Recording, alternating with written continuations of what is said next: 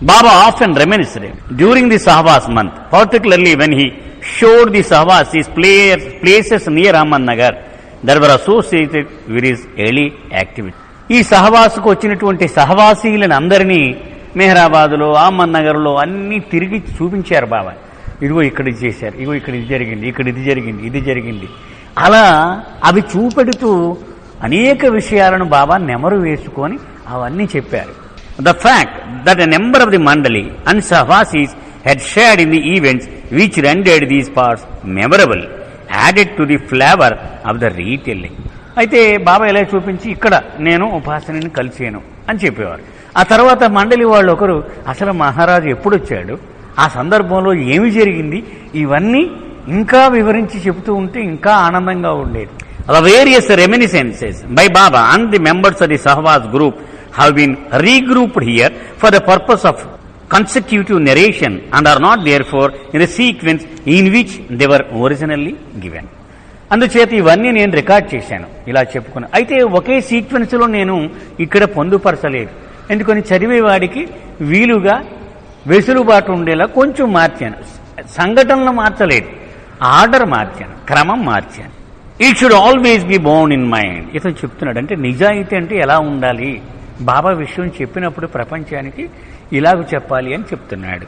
ఎప్పుడూ ఒకటి బుర్రలో ఉంచుకోవాలి. That Baba's gestures convey an essential idea.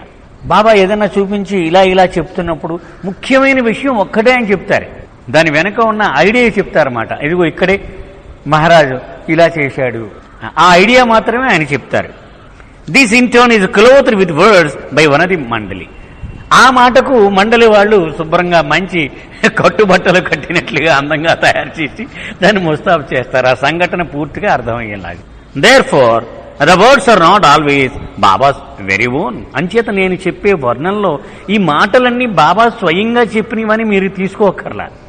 Unless he chooses tediously to have a word spell out but the sense is is. అయితే ఒక్కొక్కసారి మాత్రం ఆ బాబా చెప్పాలనుకున్న మాట చదవమనేవారు ఒకండి. తెలుసా మీకు గాడ్ స్పీక్స్ ఎలాగా కరెక్ట్ చేశారు? ఇప్పుడు Don Stevens Ivy Duce God Speaks తయారు చేసి పంపించేశారు. బాబా దాన్ని కరెక్ట్ చేయాలి. ఉదాహరణకి కాన్షియస్నెస్ అని కరెక్ట్ చేయాలంటే ఆ వర్డ్ ఎలా చెప్పాలి? అది తీసేసి కాన్షియస్నెస్ తీసేసి సోల్ అని రావాలంటే ఒకరిని లేచి చదవమనేవారు. ABCDEFGHIJKLMNOPQRS ఆగనివారు ఎస్ దగ్గర. అప్పుడు ఒకడు ఎస్ రాసేవాడు, మళ్ళీ చదువునేవారు. మళ్ళీ ఆడు ఓ దాకా వచ్చేదాకా ఓ అనేవారు. అప్పుడు సోలా బాబా అంటే ఎస్. అలాగ ఓపిగ్గా బాబా కొన్ని పదాలను వెతికి ఆయన సూచిస్తే తప్ప పదాలు మాత్రం ఆయనవని మీరు అనుకోకండి, ఈ వాడినవన్నీ. ఆయన ఆ ఐడియా చెప్పేవారు, ఇది అక్కడ జరిగింది అంటే అవి మాటల్లో మండలి వాళ్ళు చెప్పారు. One afternoon in commenting on a performance just given by the Telugu group ఆ విజోన్ బుర్రకథ, the story of Baba's life dramatically portrayed in song and dance. Baba had Irich tell of events concerning Baba's birth which had been described to Irich's mother by Baba's mother Shirin Mai. వీళ్ళు బుర్రకథ పాడుతూ ఉన్నారు. భాస్కర్ రాజు గారు, పారేపల్లి సత్యం గారు, ఆయన ఎవరండి వెంకటాచారి గారు, ఈ ముగ్గురు పాడుతూ ఉంటే అది మధ్యలో ఆపారు. బాబా ఇరిచిని పిలిచారు. అప్పుడు ఏం జరిగిందో ఆ కథ నువ్వు చెప్పు అసలు అని అడిగారు. అదెలా తెలుసు ఇరిచికి? ఇరిచి తల్లి గైమాయి, బాబా తల్లి షిరీన్ మాయికి అసిస్టెంట్గా ఉంటూ ఉండేది. ఎందుకంటే దేవుడి తల్లి కదా. అందుకని మెహరాబాద్లో వస్తే ఆవిడకు వండి పెట్టడం, ఆవిడకు వేడి నీళ్ళు ఇవ్వడం, ఆవిడ బట్టలు ఉతకడం, సాయం చేయడం, ఇవన్నీ చేస్తూ ఉండేది. చేస్తూ చిన్నప్పటి నుంచి అడిగేది, ఎలా బాబా అసలు ఎలా పుట్టాడు, చిన్నప్పుడు ఎలా ఉండేవాడు, ఏంటి కదా, ఏమేమి జరిగింది అన్నీ ఆవిడే అందరికీ చెప్పేది అనమాట. ఆ బాబా తల్లి దగ్గర తెలుసుకొని అవి ఈ మండలి అందరికీ. అలాగ మీ అమ్మ నేర్చుకుంది కదా ఈ విషయాలన్నీ, మా అమ్మని అడిగి అవి చెప్పు ఇప్పుడు అని బాబా అన్నారు. షిరీన్ మాయి had an unusual dream just a few days before babas birth. ఆ విషయాలు చెప్తున్నాడు. ఇవన్నీ మనకు లాడ్ మెహర్లో వచ్చినాయి, కానీ యథాతథంగా బాబా సమక్షంలో ఏం జరిగిందో మనం తెలుసుకోవడం అవసరం. ఆవిడ చెప్పిన ప్రకారము ఫిబ్రవరి 24వ తారీఖు నాడు 1894వ సంవత్సరంలో పూనాలో ఉన్నటువంటి ససూన్ ఆసుపత్రిలో అడ్మిట్ చేశారు. ఆ వార్డు ఎవరన్నా చూశారమ్మా? హాస్పిటల్కి వెళ్ళారా? మిస్ అవ్వకూడదమ్మా, ఎందుకంటే ఎన్నాళ్ళు ఉంటుందో మనకు తెలియదు కదా, తప్పనిసరిగా చూడాలి. వార్డు నెంబర్ 30 ఆ వార్డు కూడా. అక్కడ ఆ రూమ్ లోపల ఒక పెద్ద మార్బుల్ స్లాబ్ ఉంటుందన్నమాట. ఏంటంటే ఈ సృష్టికి విడుదలకర్త ఇక్కడ ప్రసవింపబడ్డాడు అని ఉంటుందన్నమాట. That universe, deliverer of the universe అంటే మొత్తం విశ్వానికి విడుదల కల్పించేవాడు, విముక్తి కలిగించేవాడు, ఇక్కడ అతనికి ప్రసవం జరిగింది అని.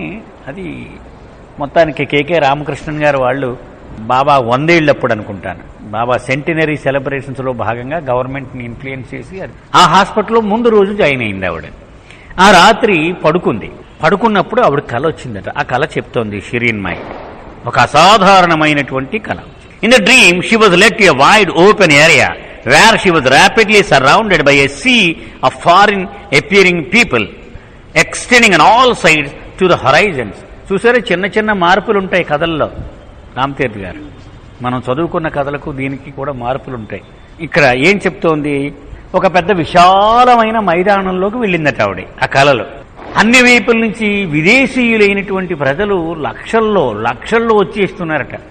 ఎంత ఎక్కువ మంది అంటే ఎటు చూసినా భూమి ఆకాశం కలిసే చోట ఉంటుంది, అక్కడ దాకా జనమే, అన్ని వైపులు 360 డిగ్రీల్లో అంతమంది జనం ఉండి అందరి కళ్ళు ఈవిడ మీదే ఉన్నాయట. షిరీన్మాయి felt that all the strangers were looking steadily and expectantly towards her. ఆవిడ వైపే ఏదో ఒక ఆశిస్తూ ఈవిడ వైపు చూస్తూ ఉన్నారు. She awoke in a state of alarm. భయమేసి మెలకు వచ్చేసింది ఆవిడకి. When she described the dream to relatives and friends, an elderly person told her that rather than worry she should feel happy. బంధువులు అందరూ ఉన్నారు కదా వార్డులో, వాళ్ళకి చెప్పింది ఇలాగిలా అంటే, అయ్యో పిచ్చిదాన్ని భయపడతావేంటి, సంతోషించవలసిన విషయం ఇది. As this symbolism of the dream indicated that the child would be awaited and esteemed by vast numbers of people. నీకు పుట్టబోయేటువంటి బిడ్డ మొత్తం విశ్వములో అధిక శాతం మందిచే ఆరాధింపబడతాడు, అటువంటి బిడ్డ నీకు పుట్టబోతూ ఉన్నాడు అని చెప్పారు బంధువులు. And another occasion Ranju retold more of Shirinmai story. మరొక సందర్భంలో రంజు అంటే ఎవరు, రంజు ఎవరు, బాబా మండలి సభ్యుడు. అతను చేసిన ముఖ్యమైన పని ఏమిటి గుర్తుపెట్టుకోవాలి, మనం చాలాసార్లు చెప్పుకున్నాం. అతను రంజూస్ డైరీస్ అని పాపులర్. మనం చదువుకునే పుస్తకాలు సగం ఛాంజీ డైరీసు, సగం రంజూ డైరీస్, ఆ రెండే ఆధారం ఈ అన్ని పుస్తకాలకి. అంటే అతన్ని బాబా అఫీషియల్గా రికార్డ్ చేయమని డ్యూటీ అప్పచెప్పారు అతను. అందుచేత అతను ఇవన్నీ స్టోర్ మెయింటైన్ చేసుకుంటూ ఉండేవాడు అనమాట. రంజు షిరీన్మాయి చెప్పిన కథలు ఈ సహవాసీస్ అందరికీ చెప్తూ ఉండేవాడు. ఆవిడ మాటల్లో, షిరీన్మాయి మాటల్లో, Merwan has been my problem ever even as a child. వీడి చిన్నప్పటి నుంచి నాకు తలనొప్పే, చిన్నప్పుడు పసివాడిగా ఉన్నప్పుడు కూడా నాకు ఇబ్బందిగానే ఉండేది. Some months after his birth I dreamed, కొన్ని నెలలైందేమో వాడు పుట్టి కలొచ్చింది. That I was standing in the doorway of our house. మా ఇంటికి గుమ్మంలో నిలబడి ఉన్నాను నేను. Holding Merwan in my arms, నా సంకలో మేర్వాన్ని ఎత్తుకుని ఉన్నాను. I saw that there was a well nearby in the compound of the house. పెరడు ఉంది దొడ్లో, ఓ పెద్ద వెల్, అక్కడ నుయ్య, ఒక బావి ఉంది. The figure of a striking women like a Hindu goddess was rising out of the centre of the well. అలా చూస్తూ ఉండగానే ఒక స్త్రీమూర్తి అలాగూ ఆ బావిలో నుంచి పైకి వచ్చింది. అలాగే ఆవిడ చూస్తే గుర్తుపట్టాను నేను, హిందూ దేవతలు అంటారు కదా, అలాగే ఉంది ఆవిడ same. I could clearly see the lavish green saree, మంచి బ్రహ్మాండమైన ఆకుపచ్చ చీర కట్టుకొని ఉంది ఆవిడ, in which she was dressed, and the many green bangles with which she was adorned. ఇక్కడి నుంచి ఇక్కడ దాకా గాజులు ఉన్నాయి, గ్రీన్ గాజులు కూడా వేసుకుంది ఆవిడ. Bright flowered designs were painted on her forehead in many colors. ఆవిడ నుదుటి మీద చాలా రంగుల్లో ఈ లతల్లాగా పెయింట్ చేసి ఉంది. And in her hand she held a tray containing flowers, a lighted lamp and other articles used by the Hindus in their worship. ఆవిడ చేతిలో ఒక పెద్ద పళ్ళెం ఉంది, ఆ పళ్ళెంలో వెలిగించిన దీపము, హారతి కర్పూరము, ఇవన్నీ అంటే హిందువులు పూజ చేయడానికి ఏ సామగ్రి వాడతారో అదంతా ఆవిడ చేతిలో ఉంది. I stood motionless in the fascination.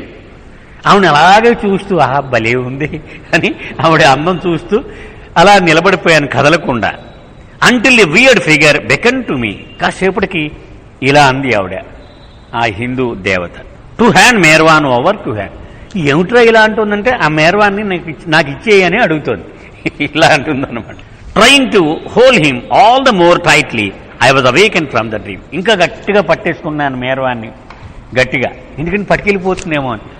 ఆ భయంలో మెలకు వచ్చేసి. Shirinmai had continue had continued her telling of her early worries about her precious child. ఇంకా చెప్పింది ఎన్ని ఇబ్బందులు పడ్డాను అని ఇంకొక కథ కూడా చెప్పింది. Merwan was very active and mischievous from the time he was able to toddle. నేల మీద పాకడం నేర్చుకున్నప్పటి నుంచి చాలా కష్టంగా చాలా అల్లరి చేస్తూ ఉండేవాడు Merwan. And would walk out of the house when my attention was distracted. ఏమాత్రం ఏమరిచినా మాయమైపోయేవాడు. ఎక్కడికి వెళ్ళిపోయేదో తెలిసేది కాదు, ఎక్కడికి బయటకు వెళ్ళిపోతూ ఉండేవాడు. This often compelled me when I was specially busy with house work. I had to go for my bath and there was no one in the house to look after him, to tie one end of my saree to his waist and the other to the bedstead. ఒక్కోసారి అస్తమానం ఇద్దరు ముగ్గురు ఉండరు కదా ఇంట్లో, ఒక్కడే ఉంటుంది. ఏదో వంటలో చేయవలసి తాలింపు పెట్టాల్సి ఉంటుంది. ఈ కుర్రాడిని తీసుకెళ్ళలేదు, స్నానంకి వెళ్లాల్సి ఉంటుంది. అందుకని ఒక చీర తీసుకొని ఒక కొస అతని గుండెలకి చుట్టూ కట్టేసి ఇంకో కొసని ఆ మంచానికి కట్టేస్తే అక్కడ ఏదో పాక్కుంటూ అలా తిరిగేవాడు.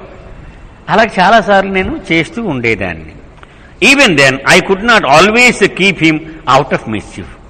అయినా నాకు కష్టంగానే ఉండేది. ఎలాగోలాగా ఏదో తొంటరి పని చేసేస్తూనే ఉండేవాడు, తప్పించుకొని వెళ్ళిపోతాడు. వన్స్ అబౌట్ January 1895, అది 1895 జనవరి నెల, అంటే బాబాకు 11 నెలల వయసు. I had left him playing in the floor. ఆడుకుంటున్నాడు నేల మీద పడుకొని, పోలీ ఇలా ఉండని అని నేను వదిలేసి వెళ్ళాను. Returning to the room some minutes later, కొన్ని నిమిషాల తర్వాత వచ్చేటప్పటికి I was horrified to see him playing merrily with a very big black snake. ఒక నల్ల తాచుతో ఆనందంగా కేరింతలు కొడుతూ ఆడుకుంటూ ఉన్నాడు. This time it was not a dream. ఇప్పుడు దాకా కలలు చెప్పాను నేను, ఇది కల కాదు, నిజమే, ఇది నిజంగా జరిగిన విషయం. With a piercing cream I rushed forward. ముందుకి 2 అడుగులు వేసి గట్టిగా అరిచి ముందుకు 2 అడుగులు వేశాను. But the snake slipped quickly out of the house and was never seen again. ఎలా వెళ్ళిపోయిందో అలా తప్పించుకొని వెళ్ళిపోయింది. మళ్ళీ ఎప్పుడూ చూడలేదు మేము ఆ పాముని. Several days later Baba described the all important occasion when a great Sufi saint Hazrat Baba Jan kissed him on the forehead, tearing away the veil which obscured his own God realization. కొన్నాళ్ళ తర్వాత, అంటే ఈ సహవాసు నడుస్తున్నప్పుడే, ఆయన అవతార జీవితంలో ఒక అతి ముఖ్యమైన సంఘటన అని చెప్పొచ్చు. దాని గురించి బాబాయే స్వయంగా ఆయన మాటల్లో ఇలా చెప్పారు. ఆ హజరత్ బాబా జాను ఎలా ముద్దు పెట్టుకుంది ఆ విషయం. When 5 perfect masters bring me down, they draw a wheel over me. 5 సద్గురువులు నన్ను క్రిందికి దించినప్పుడు, తీసుకొచ్చినప్పుడు నా మీద ఒక పెద్ద ముసుగును వేసి తీసుకొస్తారు. చిన్న చెరువు ఉందనుకున్నాం, చిన్న గుంట, ఒక ఏనుగు అందులోకి దూకిందనుకో, ఏముంది, మొత్తం వాటర్ బయటకు వచ్చేసింది, దానిలో జీవులు కూడా చచ్చిపోతాయి. అంటే అంత అనంత చైతన్యము ఈ పరిమితమైన భ్రాంతిలోనికి ఒక్కసారిగా అడుగు పెడితే ఈ సృష్టి తట్టుకోలేని పరిస్థితి. అందుచేత ఆ సత్యానికి అంత ముసుగు వేసి నెమ్మదిగా ఆ ఏనుగు వచ్చేలాగా ఒక కాలు ముందు, మళ్ళీ తర్వాత ఇంకొక కాలు అలాగ పెట్టేలాగా వాళ్ళు చేస్తారట. అంటే సత్యము నేరుగా ఇందులో డైరెక్ట్గా అడుగు పెట్టేస్తే ఈ భ్రాంతి పటాపంచరైపోతుంది. ప్రతి అవతారంలోనూ అంతే. అవి మనం విన్నవి కొన్ని కథలుంటాయి, కొన్ని ఉంటాయమ్మా. అయితే అతని అవతార కార్యక్రమం చిన్నప్పటి నుంచి చేయవలసి ఉండొచ్చు, మనకు తెలియదు కదా. మనం ఉదాహరణ చూడండి, రామాయణంలో ఈ తాటకి వాళ్ళని చంపేసిన తర్వాత విశ్వామిత్రుడు రాముణ్ణి లక్ష్మణ్ణి తీసుకెళ్ళిపోయి తపస్సులు చేసి అంటాడు. అదేంటి తపస్సులు చేసి అంటే అప్పచెప్పేశాడనమాట ఛార్జీ, ఆ ముసుగు తీసి కార్యక్రమం. అలాగే పరశురాముడు ఏం చేశాడు, అప్పచెప్పేసి వెళ్ళిపోయాడు అంటారు ఆ గొడ్డలి. అదేంటంటే ఛార్జ్ అప్పచెప్పేశాడు, అయ్యా నువ్వయ్యా బాబు నేను అని. అతను సద్గురు అయి ఉండొచ్చు, మనకు తెలియదు ఇవన్నీ. అలాగే మనం రామాయణ భారతాల్లో కూడా ఇవి చాలా స్పష్టంగా ఉన్నాయి ఉదంతాలన్నీ. ఆ ఛార్జ్ అప్పచెప్పేయడం. బాబాని షీలా అడిగింది, కృష్ణుడిగా ఉన్నప్పుడు ఇలా వేలు మీద పర్వతం ఎత్తేసావని చదివాం, ఈ నిజమే అన్నారు బాబా. అవతార్ ఈ సద్గురువులు నన్ను భూమి మీదకి దించినప్పుడు ఒక పెద్ద ముసుగు వేసి అప్పుడు నన్ను భూమి మీదకి తీసుకొస్తారు. Although Babajan was in the form of a women, she was one of them. ఆడావిడేమిటి, సద్గురువు ఏమిటి అనుకుంటున్నారా? ఆవిడ స్త్రీమూర్తి అయినప్పటికీ కూడా ఆ కాలంలో ఉన్న 5 సద్గురువులలో ఆవిడ ఒక్కరితే. And she unveiled me in my present form. నన్ను ఈ అవతారములో నా ఈ మూర్తిని ఆవిష్కరించింది తొలుత ఆవిడే. With just a kiss on the forehead between my eyebrows, Babajan made me experience thrills of indescribable bliss which continued for about 9 months. May 1913 సంవత్సరములో నా 2 కనుబొమ్మల మధ్యన ముద్దు పెట్టుకోవడం ద్వారా నా దివ్యానందము ఆ అనుభూతిని ఆవిడిచ్చేసింది ఆవిడ. తర్వాత 9 నెలల వరకు ఆ అనుభూతిలోనే నేను ఉండిపోయాను. దెన్ వన్ నైట్, ఆ తర్వాత జనవరి 1914లో, చూసారా మనం గుర్తుపెట్టుకోవాల్సింది, ఒకసారి జరిగిపోలేదు ఇవన్నీ కూడా. మే 1913లో ఆవిడ ముద్దు పెట్టుకుంది. అప్పటి నుంచి అనంత చైతన్యంలోకి వెళ్ళిపోయాడు ఆయన. ఈ ప్రపంచం ఉందని గాని, ఈ సృష్టి యొక్క చైతన్యం కానీ ఆయన ఏమీ తెలియదు. అది బాబా చెప్తున్నారు. 1914 జనవరిలో, అంటే ఎన్నాళ్ళ తర్వాత, 7 నెలల తర్వాత, she made me realise in a flash the infinite bliss of self realisation. నువ్వు భగవంతుడురా, నువ్వు మానవుడు కాదు అనేటువంటి ఆ బ్రహ్మజ్ఞానాన్ని నాకు ఇచ్చేసింది ఆవిడ. At the time Babajan gave me nirvikalp experience. ఆవిడ ఏమి ఇచ్చిందో చెప్తున్నాడు అప్పుడు ఆ క్షణంలో. Nirvikalp experience of my own reality. నేను నిజంగా ఎవడినై ఉన్నాను అది ఆవిడ చెప్పింది. The illusory physical subtle mental bodies minds and world and one and all created things cease to exist for me even as illusion. మీరు అనుకున్నటువంటి స్థూలదేహము, స్థూల ప్రపంచము, అలాగే సూక్ష్మదేహము, సూక్ష్మ ప్రపంచము, మానసిక దేహము, మానసిక ప్రపంచము, ఇవన్నీ ఎగిరిపోయి లేవు. నాకు సంబంధించి ఇవేవి లేవు. అంటే సృష్టి అని మీరు దేనినైతే అనుకుంటున్నారో అవేవి లేవు నాకు. భాస్కర్ రాజు గారు భలే చెప్తారు. సృష్టి అంటే అర్థం చెప్తాడు ఆయన. క్రియేషన్ అంటే ఏదైనా పట్టుకొచ్చి దస్తావేజ్ ఏమంటే మీరు ఏదో ఆస్తిలో అమ్మేశారట కదా, ఏదో దస్తావేజ్ అంటే అవి ఇది వాడి సృష్టి అని బాబు, ఇది నిజం అనుకున్నారా మీరు? సృష్టి అంటే లేనిది ఉన్నట్టుగా కల్పించబడింది, అది సృష్టి. భలే చెప్పారు ఆయన. ఆ సృష్టి అంటే దానిలోనే ఉంది. ఆ పదంలో అర్థం ఏంటంటే లేదు, కానీ ఉన్నట్టుగా కనపడేలాగా చేయబడింది దాన్ని. అందుచేత మీరు సృష్టి అనుకునేది నాకు శాశ్వతముగా లేదు ఆ క్షణం నుంచి. Then I began to see that only I and nothing else existed. నేను ఎటు చూసినా నేనే కనిపించేవాడిని. నాకు ఇంకేదీ లేదు అసలు సృష్టిలో, ఉన్నది నేను ఒక్కడిని. The infinite bliss of my self realisation was, is and will remain continuous.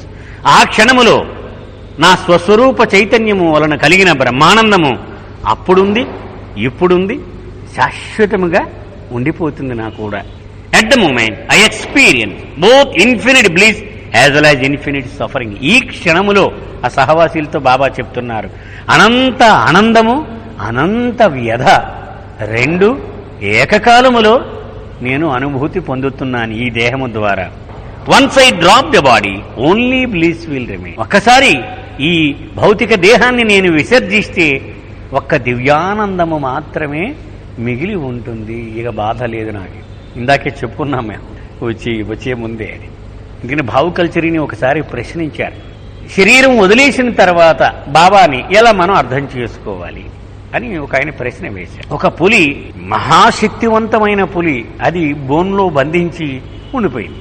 దాని శక్తి అంతా ఉంది, కానీ పరిమితులకు లోబడి ఉండిపోయింది. అది అంత శక్తిని ప్రదర్శించడానికి వీల్లేదు.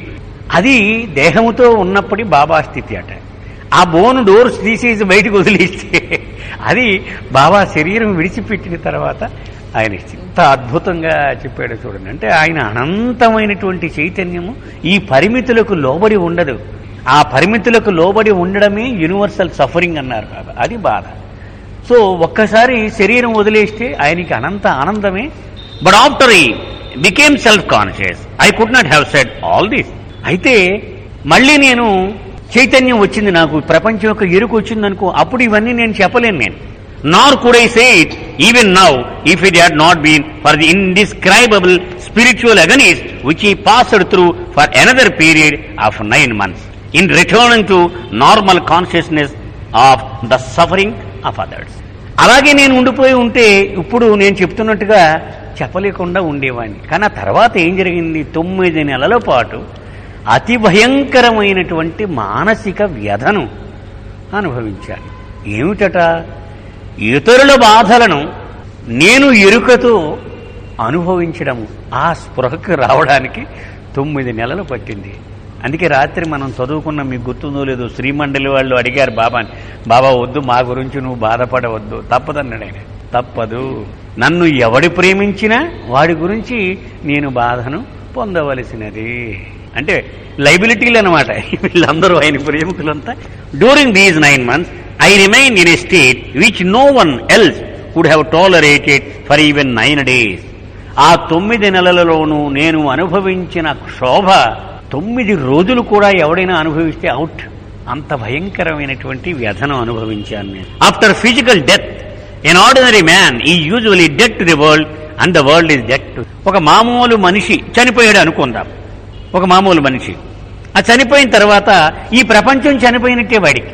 ప్రపంచం కూడా వీడి చనిపోయిన వాళ్ళ లిస్టులో రాసేస్తుంది. అంటే వీడికి ప్రపంచం లేదు, ప్రపంచానికి వీడు లేడు. అది సాధారణంగా జరిగేది. Yet he continues to live his disincarnate life beyond the sphere of gross existence.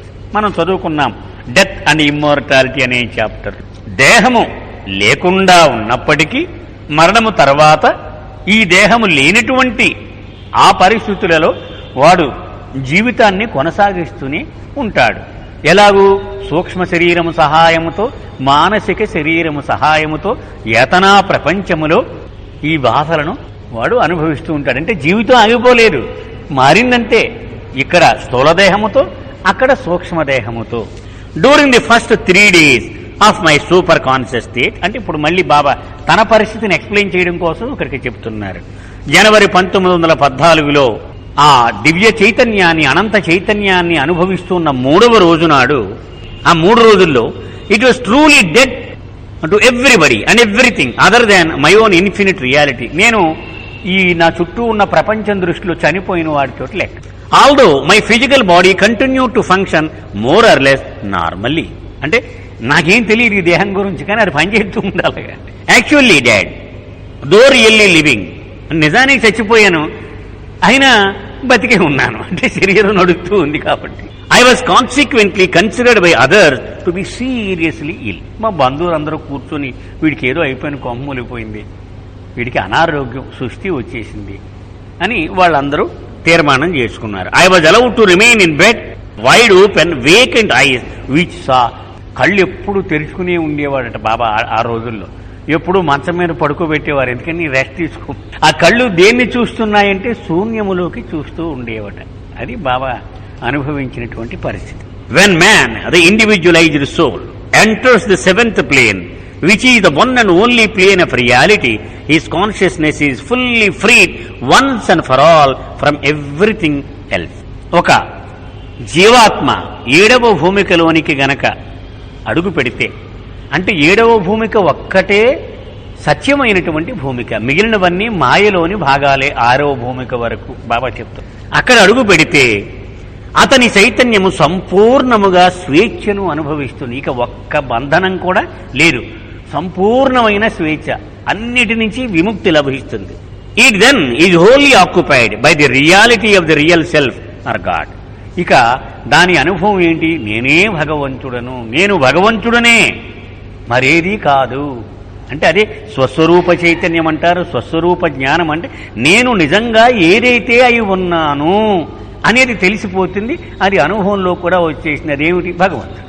So it is said that individual soul become super conscious or God conscious. దాన్ని ఏమంటారు? భగవత్ చైతన్యం వచ్చేసిందిరా వాడికి, విశిష్ట చైతన్యం వచ్చిందిరా అని అంటూ ఉంటారు ఆ పరిస్థితి. To other souls who function within the limit of duality, the God conscious one may seem to be physically as much alive as they are. మిగిలిన సోల్స్ ఉంటాయి, వాడు మామూలు స్థూల ప్రపంచంలోనే ఉండొచ్చు, లేకపోతే 1, 2, 3, 4, 5, 6 భూమికల్లో ఎక్కడైనా ఉండొచ్చు. వీళ్ళందరికీ వీడిని చూసి మళ్ళీ వీడు కూడా మిగిలిన బతికి ఉన్నటువంటి వాళ్ళలోనే వీడిని కూడా జమ కట్టేస్తూ ఉంటారు. Nevertheless, regardless of the fact that the superconscious one's gross subtle mental bodies may remain functioning, he is dead to illusion for all time. అతనికి దేహాలు ఉండొచ్చుగాక, కానీ అతనికి ఉన్నటువంటి స్పృహ మాత్రము ఉండదు. అవి చనిపోయినట్టే లెక్క అతని దృష్టిలో. His consciousness has transcended the illusory limitations of births and deaths that లై with in the illusion of duality. ఎవడైతే 7వ భూమికలోనికి అడుగుపెట్టాడో జనన మరణాల యొక్క ఆ పరిధిని దాటేశాడు. వాడికి ఇంకేం అప్లై కావు ఇవి. అంటే వాడు మామూలు పుట్టడము చావడము అనకూడదు. అందుకని చచ్చిపోయాడు కదండి బాబా ఎప్పుడండి అని అంటే తప్పని చెప్పాలి మనం. ఎందుకని బాబా చనిపోడు ఎప్పుడు, అవతార పురుషుడు. అతని శరీరాన్ని విసర్జిస్తాడు అంతే. మనం మరణము అమరత్వం అప్పుడు చదువుకున్నాం. ఎవడికి ఆ మాట వాడాలి, మరణం అనే మాట. మనం అలాగే మామూలు వాళ్ళు కూడా ఆయన శరీరం విడిచిపెట్టేశాడని అంటాం, అది తప్పు. ఆయన మామూలు చచ్చిపోయాడనే చెప్పాలి. శరీరం విడిచిపెట్టేయడం అది ఆయన ఒక్కడికే చెల్లింది. అది the conscious state of God is known only to those who have achieved it. ఆ భగవంతు స్థితి ఎలా ఉంటుందయ్యా అంటే అది అనుభవం పొందిన వాడికి తెలుస్తుంది. అది లేకపోతే అది వర్ణించి చెప్పడం కుదరదు. Such a state of realization of divine oneness is completely beyond the domain of mind itself. Baba అంటున్నారు, నీ పరిమిత మేధస్సుకు పూర్తిగా అతీతమైన స్థితి అది. అంచేత నువ్వు దాన్ని అర్థం చేసుకోలేవు. It is rare for man to become super conscious. ఒక మానవుడు ఇలా విశిష్ట చైతన్యాన్ని పొందడం చాలా అరుదైన విషయం. 1 in millions might achieve it. 10 లక్షల మందిలో ఒక్కడికైనా అది అసాధ్యమే పొందడం, అంత కష్టపడ్డది. It is rarer still for the God conscious to be able to return with God consciousness to normal consciousness of all the illusory existence, gross, subtle and mental as a perfect mind. ఇలాగూ బ్రహ్మానందము పొందినటువంటి అంటే బ్రహ్మానుభవమును పొందిన లక్షల మందిలో ఒక్కడు మాత్రమే తిరిగి ప్రపంచ చైతన్యంలోనికి రాగలడట. ముందు భూమికలన్నీ దాటుకొని అనంత చైతన్యము నేను భగవంతుడను అనే గమ్యమునకు చేరాడు. వాడే చాలా అరుదు అన్నారు బాబా. 10 లక్షల మంది మనుషుల్లో ఒకడు అక్కడ చేరతాడు. కానీ అలాంటి వాళ్ళు లక్షలాది మందిలో ఒక్కడు మళ్ళీ తిరిగి ప్రపంచ చైతన్యంలోనికి అడుగు పెడతాడు. అంటే అనంత చైతన్యమును ఉంచుకుంటూ నేను భగవంతుడను అనే అనుభవమును అట్టే పెట్టుకొని మళ్ళీ తిరిగి ప్రపంచ చైతన్యంలోకి రావడం. అంటే ఎవరతను? సద్గురువు. సద్గురువు తక్కువని చెప్పాలి మనం. కుతుబ్ స్టేట్ అంటాం. Usually the gross subtle and mental bodies the gross conscious one automatically drop within 4 days. If after attaining super consciousness, he does not begin to return to normal consciousness, the world of duality. బాబా చెప్పారు చాలా సాధారణంగా శరీరంతో ఉండగానే గమ్యం చేరిపోయిన వాడు అంతే కదమ్మా. వాడు ఇంకా శరీరం ఉంది, వాడికి 3 శరీరాలు ఉన్నాయి. ఏమిటవి? స్థూల, సూక్ష్మ, మానసిక. కానీ భగవంతుణ్ణి రియలైజ్ అయిపోయాడు. మరి భగవంతుని రియలైజ్ అయిపోతే ఈ శరీరాలు ఎలా ఉంటాయి? బ్రహ్మానుభవాన్ని పొందేశాడు. పరమాత్మ చైతన్యం వాడికి ఉంది ఇప్పుడు. మరి వాడికి స్థూల, సూక్ష్మ, మానసిక దేహాలు ఉంటాయా పోతాయా? ఉంటాయి. కానీ ఉండనిదల్లా చైతన్యం ఉండదు, కానీ అవి ఉంటాయి. అది మర్చిపోకూడదు మనం. ఇప్పుడు మనం గాడ్ స్పీక్స్లో మొట్టమొదటి బాబా ఏం చెప్పారు? ప్రతి వాడికి, ప్రతి ఆత్మకు 3 రకములైన దేహములు ఉంటాయి, తప్పదు. ఆ 3 దేహములు స్థూల, సూక్ష్మ, మానసిక దేహములు. 3 ఉన్నప్పటికీ ఒక సమయములో ఒక దేహము యొక్క చైతన్యమే వాడికి ఉంటుంది. మిగిలిన 2 దేహములు ఉన్నట్టుగా వాడికి చైతన్యము ఉండదు. మామూలు స్థూల ప్రపంచములో ఇంకా భూమికల్లోకి అడుగు పెట్టకుండా మనలాగా ఉన్నాడనుకోండి, వాడికి స్థూల దేహం ఒక్కటే ఉన్న చైతన్యం ఉంటుంది వాడికి. ఇదిగో ఇలా ముట్టుకుంటే అమ్మో అంటాడు వాడు, ఎందుకని ఇదే తెలుసు వాడికి. అంతేగాని సూక్ష్మదేహము తెలియదు, మానసిక దేహము తెలియదు. కానీ ఉన్నాయి అవి. ఇప్పుడు కుక్క, కాకి ఆ 2 చూస్తాయి వాడిని. మనం ఎలా చూసే ఉంటే ఆ 3 దేహాలని చూస్తాయి కదా. అందుకనే దొంగని కుక్క పట్టుకుంటుంది. అది ఎందుకని? దొంగ మారువేషం వేసి స్థూల దేహాన్ని మారుస్తాడు గుర్తుపట్టకుండా. కానీ సూక్ష్మదేహం ఉందని వాడికి తెలియదు కాబట్టి దానికి ఏమో రంగులు మార్చలేడు. అది సూక్ష్మదేహం ఉన్న వాసన పట్టి పసిగడేస్తుంది, వీడే దొంగ అని చెప్తుంది. అందుచేత చైతన్యం మాత్రం ఒక్కటే. అంటే సూక్ష్మ దేహం యొక్క చైతన్యంలోకి వెళ్ళాడు అంటే స్థూల దేహం తెలియదు వాడికి, మానసిక దేహం తెలియదు. మానసిక దేహంలోకి చైతన్యం వచ్చిందంటే స్థూల దేహ చైతన్యం ఉండదు, సూక్ష్మదేహ చైతన్యం ఉండదు, పరమాత్మ చైతన్యము ఉండదు. మొత్తం 4 మనం చెప్పుకోవాలి. ఉదాహరణ కూడా చెప్పుకున్నాం, మీకు గుర్తుందో లేదో. ఒక పెద్ద హాల్ ఉంది. ఇలాంటి హాలు చీకటి. ఒక 3 బంతులు ఉన్నాయి, ఎల్లో, బ్లూ, గ్రీన్. 3 బంతులు. చిన్న టార్చ్ తెచ్చి వేస్తే ఆ టార్చి ఒక బంతి మీదే పడుద్ది. ఏముందిరా అక్కడ అంటే ఎల్లో బంతి కనపడుతుంది అంటాడు వాడు. మరి మిగిలిన లేవా? ఉన్నాయి, కానీ వీడికి చైతన్యం లేదు కాబట్టి లేవంటున్నాడు వీడు. మళ్ళీ ఈ ఫోకస్ ఇంకొక బంతి మీద వేస్తే అదొక్కటే ఉంది, మిగిలిన 2 లేవు. లేవంటే ఉన్నాయి, కానీ చైతన్యము లేదు. బాబా అందుకని చాలా స్పష్టంగా ఆత్మ ప్రయాణము అంటే ఆత్మ యొక్క చైతన్యము యొక్క ప్రయాణం, ఆత్మది కాదు ప్రయాణం. అసలు భగవంతుడు ఎక్కడున్నాడో అక్కడే ఉన్నాడు, ఆత్మ ఎక్కడుందో అక్కడే ఉంది. ఈ ప్రయాణం చేసిందల్లా చైతన్యము మాత్రమే. అది evolution of consciousness, journey of consciousness, involution of consciousness. Baba వాడిన మాటలు ఇవన్నీ. అంటే కాన్షియస్నెస్ అంటే అంత ప్రధానము. అంచేత ఇక్కడ నేను భగవంతుడను అనే అనుభవం రాగానే ఈ 4లో దేని చైతన్యం ఉంది? వేటి చైతన్యం లేదు వీడికి. పరమాత్మ చైతన్యం అక్కడ టార్చి పడుతుంది, మిగిలిన 3 టార్చి పట్టలేదు. కాబట్టి అవి ఉన్నా వాడికి తెలియదు, అసలు ఆ 3 ఉన్నాయని తెలియదు. మనకి ఎలాగైతే సూక్ష్మ శరీరం ఉన్నట్టు గాని మానసిక శరీరం ఉన్నట్టు గాని తెలియటం లేదు, ఆ 7వ భూమికలో చేరిపోయినటువంటి జీవాత్మకు ఈ 3 శరీరాలు ఉన్నట్టుగా చైతన్యము ఉండదు అని గుర్తుపెట్టుకోవాలి. కష్టమేం కాదు ఇది, కొంచెం ఆ పడికట్టు పడితే సరిపోతుంది. బాబా ఏం చెప్తున్నారు? 4 రోజులు లోపల, అంటే 7వ భూమికలో అడుగుపెట్టిన 4 రోజుల లోపల వీడికి ఇంకా పని అయిపోయింది కదా. ఇప్పుడు అమలాపురం మనం కోటిపల్లి రేవు దాటి ముమ్మడివరం వెళ్ళిపోయాం, అక్కడ మళ్ళీ నావు సంకనెట్టుకుని వెళ్ళం కదా, పని అయిపోయాక వదిలేస్తాం దాన్ని. అలాగే ఈ వ్యక్తి 7వ భూమికలోకి వచ్చేసాడు కాబట్టి ఈ ఉపాధులతో ఇక అవసరం లేదు. కనుక 4 రోజుల్లో ఏది బ్రహ్మానుభవమును సిద్ధించిన 4 రోజులలో ఈ 3 దేహాలు రాలిపోతాయి. ఒకవేళ రాలిపోకపోతే ఎప్పుడు రాలిపోకుండా ఉంటాయి? వీడికి సద్గురువుగా బాధ్యత నిర్వహించవలసిన లిఖితం వీడికి రాసి ఉంటే ఈ ఆత్మకు వాడు తిరిగి ప్రపంచ చైతన్యంలోనికి వస్తాడు. అంటే మళ్లీ ద్వంద్వము యొక్క ఈ రొంపిలో వాడు అడుగు పెడతాడు.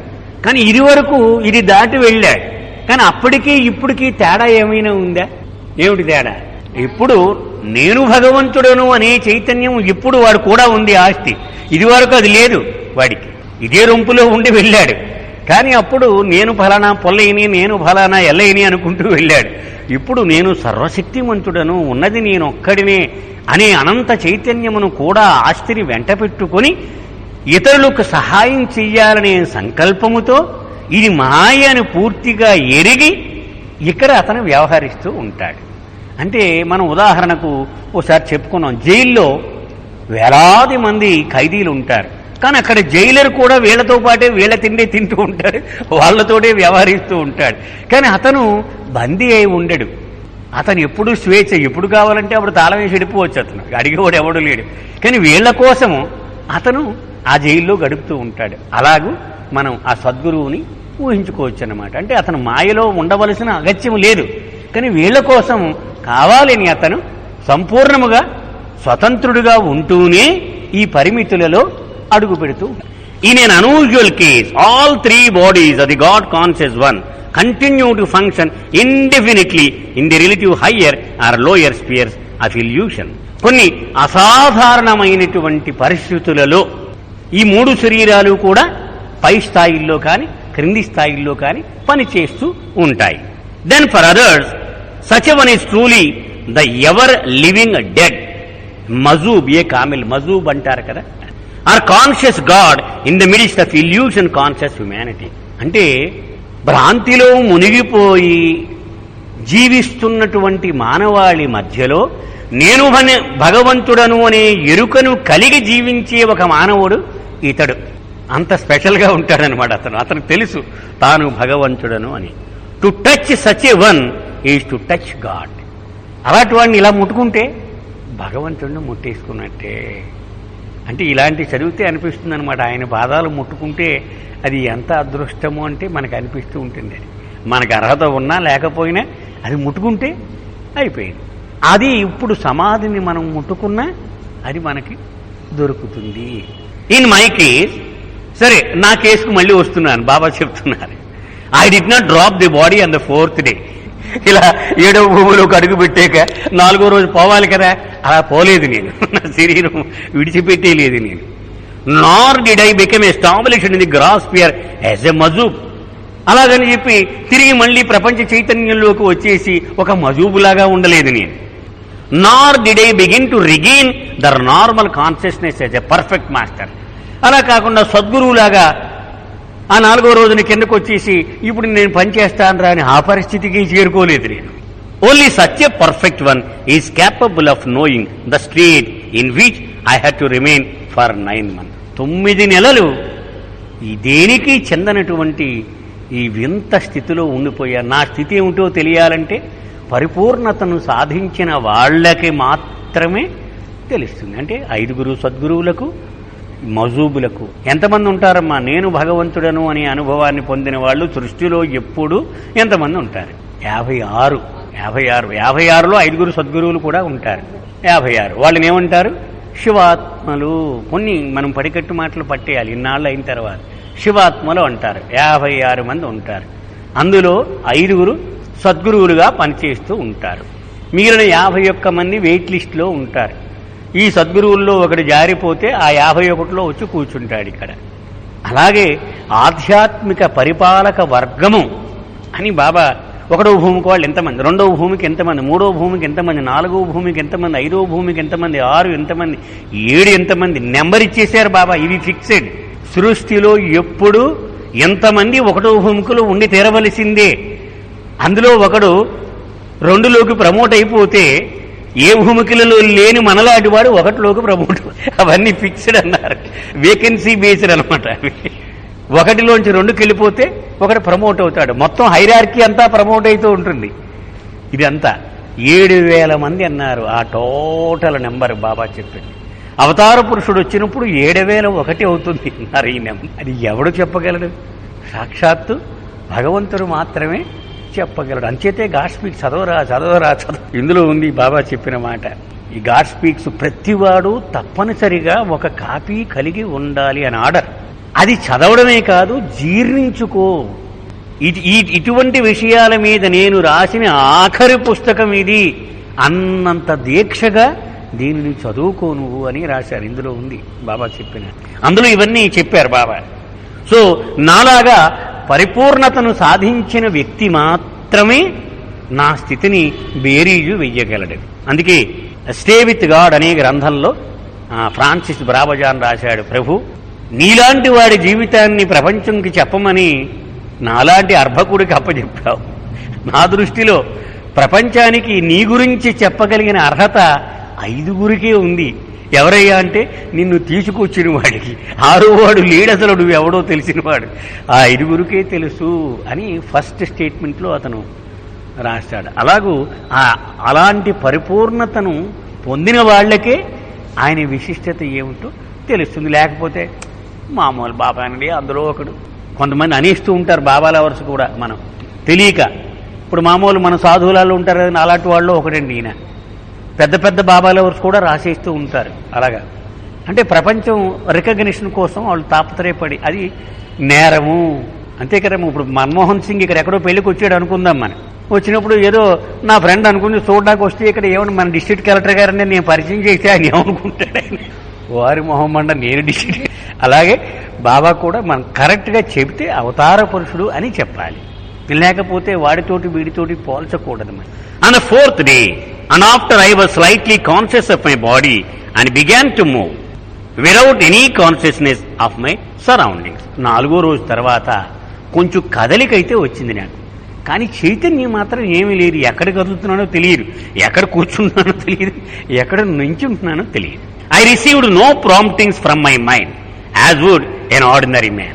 మామూలు మనిషి ఇలా కూర్చుందాం అనుకుంటే మైండ్ చెప్తుంది, అక్కడ కూర్చో వెళ్ళి అని చెబుతుంది. అది చెబితే అక్కడికి వెళ్ళి కూర్చుంటాడు. కిందకి దిగబోతుంటే పడిపోతావు జాగ్రత్త చూసుకో అని మైండ్ చెప్తుంది. కాబట్టి వీడు జాగ్రత్తగా చూస్తాడు. అలాగూ మామూలు సగటు మానవుడికి మైండ్ కొన్ని సూచనలు ఇస్తూ ఉంటుంది.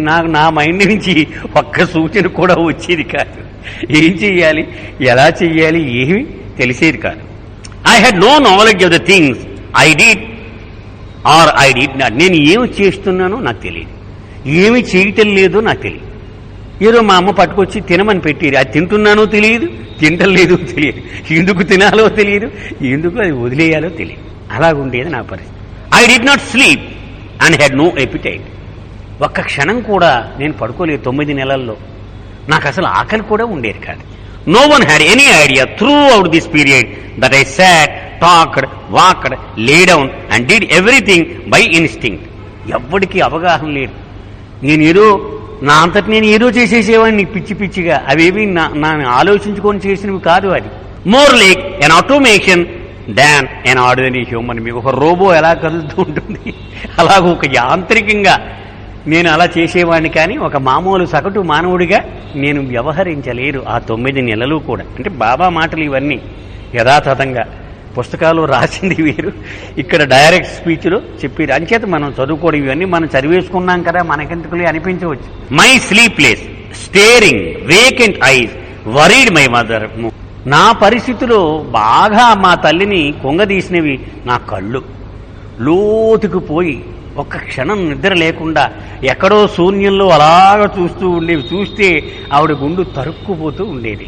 She believed and told others that had gone mad. పిచ్చుడైపోయాడు మన మేర్వాన్ అని అందరికీ చెప్తూ ఉండేది. ఆవిడ సంపూర్ణంగా నమ్మింది. In her anguish she could not refrain from going once to Babajan and demanding to know what she had done to me. ఆ కోపంలో దాన్ని ఏమంటాము, ఉద్రేకం తట్టుకోలేక ఒకరోజు గొడవ పెట్టుకోనాక బాబాజాన్ దగ్గరికి వెళ్ళి నిలదీసింది. ఏం చేసేసావు, ఎందుకు అలా చేసేసావని గొడవకి దిగింది.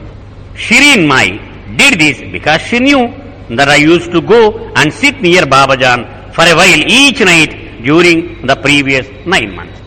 ఇది జరిగిన ముందు 9 నెలలు ప్రతిరోజు సాయంత్రం రాత్రి వెళ్ళి కొన్ని నిమిషాలు ఆ బాబాజాన్ దగ్గర కూర్చుంటుంది అని తెలుసు. అందుకనే ఆవిడ దగ్గరికి వెళ్ళి గొడవ పెట్టుకుంది. ఈవిడే ఏదో చేసేసింది నా మేర్వాన్ నేను, అందుకని అక్కడ నిలదీయడానికి వెళ్ళింది ఆవిడ. Babajan indicated to my mother that I was intended to shake the world into wakefulness. But that meant nothing to Shireen Mai in her distress. గాఢ నిద్రలో మునిగి ఉన్నటువంటి ప్రపంచాన్ని ఒక్క కుదిపి మెలకువలోకి తెచ్చేవాడయే నీ కొడుకు పిచ్చిదానా అని హజరత్ బాబాజాన్ నా తల్లికి చెప్పింది. కానీ ఇది ఏమిటి పిచ్చి, నేను ఆ గొడవ గురించి చూస్తే ఈవిడ పిచ్చిది అనుకోని ఆవిడకేం అర్థం కాలేదు బాబాజాన్ మాటలు, ఆవిడ బాధలు. For a long time I was given regular medical treatment, but no amount of drugging and injection could put me to sleep. చాలా కాలం ఊరిక విపరీతంగా మందులు, ఇంజక్షన్లు, టాబ్లెట్లు ఇస్తూ ఉండేవారు మా అమ్మ, మా నాన్న, వీళ్ళందరూ కూడా. కానీ ఏమీ ఫలితం లేకుండా అయిపోయింది. యాష్ షిరీన్ మాయి యూజ్ టు సే, మా అమ్మ ఎప్పుడు చెప్తూ ఉంటుంది, ఆవిడ ఇలాగే చెప్తూ ఉంటుంది. తర్వాత having exhausted all available means she sent me to Bombay to stay with Jamshed for a change. ఇక లాభం లేదు వీడికి ఇక్కడ మందులని, స్థలం మారిస్తే ఏమైనా తేడా వస్తుందేమో అని ఆఖరి ప్రయత్నంగా బాబా అన్నగారు జంషెడ్ మున్సిపల్ కార్పొరేషన్లో పనిచేస్తూ ఉండేవారు బాంబేలో. అక్కడికి పంపించేసింది. Thinking to keep me occupied with day to day activities Jamshed encouraged me to cook the food for 2 of us. ఏదో వ్యాపకంలో పెట్టేస్తే వీడు కొంచెం బాగుపడతాడని చెప్పి అన్నగారు ఏం చేశాడు, ఒరే మనందరికీ నువ్వే వండాలి వంట అని నాకు ఆ కాయగూరలో కత్తి ఇవన్నీ ఇచ్చి వండమనేవాడు. నేను వండుతూ ఉండేవాడిని. Some times I did the cooking all right, ఒక్కోసారి బాగానే చేసేవాడిని. But I did it as I did other things without knowing what I was doing. కానీ నేను తెలిసి ఏం చేసేవాడిని కాదు, ఏదో అలా కోసేసేవాడిని, అలా పట్టించేవాడిని. అవి ఏం చేస్తున్నానో తెలియకుండానే చేసేవాడిని. I can recall the particular bench in Victoria Gardens and which I pass most of the time sitting alone entirely oblivious the world and its affairs.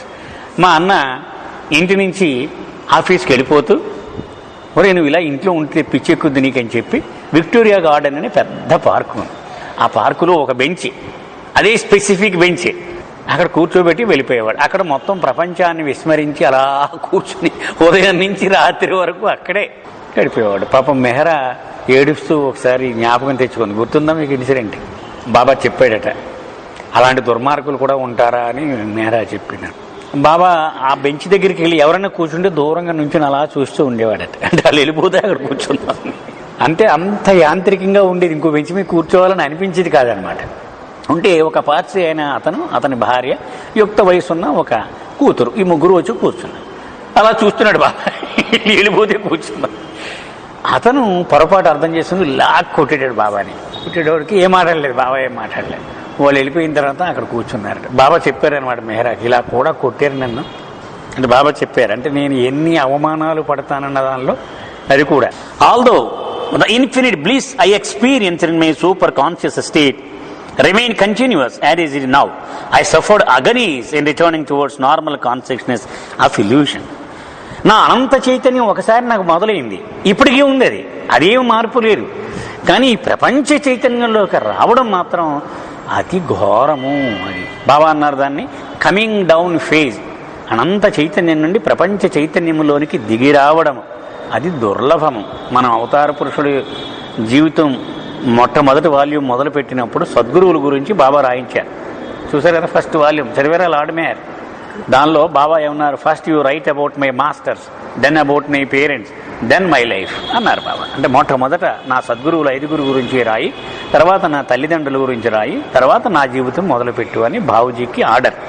అవి చూస్తే ప్రతివాడు ఇదే కష్టాలు పడి పడి పడి అనంత చైతన్యంలోకి వెళ్ళిపోయి మళ్ళీ కిందికి దిగి రావడం దుర్భరం. అందరూ 5గురు సద్గురువులకి ఇదే కామన్. ఇప్పుడు అనంత చైతన్యంలోకి వెళ్ళిపోయి మళ్ళీ ప్రపంచ చైతన్యంలోకి దిగి రావడం కదా. సద్గురువుకి కూడా ఉంది, కానీ సద్గురువు నటిస్తాడని చెప్పారు బాబా. అవతారుడు యాక్చువల్గా అనుభవం పొందుతాడు, సద్గురువు నటిస్తాడు. తేడా. Occasionally, to gain some sort of relief, I used to knock my head so furiously against walls and windows that some of them showed cracks. నా బుర్రను అది స్థిమితం రాక కిటికీలకేసి గోడలకేసి కొట్టుకునేవాడిని గట్టిగా. ఒక్కోసారి కిటికీలవి క్రాక్స్ కూడా వచ్చేసేవి, అంత గట్టిగా కొట్టుకునేవాడిని. ఇన్ రియాలిటీ బాబా ఒక చోట చెప్పారు, అలిసిపోయిన వాడికి ఒక టీ కప్పు తాగితే మళ్ళీ ఫ్రెష్గా ఉంది, మళ్ళీ కాసేపు పనిచేయగలను అని ఎలా అనుకుంటాడో స్టిమ్యులెంట్, అలా ఈ తల కొట్టుకోవడం నాకు అలాగ ఉపశమనం ఇచ్చేది అన్నారు బాబా. ఈ అనంత వ్యధను అనుభవిస్తూ ఉన్నప్పుడు తలని ఇలా కొట్టుకుంటే కొంచెం రిలీఫ్గా ఉండేది. In reality there is no suffering as such, only infinite bliss. యథార్థానికి ఉన్నదంతా దివ్యానందమే, అసలు బాధ అనేది లేనే లేదు. Although suffering is illusory, still within the realm of illusion it is suffering. బాధ అనేది భ్రాంతిలో భాగమే. అయినా మనము భ్రాంతిలో పనిచేస్తూ ఉన్నంతసేపు ఆ బాధ నిజమే కదా, అది అనుభూతి పొందుతూనే ఉన్నాం కదా. ఇప్పుడు కలలో వాడు కష్టాలు పడుతూ ఉన్నప్పుడు కలలో వాడికి నిజమే, అది బయటకు వచ్చేసిన తర్వాత ఓహో ఇది అంతా ఉట్టిదిరా అని వీడికి తెలుసు, కానీ కలలో ఉన్నంతసేపు నిజమే. అలాగే ఈ భ్రాంతిలో నేను పనిచేస్తూ ఉన్నంతసేపు నేను పడినటువంటి వ్యధ నిజమైనదే. In a midst of illusion Babajan establish my reality. ఈ అనంత మాయ దీని మధ్యలో నా యొక్క యథార్థ స్థితిని బాబాజాన్ ఆవిష్కరించింది. సత్యం కదా ఆయన, ఆ సత్యాన్ని ఆవిష్కరించింది ఆవిడ. My reality although untouched by illusion remain connected with illusion.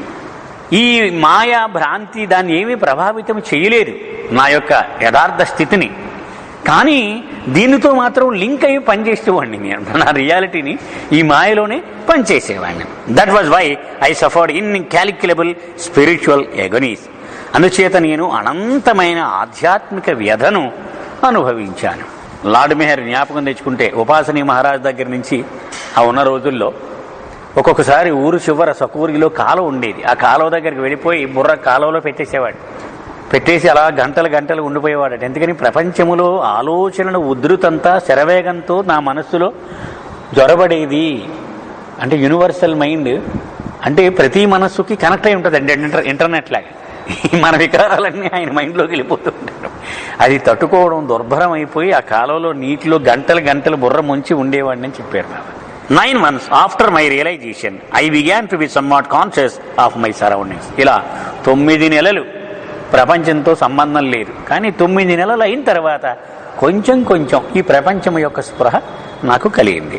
Life return to my weekend ice. మొట్టమొదట నా శూన్యంలోకి చూసే నా కళ్ళల్లోకి జీవం వచ్చింది. చూస్తే ఎరా బాబు బాగున్నావా అని అడిగేవారు వాళ్ళు, లేకపోతే ఇది వరకు అంటే ఏమీ అసలు పలకరించడానికి కూడా కుదిరేది కాదు. Although I would not sleep, I began regularly to eat small quantities of food. నిద్ర మాత్రం ఇంకా రాలేదట, కానీ కొద్ది కొద్దిగా ఆహారం మాత్రం తినేవాడిని.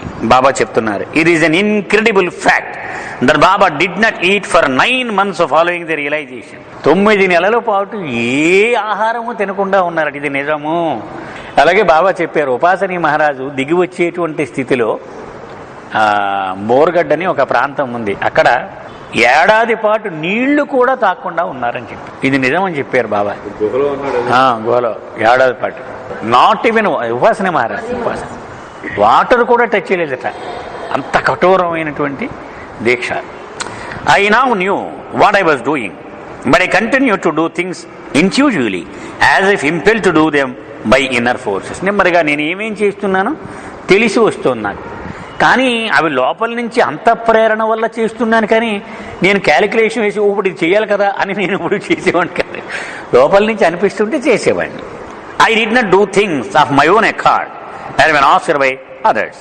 నా అంతటి నేను, లేకపోతే ఇతరులు అడిగినప్పుడు ఎప్పుడు చేసేవాడిని కాదు ఏ పనినా, లోపల నుంచి నాకు ప్రేరణ వస్తే అప్పుడు చేసేవాడిని. For example, when I began to teach, December 1915 సుమారు ఆ టైంలో చదువు చెప్పడం మొదలుపెట్టాడు బాబా. గుర్తుందమ్మా మీకు ఎవరికైనా? బెహరంజీ మనం చదువుకుంటాం. బాబా తొలి మండలి వాళ్లలో బెహరంజీ అనేటువంటి వాడు. బుబా సాహెబ్ అని తర్వాత ముద్దు పేరు మార్చారు బాబా అతనికి. అతను కళ్ళు అంగడిలో బాబాకి పార్ట్నర్. కొంచెం కష్టమే కానీ కొంచెం కొంచెం మనకు అలవాటు అయిపోద్ది. మన మేనమావని మన పెదనాలని చిన్నాలని గుర్తుపెట్టుకున్నట్టు అయిపోవాలన్నమాట. అలా ఆటోమేటిక్గా అయిపోద్ది. అతనికి చదువు చెప్పేవాడు. అతనికి ఏం అక్షరం ముక్కు వచ్చేది కాదు. చదువు చెప్పేటప్పటికి ఇది ఓహో బ్రహ్మాండం, ఈ షిరీన్ మా అయితే ఎగిరి గంతేసింది. అమ్మ మా వాడు రిపేర్ అయిపోయాడు, వాడు చదువు కూడా చెప్పేస్తున్నాడు. పార్సీ భాష చెప్తూ ఉండేవాడు. My mother try to collect more peoples for me thinking this would hasten my recovery. మా అమ్మాయి వీధిలో అందరి పిల్లల్ని తీసుకొచ్చి రండ్రా మా అర్వాన్ని నేర్పుతాడు, మీరు అందరూ కూడా నేర్చుకోండి, ఎందుకంటే తొందరగా రికవర్ అయిపోతాడు. ఏదో ఒక వ్యాపకం ఉంటే అని. బాబా టీచర్గా పనిచేశాడు తెలుసమ్మా. ఒక డ్రామా కంపెనీకి మేనేజర్గా పనిచేశాడు. కటావు కంపెనీ అని ఒక కంపెనీకి చాలా ఉద్యోగాలు చేశాడు Baba. But I would attend to no one else and continue to teach only బుబా సాహెబ్.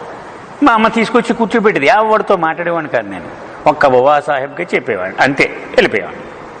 మా అమ్మ వాళ్ళందరినీ తీసుకొచ్చేది ఏవి అంటే ఆవిడ చెప్పిందని నేను స్పందించడం కూడా ఉండేది కాదు. నాకు లోపల నుంచి అనిపిస్తేనే చేయడం, లేకపోతే లేదు. Later on, it was April 1915, I also began to go for long distances on foot or by vehicle. దూరాలు కూడా ప్రయాణం చేయడం మొదలెట్టాను. ఒక్కోసారి కాలినడకని వెళ్ళిపోయేవాడిని, ఒక్కోసారి ఏదో రైలు బండి ఎక్కువ బస్సు ఎక్కువ తిరిగేవాడిని. Once I left Pune by rail for Raichur, more than 300 miles from Pune. Raichur వెళదామని పూనాలో బండెక్కేశాను. 300 మైళ్ళు దూరం అని బండెక్కేశాను ఒకసారి. But after traveling for only 34 miles, I felt the urge to leave the train at కేడిగాం. కేడిగాం అనే స్టేషను పూనాకి దౌండ్కి మధ్యలో ఉంటుంది. పటాస్ అని ఒక స్టేషన్ వస్తుంది. అంటే మనం గుర్తుపెట్టుకోవాలి ఇవన్నీ. మనం వెళ్తూ ఉంటాం కదా, కొంచెం గుర్తుపెట్టుకున్నప్పుడు మనం ఇదే పనిలో ఉండాలి, డైరీలు రాసేసుకుంటూ ఉండాలన్నమాట. అప్పుడే మనకి ఇవన్నీ వంట పడతాయి. ఏది కూడా మనం అవకాశాన్ని పోగొట్టుకోకూడదు. అప్పుడు ఇవన్నీ గుర్తొచ్చేస్తూ ఉంటాయి అన్నమాట. ఓహో అని. అక్కడ కేడిగాం స్టేషన్ దగ్గర అంతః ప్రేరణకారంగా బండి దిగిపోయాడు బాబా. ఎక్కడ కొనేసుకున్నాడు? 300 కిలోమీటర్లు కానీ దిగేశాడు అక్కడ. There for the first time I came in physical contact with Narayan Maharaj, one of the 5 perfect masters whose ashram is not far from that railway station. ఆ స్టేషన్కి 2 కిలోమీటర్లోనే ఉంటుంది. అక్కడికి వెళ్ళి తొలిసారిగా ఆయన్ని కలవడం జరిగింది. బాబా మెహరాబాద్లో మకా ఉన్న తొలి రోజుల్లో అనేక పర్యాయములు రైలు బండిలో ఉపాసన నారాయణ మహారాజు వెళ్తూ ఉండేవాడు. ఎక్కడికి? నగర్ నుంచి దోండి నుంచి నగర్. ఏ కారణం లేకుండా బండి ఆగిపోతూ ఉండేది. ఎక్కడ రైలు ట్రాక్ దగ్గరికి రాగానే లోయర్ మేరాబాద్ అప్పర్ మేరాబాద్ ఆ ట్రాక్ ఉంది కదమ్మా, అక్కడ రాగానే ఆగిపోయి ఈ స్టేషన్లో కంగారు పడేవారు ఈ డ్రైవర్లు వీళ్ళంతా. ఎందుకు ఆగిపోయింది బండి? అప్పుడు బాబా మండలి వాళ్ళతో నిలబడి ఉండేవారట అక్కడ. నారాయణ మహారాజు ఇలా చూస్తే అప్పుడు బాబా ఇలా ఊపేసి వెళ్ళిపోమంటే అప్పుడు బండి కదిలేదట. ఇలా అనేక సార్లు జరుగుతూ ఉండేది మేరాబాద్లో. అంటే ఇవన్నీ మనకి మిగిలిన పుస్తకాల్లో దొరుకుతాయి అన్నమాట వివరాలన్నీ. బాబా కూడా అన్నారు, if you love me is it not that you should know everything about me. నువ్వు నన్ను ప్రేమించడం నిజమైతే నా గురించి అన్నీ తెలుసుకోవాలి కదా. కొంచెమే తెలుసుకుంటే ఆ ప్రేమ పూర్తి ఎలా అవుతుంది? ఇప్పుడు ఆయన అంత కష్టపడి ఎన్ని పుస్తకాలు ఎందుకు రాయించారు? మన అందరూ చదవాలని కదా, లేకపోతే రాయించవలసిన అవసరం లేదు కదా మైండ్కి. Similarly from time to time I was also drawn to see majzoobs like Bane Mian Baba at Aurangabad and Tippu Baba at Bombay. మజూబ్ అంటే ఎవరు? నేను చెప్పుకున్నాం మనం. మజూబ్ అంటే నేను భగవంతుడను అనేటువంటి సత్యానుభవమును పొందిన తర్వాత 4 రోజులకు ఈ దేహం వదిలిపెట్టేస్తాడని మనం చెప్పుకున్నాం. అన్ని రకాల దేహాలు వదిలేసి వాడు అనంత ఆనందమయ పరిస్థితుల్లో ఉండిపోతాడు. కానీ ఒక 56 మంది మాత్రం వెనక్కి వస్తూ ఉంటారు అన్నాం. అంటే ఉండిపోతారు బాడీని ఉంచుకొని. అలా ఉండిపోయిన వాళ్ళలో కేవలము అనంత ఆనందమని అనుభవిస్తూ ఉండేవాళ్ళని మజూబ్స్ అంటారు. అంటే గాడ్ మెర్జిడ్ అన్నారు బాబా. అంటే మునిగిపోయి ఉంటాడు వాడు, నేను భగవంతుడని. ఇంకేం తెలియదు వాడికి మనం ఉన్నామని కానీ, మనం అరుగుతున్నామని కానీ, మనం అసలు ప్రపంచమే అతనికి ఆబ్సెంట్. వాళ్ళని మజూబ్స్. అలాంటి వాళ్ళు బనే మియా బాబా అని ఔరంగాబాద్లో ఉండేవాడు, టిప్పు బాబా అని బాంబేలో ఉండేవాడు. వాళ్ళని కూడా ఆ రోజుల్లో వెళ్ళి కలిశారు. Once in the company of బేరం I travelled so far north as Nagapur and saw Tajuddin Baba. ఒకసారి బాబా సాహెబ్ బెహరం ఉన్నాడు స్టూడెంట్ అతను బాబా దగ్గర, అతన్ని తీసుకొని నాగపూర్ వరకు వెళ్ళి తాజుద్దీన్ బాబా దర్శనం కూడా చేసుకున్నాడు. Finally I felt impale to call on Sai Baba, the perfect master among masters. గురువులకి గురువు అయినటువంటి సద్గురు చక్రవర్తి షిరిడి సాయిబాబాను చూడాలి అని నాకు ప్రేరణ కలిగింది. At the time he was returning in a procession from లెండి, a place to and from which he was led every day in order to ease himself. కాలకృత్యములు తీర్చుకోవడానికి ఊరు బయటికి వెళుతూ ఉండేవాడు. ఆ వెళ్ళేప్పుడు వచ్చేటప్పుడు తాళమేళాలతో ఊరేగింపుగా వస్తూ ఉండేవాడు. దానిని లెండి ఊరేగింపు అని అంటారు. ఆ టైంలో నేను అతన్ని కలవడం జరిగింది. Despite the crowds I intuitively prostrated myself before him on the road. చుట్టూ జనం ఉన్నారు, అంతా పాటలు పాడుతూ ఉన్నారు. నేనేం పట్టించుకోకుండా ఆ రోడ్డు మీదే ఆయన పాదాలకు సాష్టాంగపడ్డాను నేను. When I arose Saibaba looked straight at me and exclaimed Parvardigar. నేను లేవగానే సాయిబాబా నా కళ్ళల్లోకి సూటుగా చూస్తూ పర్వర్దిగార్ అని గట్టిగా పెద్ద స్వరంతో అరిచాడు. పర్వర్దిగార్ అంటే ఎవరమ్మా? చెప్పుకున్నాం మనం, చాలాసార్లు చెప్పుకున్నాం. మనం బ్రహ్మ విష్ణు మహేష్ అని 3 ఉంటాయి కదా. ఏవి? సృష్టించేవాడు, పోషించేవాడు, లయం చేసేవాడు. అలాగే సూఫీ భాషలో అఫ్రీద్గార్, పర్వర్దిగార్, ఫనాకార్ అంటారు ఈ 3. సో బ్రహ్మ సృష్టించేవాడు, పర్వర్దిగార్ అంటే పోషించేవాడు, విష్ణుమూర్తి ఆయన పోషణ చేసేవాడు. సో ఓ విష్ణు అని సంబోధన చేశాడు. I then felt drawn to walk to the nearby temple of Khandoba in which Maharaj was staying in seclusion. అప్పుడు నాకు అంత ప్రేరణ కలిగి నడుచుకుంటూ షిరిడీలోనే ఉన్న ఖండోబా అనే దేవాలయంలోకి వెళ్ళాను. అక్కడ ఉపాసనీ మహారాజు కఠోరమైనటువంటి ఏకాంతవాస దీక్షలో ఉన్నాడు. ఆయన పేరేంటమ్మా? ఉపాసని. ఎందుకు వచ్చింది ఆ పేరు? భయంకరమైన ఉపాసనలు చేసేవాడు ఆయన, అందుకని ఉపాసని అని పేరు వచ్చింది ఆయన. దీక్షలు, ఘోరమైన దీక్షలు చేసేవాడు. అలాగ నెలలు ఏళ్ళు తరబడి దీక్షలు చేస్తూ ఉండేవాడు. He had been living on water there under Sai Baba's direct guidance for over 3 years. ఈ ఖండోబా దేవాలయంలో కేవలం నీరు మాత్రము తాగుతూ 3 ఏళ్లుగా అక్కడే జీవిస్తూ ఉన్నాడు. సద్గురు సాయిబాబా యొక్క ప్రత్యక్ష పర్యవేక్షణలో అతను అక్కడ జీవిస్తూ ఉన్నాడు. At the time Maharaj was reduced almost to a skeleton due to his fast and water. ఈ నీటి మీద అతను చేసే దీక్ష కారణంగా ఉట్టి దుమ్ములు ఉన్నాయి Maharaj. He was also naked and surrounded by filth. అది ఎంత భయంకరంగా ఉంటుందంటే లార్డ్ మెహర్ చదవాలి. చుట్టూ పాములు, తేళ్లు, ఇంకా ఘోరాతి ఘోరంగా ఉందట, అంత అశుద్ధం. ఆ మధ్యలోనే ఉన్నాడు అతను, దిగంబరంగా ఉన్నాడు. When I came near enough to him, కొంచెం దగ్గరికి వచ్చాను లేదు, Maharaj greeted me, so to speak, with a stone which he threw at me with great force. చాలా బలంగా ఒక చిన్న రాయి తీసి, it struck me on my forehead exactly where Babajan had kissed me, hitting with such force that it drew blood. కొంతమంది చెప్పేస్తారు చిన్న గులకరాయి చేయడం చెప్తూ ఉంటారు. అది బాబా చెప్పారు, తప్పు అని కూడా చెప్పారు. అది నిమ్మకాయ సైజు ఉంటుందని బాబా చెప్పారు. భాస్కర్ రాజు గారు కూడా చాలాసార్లు చెప్పేవారు ఆ బుర్రకథలో చెప్తూ ఉన్నప్పుడు. అది 11 సైజు. అది ఎంత బలంగా తగిలిందంటే బాబాజాన్ ఎక్కడ ముద్దు పెట్టుకుందో అక్కడే తగిలింది. ఆ తాకిడికి రక్తం కూడా వచ్చింది. The mark of that injury is still on my four head. మీరు ఓపికగా చూస్తానంటే బియాండ్ వర్డ్స్లో ఆ బాబా సౌంజ్యం చేస్తూ ఉండగా మచ్చ కూడా క్లియర్గా కనపడింది, చూడొచ్చు మనం చాలా స్పష్టం. బాబా శరీరం సమాధిలో పడుకోబెట్టినప్పుడు కూడా కనపడుతూ ఉండేది. అది మధ్యలో చిన్న ఒక నిమ్మ గింజలాగా మధ్యలో మచ్చ కనపడుతూ ఉండేది. But that blow from Maharaj were a stroke of Gyan. అది దివ్య జ్ఞానము ఆయన కలుగు చేశాడు అలా కొట్టడం ద్వారా. Figuratively Maharaj had started to Rouse me from sound sleep. ఆధ్యాత్మిక పరిభాషలో చెప్పాలంటే గాఢ నిద్రావస్థలో ఉన్నటువంటి నన్ను జాగృతి కలిగించాడు మహారాజు, మేలుకొల్పాడు.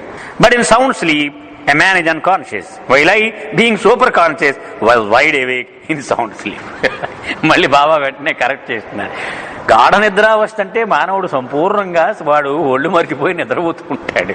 కానీ నేను అనంత చైతన్యంతో కూడినటువంటి గాఢ నిద్రావస్థ కాబట్టి సంపూర్ణముగా నా స్వస్వరూప అనుభవమును పొందుతూ ఉన్నాను. పూర్తిగా కళ్ళు తెరిచి ఉన్నాను. With that stroke, Maharaj had begun to help me return to ordinary consciousness of the realm of illusion. అప్పుడు మహారాజ్ ఏకకాలములో నేను భగవంతుడను అని అనంత చైతన్యమును, ఈ ప్రపంచమునకు చెందిన సృష్టి చైతన్యమును ఏకకాలములో కలిగి ఉండేలాగు నాకు ఎనలేని సహాయం చేశాడు. ఇంచుమించు ఎంతండి?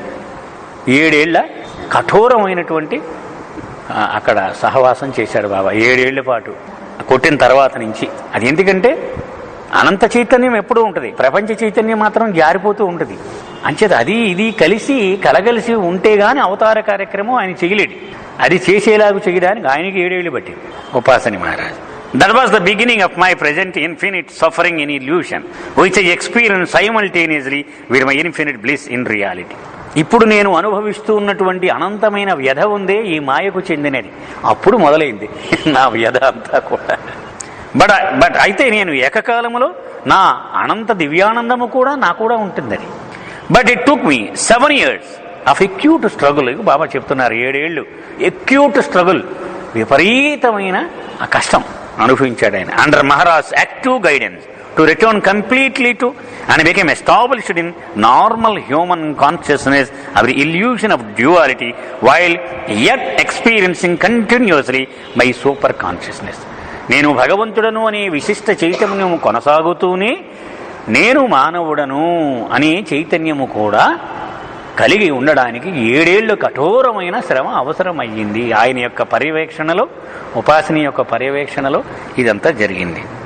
The more normally conscious I became, the more acute my suffering grew. నాకు ప్రపంచ చైతన్యం ఎన్ని పాళ్ళు పెరిగితే అంత స్థాయిలో నా బాధ కూడా పెరిగిపోతూ ఉండేది. For years, therefore, I continued to knock my head frequently on stones. So చాలా ఏళ్ల పాటు రాళ్లకేసి బాదుకుంటూ ఉండేవాడిని. That was how I eventually lost all my teeth. నా పళ్ళన్నీ అప్పుడే పోయినాయి, కదిలిపోయినాయి ఇవన్నీ కూడా. For though through the constant knocking they became prematurely loose. ఇవన్నీ కొట్టుకుని లూజ్ అయిపోయినాయి పళ్ళన్నీ. This also resulted in a wound which was constantly fresh, and therefore I always used to keep a colored handkerchief tied around my forehead. ఈ కొట్టుకోవడంతో ఎప్పుడు తాజాగా ఒక గాయం ఇక్కడ ఉండేది, అది కనపడకుండా ఉన్నాక ఒక హ్యాండ్ కర్చీఫ్ కట్టుకుంటూ ఉండేవారు బాబా. అది మనకు లాడ్ బేర్లో ఉంటుంది, ఇదేదో కొత్త ఫ్యాషన్ రా అనుకునేవారట ఆ రోజుల్లో, ఇలా కట్టుకుంటూ. The more I returned to worldly normality, the more impatient my mother became to see me settle into the routine of life. నేను ఈ ప్రపంచం యొక్క చైతన్యంలోకి కొద్ది కొద్దిగా మామూలు స్థితికి వచ్చే కొలిది మా తల్లి బాధ పెరిగిపోయింది. ఎందుకని వీడు సాధువులంటా తిరుగుతూ ఉన్నాడు అనే బాధ. ఎందుకంటే మామూలు దైనందిన జీవితంలోకి ఎప్పుడు వీడు స్థిరపడగలడు అనే బాధ ఆవిడని తినేస్తూ ఉండేది. To satisfy her I joined the cotton theatrical company as it's manager in 1960. కూడా చెప్పుకున్నాం 1916వ సంవత్సరంలో ఆ కటావు అనేటువంటి కంపెనీలో మేనేజర్గా చేరాను. And travel with the show to Lahore అవన్నీ కూడా తిరిగేవాడిని ఆ షోను పట్టుకొని. Several years later, after becoming almost 3/4 normally conscious while retaining super consciousness, I went to Sakori and stayed for 6 months. చాలా సంవత్సరాల తర్వాత ఇలా 4 వంతుల్లో 3 వంతులు వచ్చేసింది నాకు చైతన్యం. అప్పుడు సకోరి వెళ్ళి 6 నెలల పాటు అక్కడ ఉన్నాను. జూలై నుంచి డిసెంబర్ 1921 వరకు నియర్ మహారాజ్ యొక్క సన్నిధానంలో ఉండేవాడు. At the end of this period, Maharaj made me know fully what I am, just as Babajan had made me feel in a flash what I am. Babajan ఏం చేసింది, నా నిజస్థితి నేను అనుభూతి పొందేలాగూ చేసింది ఒక చిన్న ముద్దు పెట్టి. మహారాజు నా నిజస్థితి నేను తెలుసుకునేలాగూ చేశాడు. During these 6 months, Maharaj and I used to sit near each other in a hut behind closed doors every night. ప్రతిరోజు 6 నెలల పాటు ఒకటే కార్యక్రమం. ఒక గుడిసెలో లోపల నుంచి తలుపులు వేసేసుకొని ఒకరి కళ్ళలోకి ఒకటి చూస్తూ అలా ఉండడమే. On one such occasion, Maharaj folded his hands to me and said, అలా ఒకసారి మహారాజు 2 చేతులు జోడించి తన 2 చేతులు ఇలా చెప్పాడు, Merwan, you are the avatar and I salute you. నీవు సాక్షాత్తు అవతార పురుషుడువు, నేను నీకు ప్రణామం చేస్తూ ఉన్నాను అని చెప్పాడు. For about 4 months after this I stayed in a small zopdi. తర్వాత జనవరి నుంచి మే వరకు 1922 సంవత్సరంలో ఒక చిన్న గుడిసె లాంటిది వేసుకొని అందులో ఉన్నాను నేను. థ్యాచ్డ్ హట్ అంటే ఆకులతో, తాటి ఆకులు లాంటి దాంతో వేసిన గుడిసె. It was build for me temporarily on the edge of some fields in the very thinly populated area of what is now Shivaji Nagar area of Pune. ఇప్పుడు శివాజీనగర్ అంటూ ఉంటారు. అప్పుడు చాలా జనసంచారం ఉండేది కాదు, పొలాలు ఉండేవి, ఎవడో ఒకడు ఇద్దరు ఉండేవారు. ఆ ప్రాంతంలో తాత్కాలికంగా నా కోసం ఒక కుటీరం నిర్మింపజేసుకున్నాను. In this manner I began to live independently surrounded by men who formed the nucleus of the mandali. అప్పుడు నా తొలి మండలి ఒకడు చేరి వాళ్ళు నా చుట్టూ ఎప్పుడూ ఉంటూ ఉండేవారు. One of these were first to start addressing me as Baba. అలా తొలిసారి నా చుట్టూ నన్ను ఆశ్రయించినటువంటి శిష్యులలో ఒకడు నన్ను బాబా అని సంబోధించినవాడు. ఎవరు మా బాబా అని? సయ్యద్ సాహెబ్. గుర్తుపెట్టుకోవాలి, ఇవన్నీ తప్పదు, రాసేసుకోవాలి మనం. దీనికి పిల్లలందరూ చెప్పేస్తారు, మనం చెప్పలేకపోతే మనం సిగ్గుపడి పరిస్థితి వచ్చేది. సయ్యద్ సాహెబ్ చిన్ననాటి మిత్రుడు బాబాతో. Some of the men were drawn intuitively to me long before they had any clear idea of my inner state. నేను ఏమిటి, నా ఆంతరిక పరిస్థితి ఏమిటి, నేను అనుభవిస్తున్నటువంటి ఈ పరిస్థితి ఏమీ తెలియకుండానే వాళ్ళంతట వాళ్ళు లోపల ప్రేరణ కలిగి నాకు వచ్చి నా పాదాల దగ్గర సరెండర్ అయిపోతూ ఉండేవారు వీళ్ళంతా. Others were attracted to me by hints from Babajan and Maharaj. కొంతమంది బాబాజాన్ చెబుతూ ఉండేది, వెళ్ళు నా బిడ్డడు మేర్వాన్ దగ్గరికి వెళ్ళు అని చెప్పేది. అలాగే మహారాజ్ కూడా చెప్తూ ఉండేవాడు. ఆయన ఏమనేవాడు, నేను ఖాళీ కుండనైపోయాను, నాకున్న శక్తి మొత్తం మేర్వానికి ఇచ్చేశారు, ఎందుకు నా దగ్గరికి వస్తారు, పొండివాడి దగ్గరికి అనేవాడు. అలాగే కొన్ని కుటుంబాలను మొత్తం మహారాజ్ బాబా చేతులు పెట్టేశారు. అలా దేనా తలాతి, నేవల్ తలాతి వీళ్ళందరి కుటుంబాలని, గుల్మాయి వీళ్ళందరినీ బాబాకి ట్రాన్స్ఫర్ చేసేసాడు ఆయన. And still others I drew directly to me. మిగిలిన వాళ్ళని వాళ్ళని నా దగ్గరికి లాక్కున్నాను. At that time, both Babajan and Maharaj began telling various people referring to me that the child is now capable of moving the whole world at a sign from his finger. Babajan మహారాజు చెప్తూ ఉండేవారు ఆయన దగ్గరికి వెళ్ళిన వాళ్ళని, నా బిడ్డడైన మేర్వాన్ తన చిటికని వేలు ఇలా అని మొత్తం విశ్వాన్ని ఉర్రూతలు ఊగించగలడు అని వాళ్ళిద్దరూ చెప్తూ ఉండేవారు. Once in May 1922, Maharaj addressed a large gathering of the మండలి అండ్ సెడ్. మహారాజు ఒకసారి మే 1922 సంవత్సరంలో ఒక మండలి వాళ్ళ పెద్ద సమావేశం ఏర్పాటు చేసి వాళ్ళతో ఇలా చెప్పాడు, listen to me most carefully. నా మాటలు అతి శ్రద్ధతో వినండి. I have handed over my key now to Merwan. అదే మనం ఇప్పుడు అనుకున్నాం. And henceforth you're all to stick to him and do as he instructs you. ఏమి చేయమని చెప్తే దాన్ని చేయడానికి మీరు సిద్ధంగా ఉండాలి. With God's grace you will soon reach the goal. భగవంతుడి కృప ఉంది కాబట్టి తప్పనిసరిగా మిమ్మల్ని గమ్యానికి చేరుస్తాడు అతను. స్టిల్ అదర్స్ మహారాజు asked individually to follow me. కొంతమందికి అయితే ప్రత్యేకంగా ఈ రోజు నుంచి నువ్వు పోయి మేర్వాన్ని ఆశ్రయించు అని కూడా చెప్తూ ఉండేవాడు. ఈ 1922 Baba establish his first and ideal ఆశ్రయం in Bombay which was called Manzil e Meem. 1922 సంవత్సరంలో తొలిసారి అధికారికమైనటువంటి ఆయన ఆశ్రమాన్ని బొంబాయిలో బాబా ప్రారంభించారు. దాని పేరు మంజిల్ ఈ మీన్. ఇది బ్రహ్మాండమైనటువంటి సహవాసం జరిగింది. మన వాళ్ళు చాలామంది వెళ్ళారు కూడా, మూర్తి గారు వాళ్ళు వెళ్ళారు. ఇలా కొంచెం అలవాటు పడాలమ్మా, మనం మొబిలిటీ పెరగాలి. కొంచెం వెళ్ళి వస్తూ ఉంటే తెలుస్తూ ఉంటుంది మనకి ఏమేమి అవుతున్నాయి, ఏంటి వ్యవహారం అనేది. ఒకసారి వెళితే ఇంక మర్చిపోం కదా మనం. అక్కడ మంజిలి మీన్ అంటే గురువు యొక్క గృహము అని అర్థం. Here more than 40 men of various faiths and qualifications stayed night and day with Baba for 10 months. 10 నెలలు బాబా యొక్క సన్నిహిత్యాన్ని అనుభవించారు. 40 మంది పురుషులు, వాళ్ళు రకరకాల విశ్వాసాలకు సంబంధించిన వాళ్ళు, రకరకాల విద్యార్హతలు ఉన్నవాళ్ళు. ఒకడు ఎంఏ పిహెచ్డీ ఉండొచ్చు, ఒకడు ఏలుముద్ర కాడవచ్చు. వీళ్ళందరూ కలిసి ఆయన సన్నిధానంలో అక్కడ 10 నెలలు ఉన్నారు. Leading a routine life of rigorous discipline. అతి భయంకరమైనటువంటి క్రమశిక్షణ. అంటే అది ఎంత భయంకరం అంటే, వాల్ పోస్టర్లో చదవకూడదు, దారిలో ప్రయాణం చేసేటప్పుడు ఎవరితోనూ మాట్లాడకూడదు. అంటే అలా చూస్తే గబుకును వాల్ పోస్టర్ కనపడితే కుదరదు.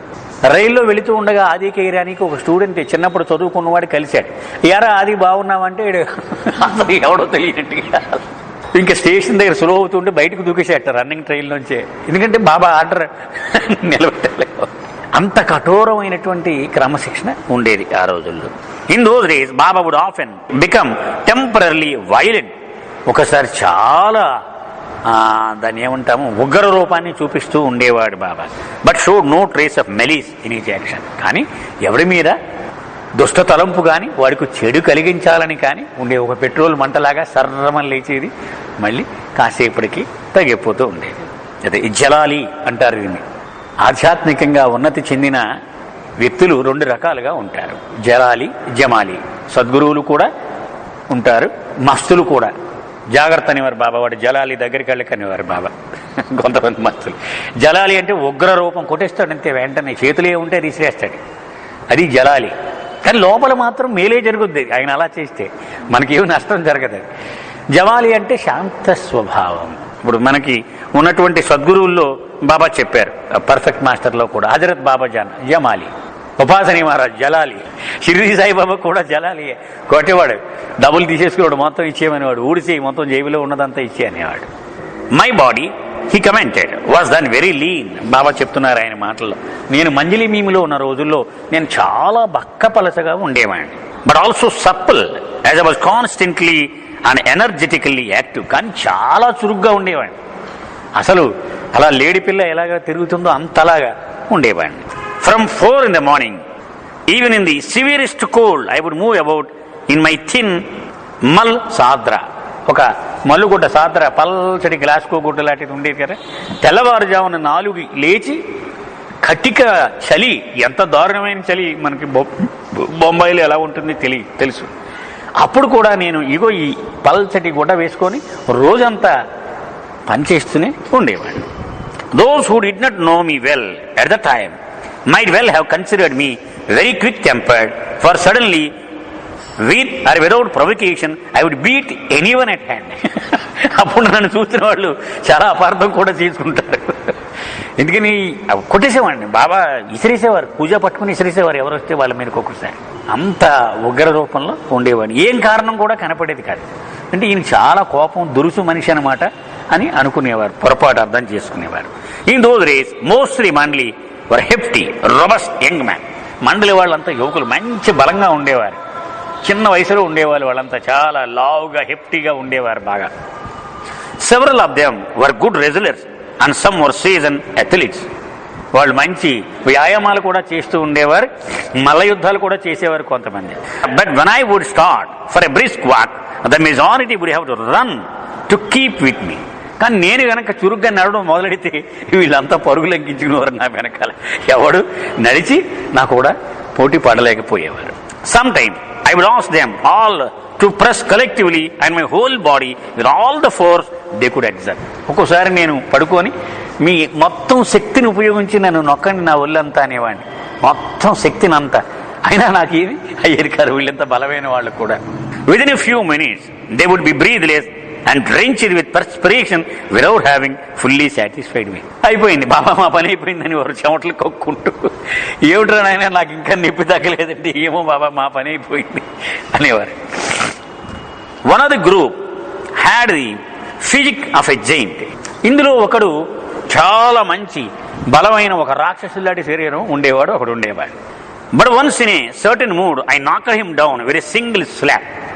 ఒకసారి వాడిని ఇలా గట్టిగా ఒక్కసారి కొట్టి నేల ఖర్చీలాగా చేసేసాను ఒక్క దెబ్బతో. Another had to have a doctor treat his ear because of the blow I gave him. ఆదికేరాని కొట్టే చెవులోంచి రక్తం వచ్చి డాక్టర్ వచ్చి వైద్యం చేయాల్సి వచ్చింది. One of the mandali used to go into hiding at once on such occasions and would not emerge again without asking others if my mood had changed. ఒక్కసారి నన్ను అలాంటి మూడ్లో చూస్తే అందరూ పారిపోయి దాక్కునేవారు, వాకప్ చేసేవారు. బాబా కోపం తగ్గిందా, బాబా కోపం తగ్గిందా అని వాకప్ చేసి తగ్గింది అనగానే అప్పుడు బయటకు వచ్చేవారు. ఏమని గుర్తుందా మీకు, అది ఎందుకు కొట్టారో బాబా? ఒకసారి తెల్లవారుజాన వెళ్ళబోతూ మన అందరికీ టిఫిన్లు కట్టించి పట్టరమన్నారు. గనీని ఆదిని వెళ్ళారు. ఈ బ్యాచ్ 40 మంది ఎంతమంది ఉన్నారు కదా, ఎంతసేపు పడుతుంది అన్నాడు. అరగంట పడుతుంది, మరి కట్టాలి కదా పొట్లాలు అన్నాడు. అయితే గనీని అడిగాడు, ఏమో నాకు చాలా ఆకలి వేస్తుంది, నేను మీ అందరిలో చిన్నవాడిని కదా, ఈ పొట్లాలు కట్టి లోపల తినేయచ్చు కదా నేను. గని అన్నాడు, నాకేమో అందులో తప్పేం కనపడలేదు అన్నాడు. తినేసాడు. తినేసేటప్పటికి ఇతని తిని చేతులు అడిగి లోపల వాడు ఆల్రెడీ రెడీ చేసాడు, లేట్ అయింది. బాబా దగ్గరికి మామూలుగా చేతులు ఊపుకుంటూ వచ్చేసాడు. ఏమైందని అడిగారు. వై డిలే అన్నారు. వై డిలే అంటే ఏం లేదు బాబా, ఇలా జరిగింది. లాక్ కొట్టారు. అంటే నువ్వు ఒక్కడు తినేసి వచ్చేస్తే నా చేతి ప్రసాదం విలువ ఏమిటి అంటే, మన దృష్టిలో దాన్ని ఊరికి ఇడ్లీ అనుకుంటున్నావు, లేకపోతే పూరి అనుకుంటున్నావు. అది ఆయన చేతి ప్రసాదం. ఎలా తినేసేవు నువ్వు అని కొట్టారు. కొట్టే రక్తం కారిపోయింది చెవు.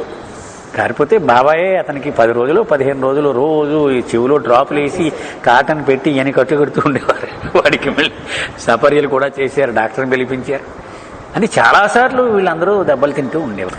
On one occasion the mandali and Baba were sitting together in good spirits in a big upstairs hall in the Manjali Meem. ఒకసారి బాగా పిచ్చపాటి మాట్లాడుకుంటున్నారు సరదాగా బాబా మండలి వాళ్ళు మంజలి మీములో పైన ఉండే హాల్లో ఫస్ట్ ఫ్లోర్లో. Then Baba suddenly seized the thin fellow of about 200 pounds, dragged him like a rag doll to the edge of the stairs and flung him down. 200 పౌండ్లు ఉన్నవాడు ఉన్నట్టు మండలి. వాడిని ఇలా పట్టుకొని వాడిని బరబర ఆ ఎడ్జికి లాక్కొచ్చి కిందకి విసిరేశారు, మేడం నుంచి కిందకి.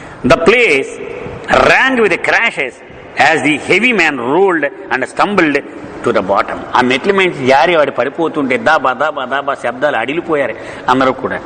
బాబా then struck another in the mandali a short blow on the forehead, stepping back with a smile as if nothing had happened. మళ్ళీ ఇంకొకరిని ఇలా కొట్టి ఏం అవ్వలేనట్టుగానే నవ్వే చూసుకున్నారు బాబా. Both of the victims of the sudden outburst were quizzed with considerable concern by Baba as to whether they had suffered any injuries, but neither was any the worse of the squall. కానీ ఎవరికి కూడా దెబ్బ తగలేదు. బాబా వెంటనే మళ్ళీ పిలిపించి అడిగారు, ఏరా నాయన ఏమన్నా దెబ్బలు తగలే? ఏం లేదు బాబా, ఏదో చిన్న గీత పడింది కానీ ఏమవ్వదు. Aside from these unpredictable moments of violence, Baba always appeared to be busy with various duties aimed at the physical, mental, moral, spiritual welfare of the mandali. అంటే ఒక రకంగా మనం చెప్పుకోవాలంటే తన అవతార కార్యక్రమానికి రత్నాలు లాంటి ఈ మండలి వాళ్ళని సానబట్టేటువంటి కార్యక్రమం మొదలుపెట్టాడు ఆయన మంజలి మీములో. ఆ సాన పడితే కానీ వీళ్ళు పనికిరారు, ఆయనకి ఎఫెక్టివ్ టూల్స్గా కుదరదు. ఆ కార్యక్రమం ఇక్కడ చేస్తున్నాడు. వాళ్ళకి సంబంధించిన భౌతికమైన ప్రయోజనము, ఆధ్యాత్మికమైన ప్రయోజనము ఇవన్నీ ఆయన చూస్తూ ఉండేవాడు. In usual candid fashion, Baba closed his own and the Mandali's reminiscences of those early years with the unarguable statement, when money was finished, we came over to Aranga. మరి ఎందుకు మూసేసావు బాబా? డబ్బులు అయిపోయి మూసావు అన్నాడు బాబా. డబ్బులు అయిపోయినాయి, అదేమో డబ్బులు లేవు, మూసేసి అరంగం వచ్చేసాం అన్నారు. అంటే ఆయనకి దేనితోనూ అటాచ్మెంట్ ఉండదు. Then for more than a year and a half, to the end of 1924, Baba moved almost constantly with Mandali about the country, once going as far as Iran. ఆ తర్వాత ఏడాదిన్నర పాటు 1924 చివరి వరకు దేశం, భారతదేశం ఆ రోజుల్లో ఇవన్నీ కలిసి ఉండేవి. క్వెట్టా, పాకిస్తాన్, పెషావర్, ఆఫ్ఘనిస్తాన్ ఇవన్నీ తిరుగుతూ ఉండేవారు. Occasionally on arriving at some new place, Baba would say that they were going to settle down there for a long time.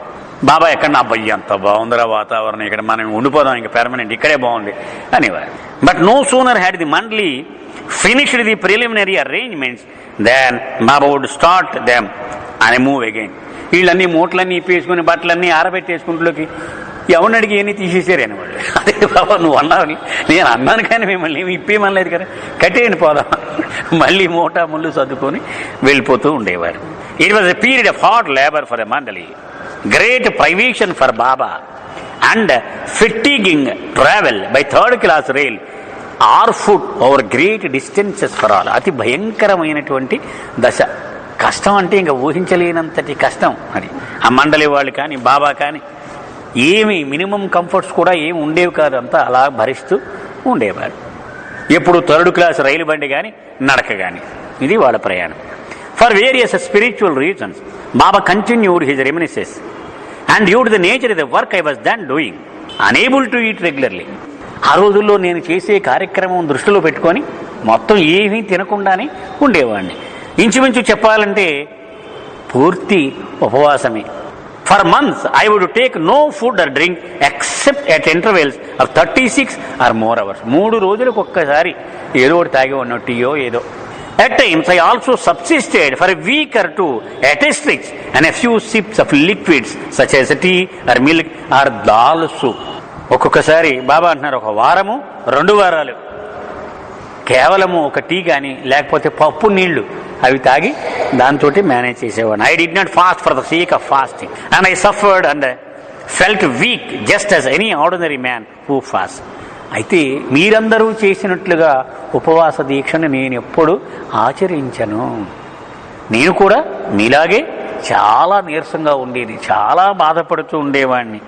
అన్నీ ఒక సగటు మానవుడు ఎన్ని బాధలు పడతాడో అన్నీ పడేవాడిని. మీకు గుర్తుందా, ఒక చోట బాబా చెప్పారు, అంటే తన ఉపవాసమునకు తన మౌనమునకు మన మౌనమునకు తేడా ఏమిటని బాబా చెప్పారు ఒక సందర్భంలో. ఇరిచి మణికి చెప్పారు, నేను 1 గంట ఉపవాసము చేస్తే సృష్టి మొత్తము 100 ఏళ్ళు ఉపవాసము చేసిన దానికి సరితోగదు. ఈ సృష్టి అంతా చేసినా సరిపోతుంది. అలాగే ఆయన గంట మౌనం చేస్తే మొత్తం సృష్టి అంతా 100 ఏళ్ళు మౌనం చేసినా సరిపోదు. ఒక సందర్భంలో ఒకరు అడిగాడు బాబాని, బాబా వాళ్ళందరూ అలా చేస్తున్నారు ఇలా చేస్తున్నారు, మేము ఏం చేయటం లేదు, దీక్షలేవేని మీ అందరి తరఫున నేను అన్నీ చేసేసాను, మీరు నన్ను పట్టుకుని ఉండడమే. ఏం చెయ్యక్కర్లేదు, మీరు అయిపోయింది మీ సిలబస్, నన్ను పట్టుకుని ఉండడమే. During the World War I, Mehrabad was a military camp divided then as now by the railroad to Ahmednagar in the upper hills section to the west and the lower part to the east. Mehrabad గురించి బాబా చెప్తున్నారు. మొదటి ప్రపంచ యుద్ధం జరిగే రోజుల్లో మెహరాబాద్ అనేది ఆ British వాళ్ళ సైన్య స్థావరంగా ఉపయోగపడుతూ ఉండేది. అది 2 భాగాలుగా ఉండేది. మధ్యలో రైలు పట్టాలు ఉండేవి. ఆ దిగువ మెహరాబాదు, ఎగువ మెహరాబాద్, పైన కొండ, కింద plain. When I arrived here with mandali for the first time April 1923. గుర్తుందామా? 24th April to be precise. గుర్తుపెట్టుకోవాలి, మరి మనకు సంబంధించిన డేట్ ఆఫ్ బర్త్ మర్చిపోంగా మంది, అలాగే పెట్టుకోవాలి ఇవన్నీ. అప్పుడు తొలిసారి నా మండలితో మొదటిసారి ఇక్కడికి వచ్చినప్పుడు the whole area was desolate and fill with thorns and snakes and scorpions. ఎక్కడ చూసినా ముళ్ళ పొదలు, పాములు, తేళ్లు, బీభత్సంగా ఉంది ఇక్కడంతా. The military buildings were in ruins. ఈ అప్పుడున్న భవనాలన్నీ శిథిలంగా ఉన్నాయి. In contrast to the life at Manzil Meem, the mandali now had to do everything without the help of the high level. అక్కడ ఓన్లీ క్రమశిక్షణే ఉండేది మంజలి మీమ్లో. ఇక్కడ దారుణమైన శారీరక శ్రమ, కూలోళ్ళు లేరు, అంతా వీళ్ళే. గోతులు తీయడం, మట్టి కొట్టడం, కొండలు అన్నీ వీళ్ళే చేస్తూ ఉండేవారు. ఇప్పుడు జోపుడే ఉంది, ఒక మేసన్ని పెట్టుకున్నారు, ఎందుకంటే గోడ సరిగ్గా కట్టడం రాదు కాబట్టి. దానికి మిగిలిన పని అంతా మండలి వాళ్ళే, ఆ మట్టి ఇవ్వడం, సిమెంట్ కలపడం, ఇవన్నీ వీళ్ళే. They had to draw water. ఆ బావిలోంచి, బావి ఉంది కదా దిగువ మెహరాబాద్లో, ఆ బావిలోంచి నీళ్లు తోడాలి, కుక్ ఫుడ్, భోజనం వండాలి, వాష్ క్లోత్స్, బట్టలు ఉతకాలి, carry loads and work all day as common labourers. గొడ్డు చాకరీ చేస్తూ ఉండవలసిందే. As well as carry out promptly the various instructions I give them. అది కాకుండా మళ్ళీ నువ్వు గంట ఉపవాసం చేయి, గంట మౌనం చేయి, ఇన్ని మామూలే అవి చేసుకుంటూ ఇది కూడా చేస్తూ ఉండేవారు. Although Baba came initially to Arangaon with a mandali ostensibly to settle there. They stayed only 4 days on that occasion. Baba settle అయిపోదామని చెప్పేసి మండలి వాళ్ళందరినీ తీసుకొచ్చేశారు మేరాబాద్. కానీ 4 రోజులే ఉన్నారు. మీకు గుర్తుందో లేదో, అది ఎందుకు వచ్చిందంటే ఈ ధర్మశాల అని ఉంది చూడండి, ఇప్పుడు మనం ఉండొచ్చు, ఇప్పుడు హాస్టల్ కావాలంటే ధర్మశాలకి. ఇగో నిన్న లక్ష్మి గారు బుక్ చేశాను కూడా నేను. అందులో బాబా ఉండేవారు, మండలి వాళ్ళు ఉండేవారు. అది మనకు కూడా ఉండడానికి అవకాశం ఇస్తున్నారు ఇప్పటికీ. అంటే మనకు ఒక ఫీల్ వస్తుందన్నమాట, బాబా ఎలా ఉండేవాడు దానిలో. ఆ బిల్డింగ్ చూస్తే మనకి ఆ అనుభూతి మనకు వచ్చేస్తుంది. అక్కడ శిథిలమైపోయిన భవనాన్ని నివాసయోగ్యం చేశారు. సామాన్లన్నీ మార్చేయమన్నారు. పోస్ట్ ఆఫీస్ బిల్డింగ్ అని ఉండేది రైల్ ట్రాక్ దగ్గర, అక్కడ పెట్టారు ముందు. ఈ గుస్తాజీ అనుకుంటా వచ్చి సామాన్లన్నీ పెట్టాడు, బెడ్డింగ్ పరిచాడు. ఏంట్రా ఎత్తుగా ఉన్న చూడమన్నారు బాబా. తలగడ దగ్గర పెద్ద పాము ఉంది చుట్టుకొని. బాబా రాత్రి చెప్పేశారు, చేసే నాకు నచ్చలేదు ఇక్కడ, ఈ పాములు తేళ్ళు వద్దు, ఇవి లేని ప్లేస్ ఏదో ప్రపంచంలో చెప్పండి అన్నారు. వీళ్ళంతా ఎవడో అద్భుతమైన వాళ్ళు ఊహాశక్తిని వాడి, క్వెట్ట చాలా బాగుంటుంది బాబా, అక్కడ పాములు తేళ్ళు ఉండవు, అయితే అక్కడ పోదామన్నారు. అలాగూ వెళ్ళిపోయారు బాబా. అక్కడి నుంచి క్వెట్ట వెళ్ళి అక్కడ డాక్టర్ గోహర్ని, కేటీని కలిశారు. అందుకని వెళ్ళారు, అంటే వాళ్ళని మళ్ళీ ఆయన తన పరిధిలోకి లాక్కు రావడానికి. సో మొదటిసారి వెళ్ళినప్పుడు 4 రోజులే ఉన్నారు. The second trip lasted 11 days and the third only 2 days. అద్భుతమైన స్టాటిస్టిక్స్ అండి ఇది. 3వ సారి 2 రోజులే ఉన్నారు. The longest stay before 1925 was the 4th which lasted 3 months. ఆ 1927 అంటే మౌనం ప్రారంభించక ముందు ఎక్కువ కాలం ఉన్నది బాబా 4వ ట్రిప్పులో 3 నెలలు ఉన్నారు ఏకబిగిన. This period was known among the mandali as gamela yoga. దీనిని గమేళా యోగా అని అది బాగా ప్రసిద్ధి. అంటే the practice of regular hard labour. గమేళాన్ని ఎతిమి పెట్టుకొని రాళ్ళు, ఇసుక, మట్టి ఇవన్నీ మోయడం. This was the period when the camp was largely restored. అప్పుడు ఈ మొత్తం ప్రాణం వచ్చేసింది. మెహరాబాద్ శిథిలాలుగా ఉండేటువంటి ఎవడో నరసంచారం లేని ఇదంతా మంచి చక ఏమంటాను దాన్ని, జనసందోహం పెరిగిపోయింది బాగా. By the time Baba commented the abandoned camp was almost ship again. వాళ్ళు విడిచిపెట్టేసి నిర్జనంగా ఉన్న ప్రాంతము తిరిగి ప్రాణం వచ్చేసింది. The first new building was called the Agrakuti. మొట్టమొదట నా కోసం ఒక చిన్న కుటీరం కట్టారు. దాని పేరు అగ్రకుటి అని పేరు పెట్టారు మొట్టమొదట్లో. అంటే అగ్రకుటి అంటే అన్నిటికంటే ఉన్నతమైనటువంటి కుటీరం బాబా ఉండేది కాబట్టి. Also called a Jhopdi. దాని తర్వాత జోప్డి అని పెట్టారు. A small square room solidly constructed of stones. రాతితో కట్టారు. అండ్ మోర్టర్, రాయిని సున్నం వేసి కట్టారు. And made insect proof by screen placed over all openings. ఈ దోమతెరలాంటి కట్టేశారు అన్ని ఓపెనింగ్స్లో. Where I have sat in seclusion. Baba చెప్తున్నారు అందులో నేను ఏకాంతంగా కూర్చునేవాడిని. And work on a number of occasions for various periods of time. చాలా నా విశ్వ కార్యక్రమాన్ని అనంతమైన స్థాయిలో అక్కడ చేసేవాడిని. Other than for one paid Mason, all the construction, clearing, repairing was done by the mandli who worked like pure coolies for 6 hours each day. ఒక్క మేస్త్రిని మాత్రం పెట్టాం. ఎందుకంటే వాడికి టెక్నికల్గా వాడికే తెలుసు కదా గోడ ఎలా కట్టాలో ఏం చేయాలో. వీళ్ళు అందులో తరిఫీదు లేదు. వీళ్ళంతా కూలి వాళ్ళకని పనిచేసేవారు. రోజుకు 6 గంటల చొప్పున కాయ కష్టం చేసేవారు. ఏది మొత్తం గోతులు తవ్వడము, అదంతా పొదలు అవ్వు ఉంటే శుభ్రం చేయడము, కట్టడము, రాళ్ళు, ఇటుక ఇవన్నీ మోయడం వాళ్ళే మొత్తం. They work so hard their most had blisters on their hands. చాలా మందికి బ్లిస్టర్స్ అంటే బొబ్బలు ఉండేవి చేతుల మీద. అయితే ఒక సందర్భంలో మీకు గుర్తుందో లేదు, మనం లార్డ్ మెహర్ చదువుతూ ఉన్నప్పుడు పంచవటి అనేటువంటి ఆ గుహ నిర్మాణం జరిగింది. జగన్ మాస్టర్ని చేయమన్నారు. చేస్తూ వంటలు కూడా ఉండమన్నారు. ఈ చేతుల నిండా పుల్లెడిపోయి రక్తం వస్తుంది. ఏం వంటలు అంటే గుడ్డ చుట్టేసుకుని ఉండే అన్నారు. అలాగే ఇదంతా పగలంతా పనిచేసి గుడ్డ చుట్టుకొని సాయంత్రం వంట ఉండేవాడికి. అలాగే వండమనేవారు. అంటే అంత కర్కశంగా ఆయన ఉండేవారు, అంత రెడీగా వాళ్ళు ఉండేవారు. నీ ఇష్టం అని వాళ్ళు అంత తెగించి ఉండేవారు అనమాట. బాబా అన్నారు అందుకనే నీ దగ్గర ఉండిపోతాను బాబా, నీ దగ్గర ఉండిపోతానంటే ఏం ఉండిపోతావురా నాయన, హిమాలయాల మీద గుడ్డలు లేకుండా కూర్చోవడం చాలా సులువు నా దగ్గర ఉండడం కంటే. బాబా అన్నారు it is easier to sit naked on the peak of Everest than to spend 1 day with me. అంత కష్టం వీళ్ళు మామూలు వాళ్ళు కదా, రాక్షసులు వీళ్ళు. అది ఉదాహరణగా మనం ఇక్కడ అనుకోవాలన్నమాట. After several months we settle down. చాలా నెలల తర్వాత ఇంచుమించు జనవరి 1925 నాటికి మేము పూర్తిగా ఇక్కడ ఈ భవనాలు రిపేర్లు చేసుకోవడం, ఏవో కట్టుకోవాల్సినవి కట్టుకోవడం ఇవన్నీ అయిపోయాయి. And the place gradually became known as Mehrabad.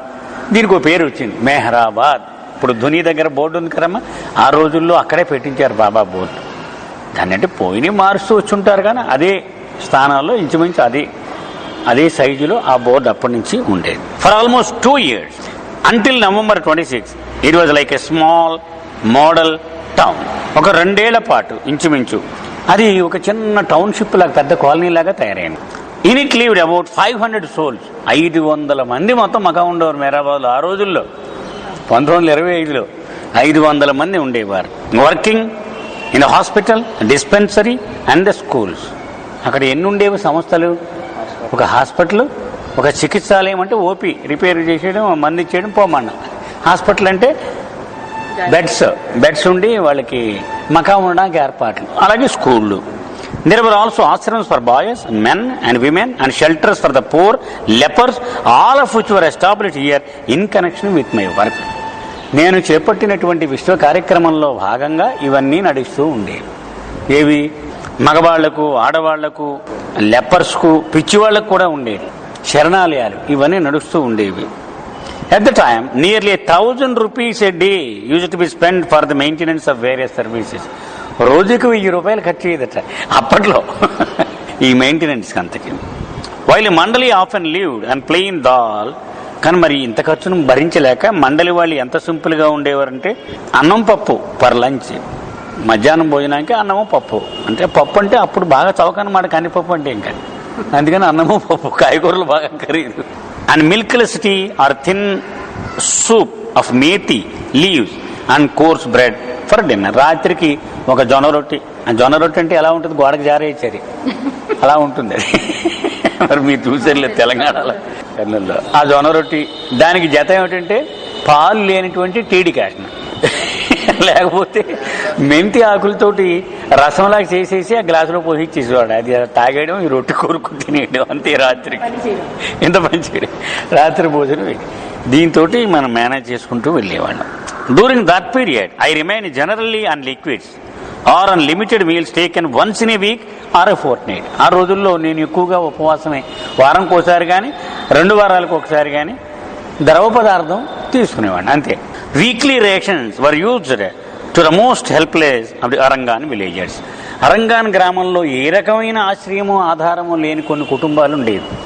ఏం కూలి పని చేయలేరు, ఏమీ లేనటువంటి వాళ్ళు. వాళ్ళందరికీ వారం కింద బత్యం ఇచ్చేవాడిని నేనే, బాబా సంస్థ తరఫున ఆ బత్యం. ఇదంతా డైరెక్ట్ బాబా చెప్పినటువంటిదే, వాళ్ళు వీళ్ళు చెప్పింది కాదనమాట. ఆ బత్యం ఇచ్చేవాళ్ళం. ఎంతమందికి అయితే నేను సూచించానో వాళ్ళందరికీ మూటలు కట్టి రెడీగా పెట్టేవారు. ఇంత పిండి, ఇంత రొట్టి, ఇంత ఇది, ఇవన్నీ. అంటే వాళ్ళకి వారానికి సరిపడేటువంటి రేషన్ ఇచ్చేవాళ్ళం. ఎన్ని కుటుంబాలు ఉంటే అన్ని మూటలు కట్టేవారు వీళ్ళంతా. They were so needy that later when the ashram were shifted some scores of miles away to Toka, వాళ్ళు ఎంత నా మీద ఆధారపడి ఉండేవారంటే బాబా చెప్తున్నారు, ఇక్కడి నుంచి 70 మైళ్ళ దూరంలో టోకా అనే గ్రామానికి ఏడాది పాటు ఆశ్రమం మార్చేశారు బాబా. మీకు గుర్తుందో లేదో? గుర్తుందమ్మా? మార్చేసినప్పుడు కూడా వీళ్ళు అక్కడికి వచ్చేవారట, ఎందుకంటే లేకపోతే ఇంకా ఆధారం లేదు. And when the ashrams were shifted some scores of miles away to Toka, they used to travel on foot or by bullock cart all the distance rather than to miss the weekly quota of coarse grain. ఏమిటి ఇచ్చారు బాబా? ఇచ్చారు జొన్నలు రాగులు. వాటి కోసం అంతంత దూరం కాలినడకని కానీ లేకపోతే ఎడ్ల మీద కానీ వచ్చేసేవారు. 70 మైళ్ళు అంత కష్టంగా వాళ్ళకి రోజులు గడుస్తూ ఉండేవి. Hundreds of people from the villages near Mehrabad benefited from the free hospital. Meherabad చుట్టూ ఉన్న వందలాది గ్రామాలు ఉచిత వైద్యశాల వల్ల లాభం పొందారు. And thousands utilized the dispensary provided for outpatients. Out patients అంటే చూపించి వెళ్ళిపోయేవారు. కొన్ని పొరుళ్ళు బాబా పోసారు, మీరు చదివారు లేదు లార్డ్ మేహర్లో. ఇప్పుడు సమాధి వెనుక పెద్ద పొడవుగా రూమ్ ఉంటుంది కదా, అప్పుడు మొట్టమొదట డెలివరీ కేసు వస్తే నర్సు లేదు, మరి ఎక్కడికి వెళ్ళి రాలేదో, మరి ఏమైపోయిందో. అప్పుడు బాబా తల్లిని పిలిచారు, వెళ్ళి నువ్వే పొయ్యాలి పురుడు అన్నారు. అని ఒక ఇంగ్లీష్ ఆవిడ వెళ్ళి ఉంటే బాబా ఏమో వేడి నీళ్ళు కాసి ఆ పుల్లలన్నీ ఊరి ఆ నీళ్ళు అవి పట్టుకెళ్ళి లోపలికి ఇచ్చేవారు. వాళ్ళు పురుడు పోసిన తర్వాత సంటివాడు కదా స్నానం బాబాయ్ చేయించారు. ఇవన్నీ పర్సనల్గా బాబా చేస్తూ ఉండేవారు. Boys of all castes and creeds, including untouchables, soon began to live, eat and intermingle freely. అన్ని కులాలకు, అన్ని జాతులకు, అన్ని మతాలకు చెందినటువంటి అస్పృశ్యులతో సహా కలిపి అందరూ అరమరికలు లేకుండా కలిసిమెలిసి అక్కడ జీవిస్తూ ఉండేవారు. ఆశ్రమాల్లో కలిసి తినేవారు, కలిసే ఉండేవారు, కలిసి ఆటలాడుకునేవారు. From dawn to dusk, I would move about the place and take an active part in every phase, including the cleaning of latrines. తెల్లవారింది మొదలు రాత్రి వరకు ప్రతి దానిలోనూ నేను పాలు పంచుకునేవాడిని. ముఖ్యంగా ఈ పిల్లలు వాడినటువంటి పాయిఖానాలు లిటరల్ క్లీన్ చేయడం కూడా నేను స్వయంగా పాల్గొనేవాడిని దానిలో. Each day I spend 3 to 4 hours bathing the school children. ప్రతిరోజు 3 నుంచి 4 గంటల పాటు ఈ పిల్లలందరికీ స్నానం చేయించడం అది నేను చేసేవాడిని. When the number boarding became considerable, I allowed the mandali to share the service with me. ఈ నెంబర్ బాగా పెరిగిపోయింది కొన్నాళ్ళకి. ఇంకా అప్పుడు మండలి వాళ్ళని కూడా వరే మీరు కొంతమందిని స్నానం చేయించండి, నేను కొంతమందిని స్నానం చేయిస్తాను, వాళ్ళకు కూడా పంచేవాడిని ఈ duty. All the mandali also had to grind grain for 1 to 3 hours each day, depending upon their assigned duties. అలాగే మగవాళ్ళందరూ కూడా మండలి వాళ్ళందరూ 1 గంట నుంచి 3 గంటల పాటు తిరగలేసరాలి. ఎందుకని వాళ్ళందరికీ రొట్టెలే మెయిన్ ఆధారం, గోధుమ పిండి ఆడాలి. మరి ఇంతమంది ఇన్ని మంది పిల్లలు కావాలంటే ప్రతివాడు 1 గంట నుంచి 3 గంటలు. ఇప్పుడు మనం టిన్ షెడ్లో తిరగలు చూశారు కదా, అదేనమాట. ఆ తిరగల మీద విసురుతూ ఉండేవారు. I also shared in the daily grinding for an hour or more నేను కూడా గంట కానీ 2 గంటలు కానీ ఆ పిండి ఇసిరేవాడిని. Despite my silent I continued all my usual activities. నేను మౌనం ఉన్నానన్న మాటే కానీ మిగిలిన అన్ని కార్యక్రమాలు యథాతథంగా ఇంతకుముందు ఎలా చేసేవాడినో అలాగే కొనసాగించాను. At the time I communicated by writing on a slate. తొలుత ఒక పలక బలపం ఉండేది, దాని మీద రాసి చూపిస్తూ ఉండేవాడిని. And also for more than a year wrote for a number of hours daily on a work which remains unseen and unpublished to this day. అలాగే ఆ మౌనం ప్రారంభించిన దగ్గర నుంచి రోజుకి కొన్ని గంటల పాటు ఒక్కొక్క రోజు 6-7 గంటలు రాసేవాడు బాబా. ఇంకొక మానవ మాత్రుడు చూడకుండా అలా రాస్తూ ఉండేవాడు. ఇప్పటిదాకా అది ప్రింట్ అవ్వలేదు, వెలుగు చూడలేదు ఆ గ్రంథము. I did most of my writing work in my small cupboard like room constructed underneath a big wooden table which stands near the dhuni. అంటే అప్పుడు ధోని పక్కన ఉండేది, ఇప్పుడు జోపిడి దగ్గరికి మార్చేశారు, టేబుల్ క్యాబిన్ అని అంటారు. దానిలోనే కింద ఒక రూమ్లా కట్టించి దానిలోనే రాసేవాడిని ఇదంతా. It was at this time, that is November 1925, that we began to light the Dhoni each month. ఆ రోజుల్లోనే నవంబర్ 1925లోనే తొలిసారిగా ప్రతి 12 నాడు నెలకు సాయంత్రం చీకటి పడే సమయంలో ధుని వెలిగించమని అప్పుడు ఆర్డర్ ఇచ్చారు బాబా. అది ఇప్పటికీ కొనసాగుతూ ఉంది. ప్రతి నెల 12వ తారీఖున ధుని తప్పనిసరిగా వెలిగిస్తారు. At certain fixed hours I saw visitors freely. అయితే రోజులో ఒక నిర్దిష్ట సమయం సందర్శకులకు అనుమతి ఇచ్చేవాడిని. Hundreds came daily for my darshan. రోజుకి 100ల మీద వచ్చేవారు నా దర్శనానికి. Believing in my spiritual status, నా ఆధ్యాత్మిక స్థాయి మీద వాళ్ళకి నమ్మకం కలిగి వచ్చేవారు. But most sought my blessings only for material benefit. కానీ వాళ్ళందరూ కూడా కడుపు నొప్పి, కాలు నొప్పి, కుర్రాడు ప్రమోషను ఇవే అడిగేవారు అందరూ. ఆధ్యాత్మికంగా ఎవడు ఇంట్రెస్ట్ లేదు. అందుకే షిర్ది సాయిబాబా ఎప్పుడు తిరుగుతూనే ఉండేవాడు ఆశీర్వదిస్తూ. నేను ఇద్దామని అనుకున్నది తీసుకోవడానికి ఒక్కడు సిద్ధంగా లేరు, పండి అని తిడుతూ ఉండేవాడు. అదే బాబా కూడా అంటున్నారు. On special occasions, the stream of visitors would continue unbroken from morning to night and their numbers would run into thousands. ప్రత్యేకమైన పండుగలు అంటే ఆయన పుట్టినరోజు, ఆయన మౌన వార్షికోత్సవం, అలాగే ఆయన గురువుల తాలూకా పుట్టినరోజు, ఇవి వచ్చినప్పుడు వేల మీద వచ్చేసేవారు జనం. ఉదయం నుంచి రాత్రి వరకు వీళ్ళంతా వచ్చిన వాళ్ళందరూ స్నానాలు చేస్తూ ఉండేవారు బాబా నెత్తి మీద. అలాగా ఆయన అలా భరించి కూడా పాపం తుమ్ములు దగ్గులు తెల్లవారుజాము 4ంటికి బయలుదేరి మొదలెట్టేవారు. వచ్చిన వాళ్ళందరూ వాళ్ళకి మరి స్నానం చేయిస్తే కానీ వాళ్ళకి ఏదో ఉండదు పుట్టినరోజు అంటే. ఇంకంతే ఎలా చేయడం, ఏ 11 గంటల వరకు, 11 గంటల వరకు పొద్దున్న తెల్లవారుజాము నుంచి మన లార్డ్ మెహర్లో మనం చదివాం. అలాగ పోయించుకుంటూ ఉండేవారు. ఏం చేస్తారు, ఓ పక్కన మంటల వాళ్ళు అలా నీరు కాస్తూ ఉండేవారు, లేకపోతే చన్నీళ్ళు పోతారు. వాళ్ళంతా రాక్షస ప్రేమే, మామూలు ప్రేమ. At least 20,000 people had Baba's blessing in 1926 on his 32nd birthday. ఉదాహరణ, 32వ పుట్టినరోజు 1926లో వచ్చింది. 20,000 మంది బాబాని దర్శనం చేసుకున్నారు. 20,000 మంది. Once an old man offered to dedicate everything he had to me. Baba చెప్తున్నారు, ఒకసారి ఆశ్చర్యం, ఒక వృద్ధుడు వచ్చాడు, నాకున్న సర్వస్వము నీకు త్యాగం చేసేస్తాను బాబా, నీకు అర్పించేస్తా అన్నాడు. And then he would begin అని మళ్ళీ చెప్తున్నాడు. Decide to lead a life of service and renunciation. అలా నాకు అర్పించేసి అతను ఏం చేస్తాడట, సేవాభావంతో కూడిన జీవితాన్ని గడుపుతాడట, సన్యాసం ఆచరించాడట. అదేవర్ ఆయన ఇన్వెస్టిగేషన్, నేను 10 ప్రశ్నలు వేసాను వాడికి, ఏముందో నీకు, ఏమిటి నాకు ఇచ్చేస్తావు అని అడిగితే, it was found that what would he dedicated to me was a wife and 7 children to be taken care of. ఆయనకు ఒక భార్య, 7 పిల్లలు ఉన్నారట. వాళ్ళని నాకు అప్పగించేసి ఆయనకు ఫ్రీ అయిపోతాను చూసి. అంటే అద్భుతమైన లాభసాటి వ్యాపారం కూడా చేయడానికి ప్రయత్నం చేశారు కొంతమంది. నేరెళ్ళ నారాయణమూర్తి గారని పార్వతీపురం ఆయన రాశారు, హారముగా నొసగద నా భారము నీ మెడలో అని. అది మనం చేస్తే నా భారం నీ మెడలో వేసేస్తానని, అది హారం అనుకోమన్నాడు దాన్ని. అలాగనమాట, మొత్తం నాకు ఉన్నదంతా నీకు ఇచ్చేస్తున్నాను బాబా అని. ఏమిటి అంటే ఇది, అది మనం దేవుడికి ఇచ్చేవన్నీ ఇలాంటివే. తలంట్రుకలన్నీ గొరిగేసి అక్కడ ఇచ్చేస్తాం. ఆయన ఏం చూసుకుంటే పైసా పెట్టుబడి లేకుండా మళ్ళీ వచ్చేస్తాయి ఇవి. నాకేమీ నష్టం లేదు. కానీ ఆయనకి ఇచ్చినటువంటి ఓ తృప్తి, నేను ఇచ్చాననే ఈ తృప్తి. ఆన్ అనదర్ అకేషన్, అంటే బాబా చెప్తున్నారు మనుషులు ఎలా ఉంటారు నా దగ్గరికి వచ్చేవాళ్ళు అని ఉదాహరణ చెప్తున్నారు. మరొక సందర్భంలో యోగి కాల్డ్ ఒక యోగి వచ్చాడు నా దగ్గరికి. And sought my instructions as he said he was determined to find God at any cost. ఏమైనా సరే తలకిందులైపోయినా సరే నేను దేవుణ్ణి చూసి తీరాలి, ఏం చేయమంటావు చెప్పు, నువ్వు చెప్పినట్టు నేను చేస్తాను అన్నాడు.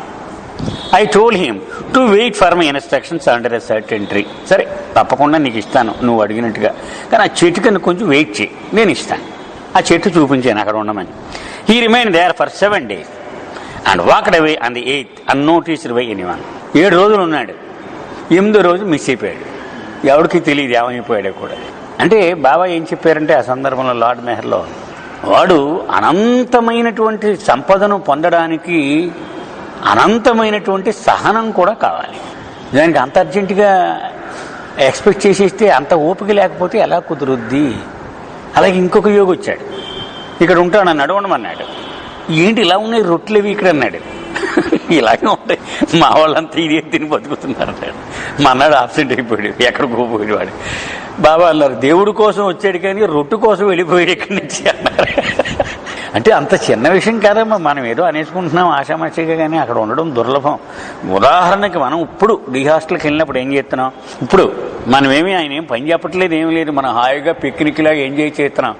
రైస్ అండి ఉడకట్లేదండి, ఇదే డిస్కషన్. అక్కడ 10 మంది పేరాపెట్టి మీద కూర్చుంటే రైస్ ఉడకలేదండి, కూర అబ్బే కారాలు ఎక్కువ వేసి ఆ పరిధి దాటలేకపోతున్నాం. మనం బాబా దగ్గరికి వెళ్ళినా కూడా మన ఇంట్లో ఉన్నట్టే మనకి మర్యాదలు ఉండాలి.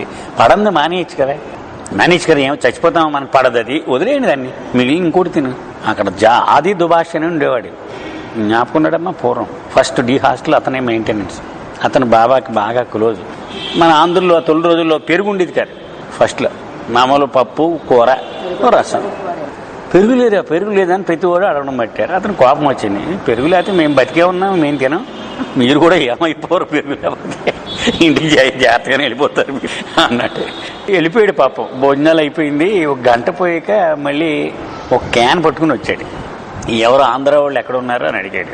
అంటే పెరుగు అడిగారు ఇందాక, నేనేమో చిరాకులో అనేసాను నేను, కానీ ఎక్కడో మొత్తాన్ని సంపాదించాం పట్టుకొచ్చాను, తాగండి, మరి మీకు అలవాటు ఉండొచ్చు కదా అది. ఎందుకంటే మనకి ఏది కాంప్రమైజ్ అవ్వం, ఏది అయినా సరే, బట్ ఆయన మాత్రం అన్నీ కాంప్రమైజ్ అవ్వాల్సిందే. అందుకే యాత్రికులకు ఏర్పాట్ల నిమిత్తం బాబా చర్చించేటప్పుడు ఒకసారి ఇలా చెప్పారు. దీని మీద ఈమెయిల్స్ ఉన్నాయమ్మా, 6 ఈమెయిల్స్ ఉన్నాయి. అసలు మెహరాబాదు ఈ స్థాయికి రావడానికి ఎంత కఠోరమైన కష్టాలు పడ్డారు మండలి వాళ్ళు అని అవతార్ మెహర్లో వేశాం. 3 ఏళ్ల ఉద్యమం అది.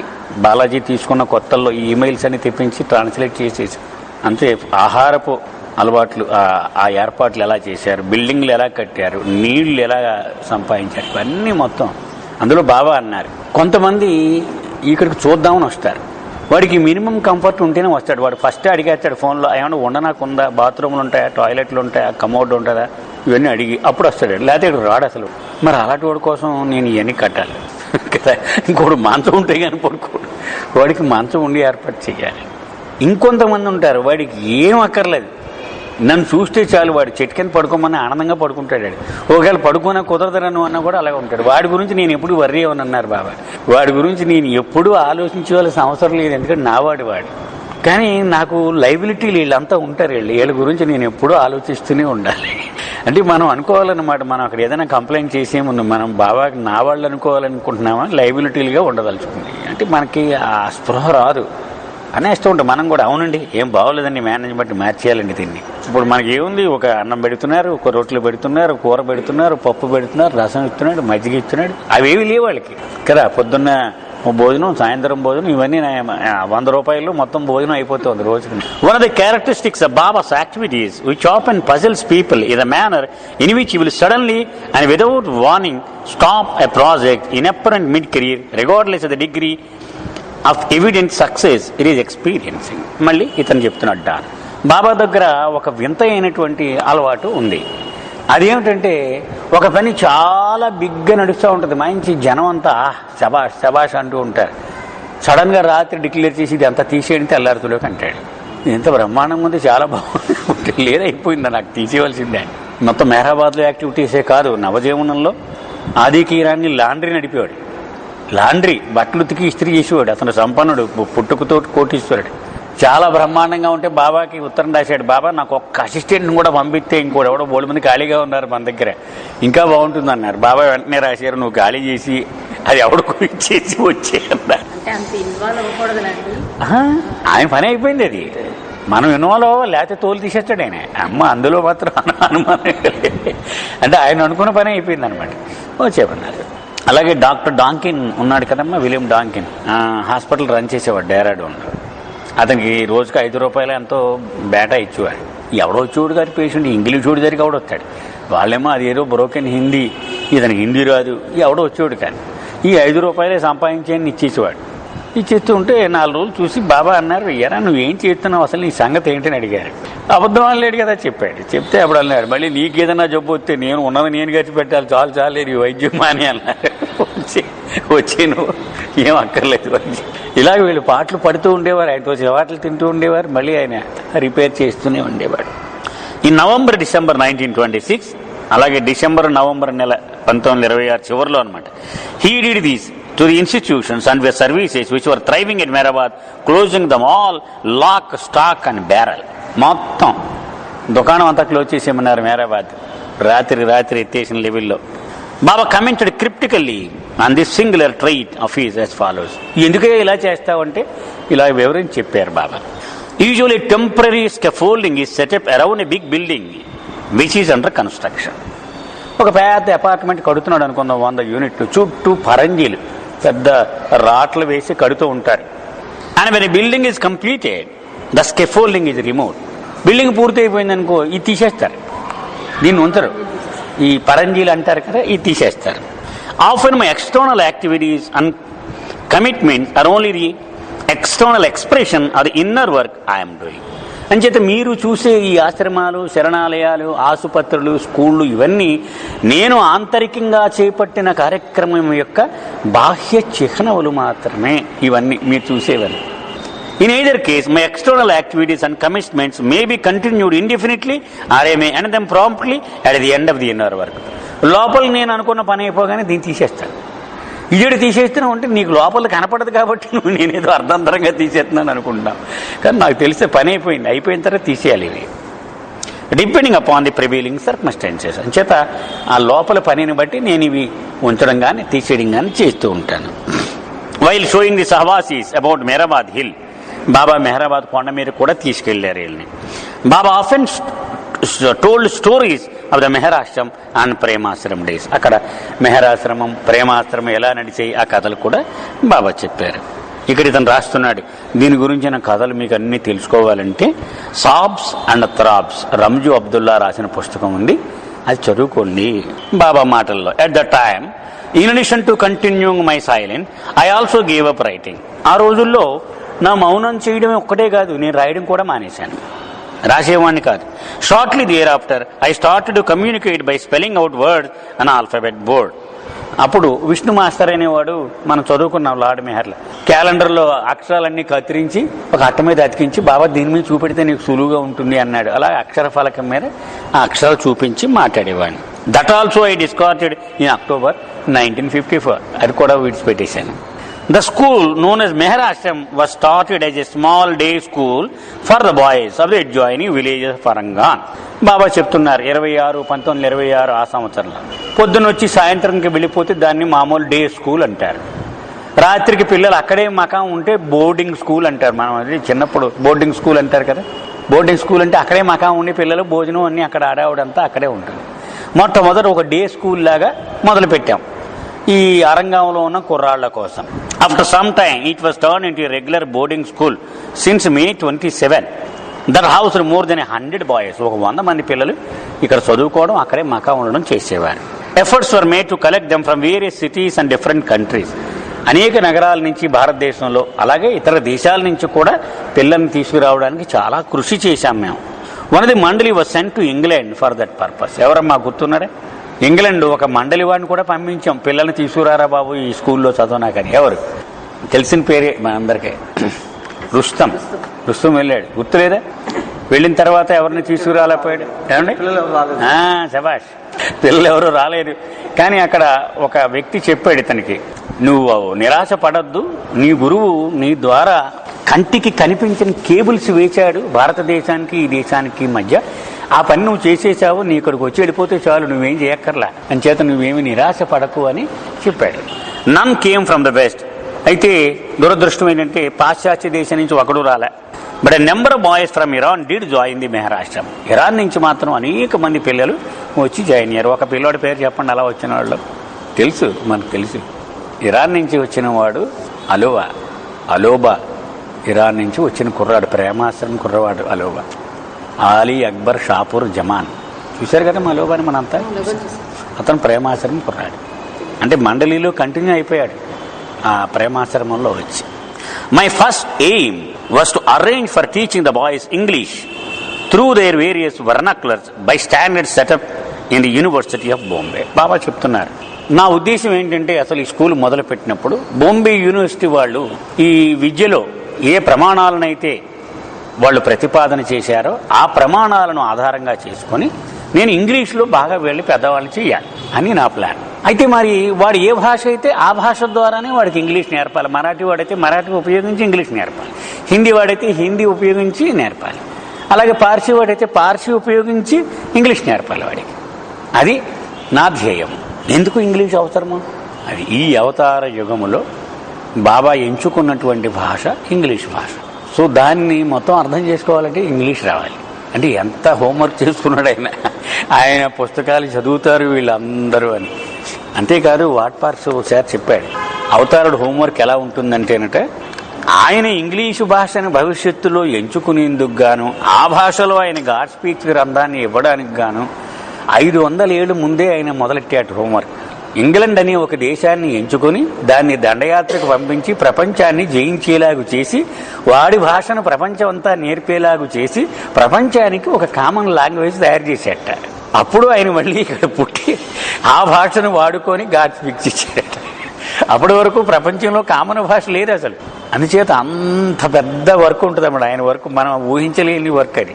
ఆయన చెప్పినా కూడా మనం నమ్మం, ఏంటని చెప్తారట. అందుకని ఇంగ్లీషులో వాళ్ళని తీర్చిదిద్దడం కోసం నేను మొట్టమొదట ఒక ధ్యేయంగా ఎంచుకున్నాను. Having accomplished this I began to spend all my time day and night on the general welfare and spiritual upliftment of the boys. వాళ్ళకి మొత్తం ఇంగ్లీష్లో కొంత స్టాండర్డ్ వచ్చాక రాత్రి పగలు వీళ్ళతోటి కూర్చునేవాడిని. ఎందుకని వాళ్ళ క్షేమం చూడడం కోసం, వాళ్ళ అలవాట్లు మార్చడం కోసం, వాళ్ళలో నాగరికత పెంచడం కోసం, ఆధ్యాత్మికమైన అవగాహన కూడా పెంపొందేలా చేయడం కోసం కఠోరమైన శ్రమ నేను పడ్డాను. Even though I had entrusted several mandali with a job of keeping watch over the boys round the clock. చాలా మంది మండలి వాళ్ళకి డ్యూటీలు ఇచ్చేవాడిని. పొద్దున్న 4 మండలి వాళ్ళు చూడాలి, వీళ్ళు స్నానాలు చేస్తున్నారా, లేస్తున్నారా లేదా, ఏంటి పరిస్థితి. నేను అలాగ వాటాలు వేసి పనులు అప్పచెప్పినప్పటికీ still I would frequently appear in the dormitory in the dead of night. అర్ధరాత్రి ఒక్కోసారి వెళ్ళి వాళ్ళ రూమ్స్లో నుంచి చూసేవాడిని. డార్మిటరీ అంటే పొడుగు రూమ్స్, ఇప్పుడు డీ హాస్టల్లో అన్నీ dormitory. To see if they were well wrapped and sleeping all right. వాళ్ళు అన్నీ కప్పుకున్నారా లేదా. చలి ఎక్కువ కదా మేరావారిలో, వాళ్ళు ఎవరన్నా కప్పుకోకుండా పడుకున్నాడా, వీళ్ళు మండలి వాళ్ళు వాళ్ళ డ్యూటీ వాడు చేయకుండా వాడు ఆ బ్లాంకెట్ లేకుండా పడుకున్నాడా, ఇవన్నీ సక్రమంగా ఉన్నాయో చూడడం కోసం నేనే వ్యక్తిగతంగా వెళుతూ ఉండేవాడిని. This was also the period when I carried out one of my longest continuous fast which lasted 5.5 months. ఆ రోజుల్లోనే 5.5 నెలలు కఠోరంగా సుదీర్ఘమైన ఉపవాస దీక్షలో నేను ఉండేవాడిని. Once during this period I took nothing but a few sips of water for more than 28 days. ఒక stretch అయితే 28 రోజుల పాటు రోజుకి ఇన్ని కుక్కలు నీళ్లు తాగి ఉన్నాను. 28 రోజులు. The remainder of the time I lived on cocoa in milk taken once in 24 hours. మిగిలిన 28 రోజులకు పోగా మిగిలిన రోజులన్నీ కూడా, అంటే మిగిలిన 4.5 నెలలు పాలలో ఒక స్పూన్ కోకో పౌడర్ వేసుకొని 24 గంటలకు ఒకసారి తాగేవాడిని. Even this was in scant supply as it happened. అది కూడా దొరికేది కాదు నాకు, తాగుదామని ఒకసారి దొరికేది కాదు అది కూడా. Lahu Baba's favourite among the untouchable boys. ఈ అస్పృశ్యులైన పిల్లల్లో బాబాకు బాగా పెట్ ఒకడు ఉండేవాడు, చాలా ఇష్టం బాబాకి. వాడి పేరు Lahu. He use to carry my supply to me every day. రోజు ఆ కొండ కింద నుంచి వాడు నేను తాగడానికి పాలు మోసుకొస్తూ ఉండేవాడు, రోజుకు ఒకసారి కదా. And on the way he would drink half of it and then pass on the other half to. వాడు ఏం చేసేవాడు, సగం దారిలో కూర్చుని తాగేసేవాడు చెట్టు కింద, ఆ మిగిలిన సగం నాకు పట్టుకొచ్చి ఇచ్చేవాడు. ఈయనేం అడగడు, ఏదో ఇచ్చింది తాగేడిందా. I found out about this at the end of my seclusion when the women money assured me that they had sent Rahu regularly as I had originally instructed them with the thermos bottle full of cocoa. Baba ఒకసారి చివరిలోకి వచ్చేసాక అడిగారు, అమ్మ మీకు నాకు మీద మీకు కూడా కక్షేనా అన్నారు. బాబా అదేంటి బాబా అంటే, నాకేమో ఫుల్ గ్లాసు పంపించమంటే సగం గ్లాసు పంపుతున్నారంటే, అయ్యయ్యో వాడితో ఫుల్గానే పంపించాం, ఆ ఫ్లాస్క్ నిండా కోకో నింపి ఒక గ్లాస్ సరిపడేలా కరెక్ట్గా పంపాం అన్నారు. When I questioned Lahu about this, he readily confessed pilfering half my cocoa every day. I pardoned the little fellow as readily as he was acknowledged the guilt. నేను అడిగాను, ఎరా ఏం చేసేవని ఉంటే, నిజమే బాబా సగం నేనే తాగేసాను అన్నాడు. వాడిని వెంటనే క్షమించేశాను, ఎందుకని వాడు తప్పు వాడు ఒప్పేసుకున్నాడు కదా అందుకని. అలాగే బాబా సహవాసుల్లో చెప్పేవారు, మీ ఇంటి దగ్గర మీరు ఎలా ఉన్నారో ఇక్కడ కూడా అలాగే ఉండండి అని చెప్పేస్తే, ఒకటి మేగడ తినేసేవాడు తెలుసు కదా, వాడు ఇదే చెప్పాడు, మీ ఇంటి దగ్గర నా ఇంటి దగ్గర నేను ఇలాగే తినేస్తాను, ఇక్కడ కూడా అలాగే తినేస్తాను. During part of this period I remain continuously indoors for more than 3 months. ఆ రోజుల్లో 3 నెలల పాటు బయటకు అడుగు పెట్టలేదు నేను. At this spot where my future tomb is located. ఆ 3 నెలలు ఇప్పుడు సమాధి ఉంది కదా, ఆ సమాధి అప్పటికి ఇంకా నిర్మింపబడలేదు. ఆ స్పాట్లో 3 నెలలు బయటకు అడుగు పెట్టకుండా ఉండిపోయిన దానిలో. I did not step out of the crypt. అంటే అప్పుడు ఒక గొయ్యిలాగా తవ్వించారు, అప్పుడు మామూలు నేల మీద గొయ్య, అందులోనే ఉండిపోయేవారు బాబా, అందులోంచి బయటికి రాలేదు. And the temporary small structure placed over it.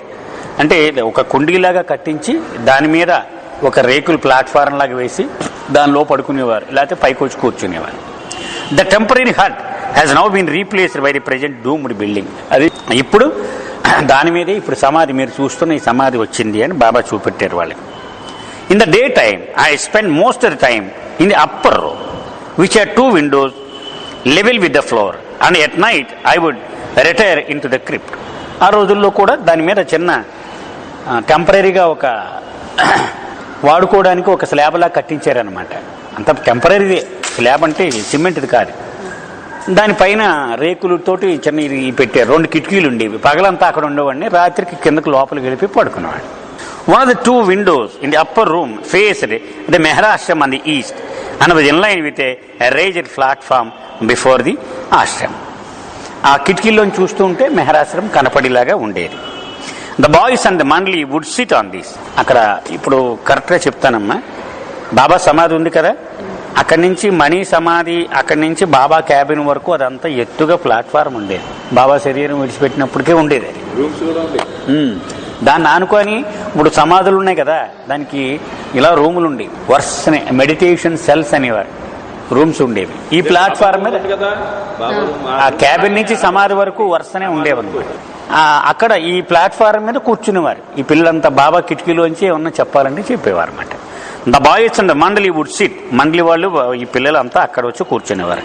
And I would give them discourses and carry on discussions with them with help of my alphabet board. అక్కడి నుంచి నేను ఏదైనా ప్రవచనాలు చెప్పాలన్నా, వాళ్ళతో మాట్లాడాలన్న ఆల్ఫాబెట్ బోర్డ్ సాయంతో చేసేవాడిని. Through the west window I could see the Sadhak ఆశ్రమం. ఇంకొక కిటికీ నుంచి ఈ సాధక ఆశ్రమం అని ఉండేది, దాన్ని చూడగలిగేవాడిని. Which consisted of a string of small rooms standing at the time near my place of seclusion. ఇది ఇప్పుడు అన్నాం కదా, వరుస గదుల్లాగా ఉండేవని, అవి కనపడేవి. Some mandali were also in seclusion in those small rooms. కొంతమంది మండలి వాళ్ళు కూడా అందులో ఏకాంతం ఉండమని నేను ఆర్డర్ ఇచ్చేవాడిని, వాళ్ళు కూడా ఉండేవారు. చిన్నవి 3x3 ఉండేవి రూములు, అంటే అందులో ఉండడమే. మరి పడుకోవడం ఎలా పడుకుంటారు, గోడకి జారపడి పడుకోవాలి తెలియదు, అంత చిన్నవి ఉండేవి. Fasting under my direction and a small quantity of milk taken once or twice A day. వాళ్ళు కూడా ఉపవాసం ఉండేవారు, రోజుకు ఒకసారి కానీ 2 సార్లు కానీ కొద్దిగా పాలు తాగేవారు. The following account of one of the incidents which occurred during that period is adapted from sobs and throbs. ఆ రోజుల్లో జరిగిన ఒక సంఘటన ఇతను రాస్తున్నాడు, డాన్. ఆన్ January 1st, 1928, అది 1 జనవరి 1928, the 52nd day of babas fasting. అది బాబా ఉపవాసం మొదలుపెట్టి 52 రోజులైందట అప్పటికి. And the 12th of his self imposed confinement. A majority of the boys began to break into tears at different times throughout the day. ఈ పిల్లలంతా విపరీతంగా ఏడవడం మొదలుపెట్టారు, బాబాకి ఇంత శిక్ష వేసేసుకుంటున్నాడు అని. ఈ ప్రేమాశ్రయం పిల్లలందరూ కూడా రోజంతా అలా ఏడుస్తూనే ఉన్నారు. In the evening matters came to a climax. సాయంత్రం అయ్యేటప్పటికి ఇంకా ఉపద్రవం అయిపోయింది పరిస్థితి. Each boy in the ashram burst into tears and began to sob as if all his dear ones had suddenly been reported dead. అందులో ప్రతి పిల్లవాడు కూడా మొత్తం వాడి కుటుంబం అంతా కూడా యాక్సిడెంట్లో చచ్చిపోయిన వార్త వస్తే ఎలా ఏడుస్తారో అలా ఏడడం మొదలుపెట్టారు వాళ్ళంతా. For about 1 hour between 7 and 8 in the evening, this awesome phenomenon held the onlookers spellbound. ఏం చేయాలి, ఎవరికి ఏం అర్థం లేదు. మండలి వాళ్ళు ఉన్నారు, అందరూ ఉన్నారు. The tumult could be heard a quarter of a mile away from the ashram. ఇక్కడికి దూరంలో కూడా వినపడుతూ ఉండేది అని మనం ఇప్పటికీ అబ్జర్వ్ చేయొచ్చు. అరంగంలో కుక్కలు అరిస్తే మనకి ఇక్కడికి అని వినపడుతుంది సమాధి దగ్గర. అలాగో చుట్టుపక్కలంతా కూడా ఈ పిల్లల వేడుపు వినపడేది. Attempts were made by those in charge to quiet the boys and to find out the cause of the outburst. పాపం ఈ మండలి వాళ్ళు ఇన్ఛార్జ్ ఉంటారు కదా, ఊరుకో ఊరుకో ఊరుకో ఊరుకో అనేవారు. కానీ అది ఎందుకు ఏడుస్తున్నాడో వీళ్ళకి ఏం అర్థమయ్యేది కాదు. అన్ని ఎలా ఊరుకోబెట్టాలో కూడా వీళ్ళకి తెలిసేది కాదు. But it was all to know avail. వీళ్ళు ఏమి చేయలేకపోయారు ఆఖరికి. All seam to B engrossed in crying and deaf to all else. వాడు అసలు చెవులు పనిచేస్తున్నా లేరా అని మనం వచ్చేంతగా పట్టించుకునేవారు కాదు. వాళ్ళు ఏడవడమే. Baba Baba were the only words which could be heard distinctly in all this tumult. మొత్తం వాళ్ళు ఈ ఇంత రొదలోను కూడా బాబా బాబా అని ఏడుస్తూ ఉండేవారు ప్రతి కుర్రాడు కూడా. Finally the boys were brought close to Baba's presence. మొత్తానికి ఈ మండలి వాళ్ళు వీళ్ళందరినీ బాబా దగ్గర తీసుకొచ్చేసారు. And with magical swiftness they become silent again. Baba ఎదురుగుంటా తీసుకురాగానే మొత్తం గప్చిప్ అయిపోయారు అందరూ. Continuing his reminiscences to the sahavasis Baba said. అంటే మనకి ఈ ఉదంతం చెప్పాడు, మళ్ళీ బాబా చెప్తున్నారు. At a later stage in March 1928 Meher Ashram was divided into 2 sections. ఈ మెహర్ ఆశ్రమాన్ని 2 తరగతుల కింద విభజించేశాను. The new portion was called ప్రేమాశ్రయం. అంటే ప్రేమలో మునిగిపోయిన వాడికి ఆశ్రయం, అది ప్రేమాశ్రయం అంటే. In it were housed the boys most awaken to love. ఎవడిలో అయితే నా మీద ప్రేమ మెలుకుందో వాళ్ళందరినీ ఆ సెక్షన్లో షిఫ్ట్ చేశాను. They were given some freedom from the daily school routine to allow for their pre occupation with meditation and the spiritual experiences that most of them periodically had. వాళ్ళకి మామూలు సిలబస్ నుంచి విముక్తి కల్పించేశారు బాబా. ఎందుకని వాడికి ఇంట్రెస్ట్ పోయింది వాటి మీద. వాడు బాబా మొహం అలా చూస్తూ ధ్యానంలో 3 గంటలు కూర్చోమనేవారు. ఇంకా అలా మునిగిపోయి ఉండిపోయేవారు వాళ్ళంతా. వాళ్ళకి వేరే కరికులం అంతా వేరే, ఈ చదువుకునేవాడి కరికులం వేరే. వాళ్ళకి అనుభూతులు కూడా వచ్చేస్తూ ఉండేవి, దివ్యానుభూతులు. వీటితో వాడి టైం సరిపోతూ ఉండేది. One of the boys from Iran of about 18 years lost consciousness of his body and surrounding for 4 days. ఇందాక అనుకున్నాం కదా అబ్దుల్లా, వాడు 18 ఏళ్ల వయసు అప్పటికి. వాడు తన శరీరము యొక్క తన పరిసరాల యొక్క స్పృహ 4 రోజులు వాడికి లేదు. Had an enema not been given to him then at my orders he would have died. నా ఆర్డర్స్ ప్రకారం వాడికి ఎనీమా గనక ఇవ్వకపోతే వాడు పోయి ఉండేవాడు. Thereupon the boy regained ordinary normal consciousness, but not the consciousness which is gained after union with God, as that is an entirely different and unique achievement. వాడు మళ్ళీ కిందకి దిగొచ్చేసాడు. For a long time afterwards he would weep and complain bitterly about my having dragged him down from the blissful state in which he said he had seen nothing but Baba. ఎప్పుడు నన్ను కలిసిన ఫిర్యాదు చేస్తూ ఉండేవాడు నా మీద, బాబా నన్ను ఎందుకు తీసుకొచ్చేసావు వెనక్కి, అంత ఆనందమయ్యే పరిస్థితి, ఏమి చూసావురా అక్కడ నువ్వు అంటే నాకు బాబా తప్ప ఇంకేమీ కనిపించేది కాదు, అంత ఆనందంగా ఉండేది. మళ్ళీ ఇప్పుడు ఈ మాయలో పడేసావు నన్ను పట్టుకొచ్చి. When some of my work had to be done afresh, both the ashrams were shifted root and branch to Toka. నా ఆంతరిక కార్యక్రమం నిమిత్తం మొత్తం సమూలంగా పెకిలించి వేసి ఈ ఆశ్రమాన్ని టోకా మార్చేశాను, టోకా అనే గ్రామానికి. There, the area of my seclusion included the whole of the Premashram. It was a picturesque spot at the junction of the river Godavari and Pravara. అది ఎంత అందంగా ఉండేదో బాబా చెప్తున్నారు. అక్కడ ఆశ్రమం అది గోదావరి నదికి ప్రవరా నదికి మధ్య సంగమం అక్కడ ఆ ప్రాంతంలో ఉంది. అక్కడ నేను ఏకాంతవాసం చేసే ప్రదేశంలోనే ప్రేమాశ్రమం కట్టించాను. Swimming was added to the daily recreation of the boys. అక్కడ ఆ ప్రభరా నదిలో ఈత కూడా వీళ్ళకి పిల్లలందరికీ నేర్పించడం జరిగింది. Here again I fasted in a few sips of water and milkless tea for a number of days, 42 days. 42 రోజులు అక్కడ వాటర్, టీ డికాషన్, ఈ రెండు తాగేవారు Baba. The boys were overjoyed when I ended my fasting by drinking some orange juice. నేను ఆ ఉపవాసం దీక్ష నారింజ రసం తాగి విరమించగానే ఆ పిల్లలందరూ పరమానంద భరితులు అయిపోయారు. As it happen to be the birthday of Krishna, they insisted on carrying me in a palanquin around the new colony of Mehrabad dressed as Krishna. అది కృష్ణుడు ఆ ఉపవాసం విరమించిన రోజు కృష్ణుడు పుట్టినరోజు, అందుకని వాళ్ళంతా నన్ను పలకిలో ఊరేగించారు మెహరాబాద్ అంతా. Singing and dancing they tossed my palanquin back and forth. ఆ హుషారులో ఎగిరేస్తూ గెంతేస్తూ మొత్తం ఊపేశారు నన్ను ఆ పలకిలో. Due to the fast I had just ended. This jerky ride was excruciatingly painful for my abdomen. నా కడుపు అంతా పచ్చి పుండైపోయింది 40 రోజులు ఉపవాసంలో. వీళ్ళేమో ఎగిరి గంతేసి నన్ను కురిపేస్తూ ఉన్నారు ఇలా. Out of my love for a boys and there love for me I managed to remain cheerful at the time, but I suffered the physical consequence for 2 months afterwards.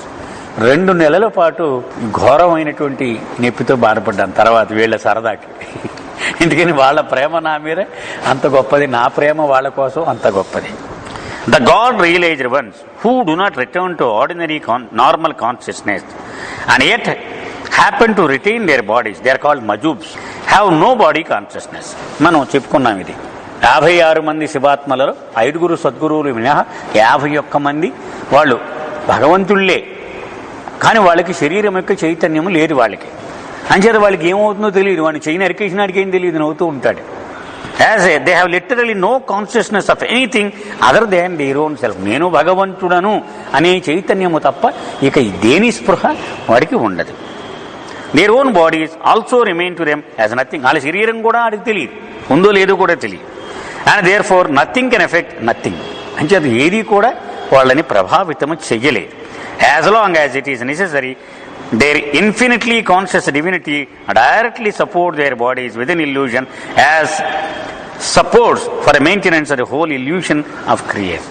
మరి ఈ శరీరం ఎలా నిలబడుద్దంటే శరీరం దానికి అదే పోషించుకుంటుందట. ఎందుకంటే అది దేవుడు అయిపోయాడు కదా లోపల, కాబట్టి ఆ ప్రకృతే పోషించుకుంటుంది. మస్తుల గురించి బాబా అదే చెప్పేవారు. వాడు 18 ఏళ్ళు ఒకే చోట కూర్చుని ఉన్నాడు, లెగలేదట. కానీ వాడు కాళ్ళు మండలి వాడిని పంపించి రానగానే లేచి వచ్చేసాడు. కాళ్ళు ఎలా పనిచేసినాయి అని అడిగారు బాబా. రమణ మహర్షి ఆయన కూడా శరీరం మీద ఏదైనా వచ్చినా వదిలేసేవారు కదా, రమణ మహర్షి సద్గురువు అమ్మ, సద్గురువుకి అసలు ప్రాబ్లం లేదు. మస్తు గురించే బాబా చెప్పారు. మస్తుకు కూడా వాడికి శరీర చైతన్యం ఉండదు, అందుకనే అంత దుర్గంధంలో కూర్చొని ఉన్నా వాడికి ఏమయ్యేది కాదు. తిన్నా తినకపోయినా వాడికి ఏం తేడా పడదు, ఏమన్నా పట్టుకొచ్చి పెడితే తింటాడు. అదే బాబా చెప్పారు. వాళ్ళు దేవుడికి ముద్దు బిడ్డలతో సమానం అటువాడు. కాబట్టి ఒక హ్యాండిక్యాప్డ్ చైల్డ్ ఉందనుకుందాం, 10 మంది పిల్లలు ఉంటే తల్లికి, మిగిలిన వాళ్ళని పట్టించుకోదు, కానీ వీడి గురించి మాత్రం ఆవిడే పట్టుకొచ్చి క్యారేజీ తినిపిస్తూ ఉంటుంది ఆవిడ. అలాగూ భగవంతుడు వీళ్ళని చూసుకుంటూ ఉంటాడట. ఈ అన్ని ప్రకృతిలో ఉన్నటువంటి మూలకాలకు కూడా బహుశా ఆయన ఆర్డర్ వేసేస్తాడు అనమాట, రొంపచేయడానికి వీలు లేదు. అందుకని వాళ్ళు అలాగా 4 డిగ్రీల చలిలో 200 బకెట్లతో స్నానం చేసేవాడు చట్టి బాబా అనేవాడు. ఈ నీళ్ళన్నీ పాదిరి పెండు కావిడితో మోసుకొచ్చేవారు కొండ కింద నుంచి పైకి. అయితే బాబా చెప్పారు, వాడిలో ప్రేమాగ్ని ఎంత దహించి వేస్తుందంటే వాడికి ఆ స్నానం చేస్తే కానీ కుదరదనేవారు అన్ని బకెట్లు. Often during the course of the sahavas weeks Baba would discuss the need to keep fit and avoid cold. సహవాసులో కూడా బాబా ఎప్పుడు నిన్ను జాగ్రత్తగా ఉంచుకోవాలి, ఆరోగ్యం చూసుకోవాలి, రొంప చేయకూడదు, దగ్గు చేయకూడదు, కడుపు జీర్ణం తేడా రాకూడదు, నీకు ఏది పడద్దు ఏది పడదు చూసుకో, నీకు బాగులేదు వేసుకోకు. ఇప్పుడు హోటల్కి వెళ్తాం, వాడు బఫే పెట్టేస్తాడు, అవన్నీ తినేమని కాదు కదా, నీకు ఏది పడితే అది తినమని వాడు పెట్టేది. మనం అన్నీ తినేసి అబ్బా చాలా తేడా చేసిందండి అంట. ఒక్కొక్కడికి ఒక్కొక్కటి ఇష్టం, ఒకటి పడదు కాబట్టి వాడు అన్ని పెడితే ఆడు ఏది కావాలంటే అది తినమని. అందుకని బాబా ఎప్పుడు చెప్తూ ఉండేవారు, జాగ్రత్తగా చూసుకో, జాగ్రత్తగా చూసుకో. Some of his most enlightening comments concerning his own physical susceptibilities were embodied in his reminiscences of his first trip to England in September 1931, not long after the closing of the Premashram. మొట్టమొదట England పర్యటించినప్పుడు ఆయన శరీరం కూడా ఎలాగైతే జబ్బులకు లోనవుతుందో బాబా వివరించి చెప్పారు. Some of you might ask why being the avatar I could feel or catch cold. నేను అవతారం అయ్యింది, నాకెందుకు రొంప రావాలి. You might as well as also why I should feel hungry or need rest. మామూలు మానవుడిలాగా నాకు రెస్ట్ ఎందుకు అవసరం అవుతుంది, నాకు ఆకలి ఎందుకు వేస్తుంది. We have bodies and they are naturally subject to all sorts of ailments. నీకు శరీరం ఉంది, నాకు శరీరం ఉంది. నీకు ఎలాగైతే ఈ శరీరం అనారోగ్యానికి గురైపోతుందో నాది కూడా అంతే. And as a consequence we must suffer. So ఈ శరీరం వేసుకున్న కారణంగా తప్పదు, దానికి ఉన్నటువంటి బాధలన్నీ అనుభవించవలసిందే.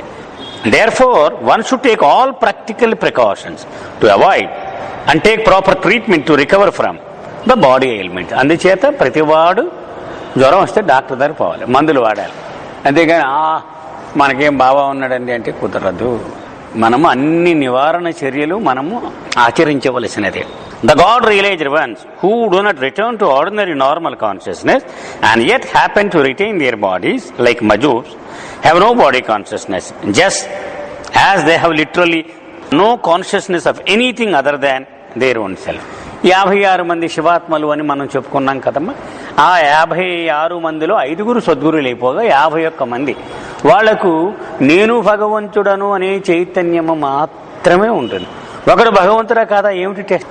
ఒకడు భగవంతుడి స్థితి వచ్చేసిందా లేదా, వాడికి ఏమిటి ముఖ్యమైనటువంటిది ఉండాలి. ఒకడు దేవుడు అయిపోయినట్టున్నాడండి, వాడు నిజంగా దేవుడు అయ్యలేదా? లక్షణత్రయము అంటారు దాన్ని, భగవంతుని యొక్క లక్షణత్రయము, ట్రినిటీ ఆఫ్ గాడ్. అది అనంత జ్ఞానము, అనంత శక్తి, అనంత ఆనందం. ఈ 3 ఉంటే వాడు భగవంతుడే.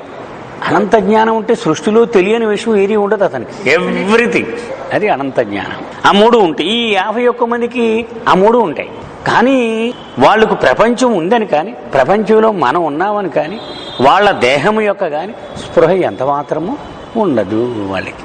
వాళ్ళు భగవత్ స్థితిని అనుభవిస్తున్నారు కానీ ఈ దేహ చైతన్యము, ఈ ప్రపంచం యొక్క చైతన్యము ఉండదు వాళ్ళకి. Their own bodies also remain to them as nothing. వాళ్ళ శరీరాలే వాళ్ళకి లేనట్టే లెక్క. And therefore nothing can affect nothing. అంచేత వాళ్ళకి జ్వరం ఉండదు, జలుబు ఉండదు, రొంపు ఉండదు. As long as it is necessary, their infinitely conscious divinity directly supports their bodies within illusion as supports for the maintenance of the whole of creation.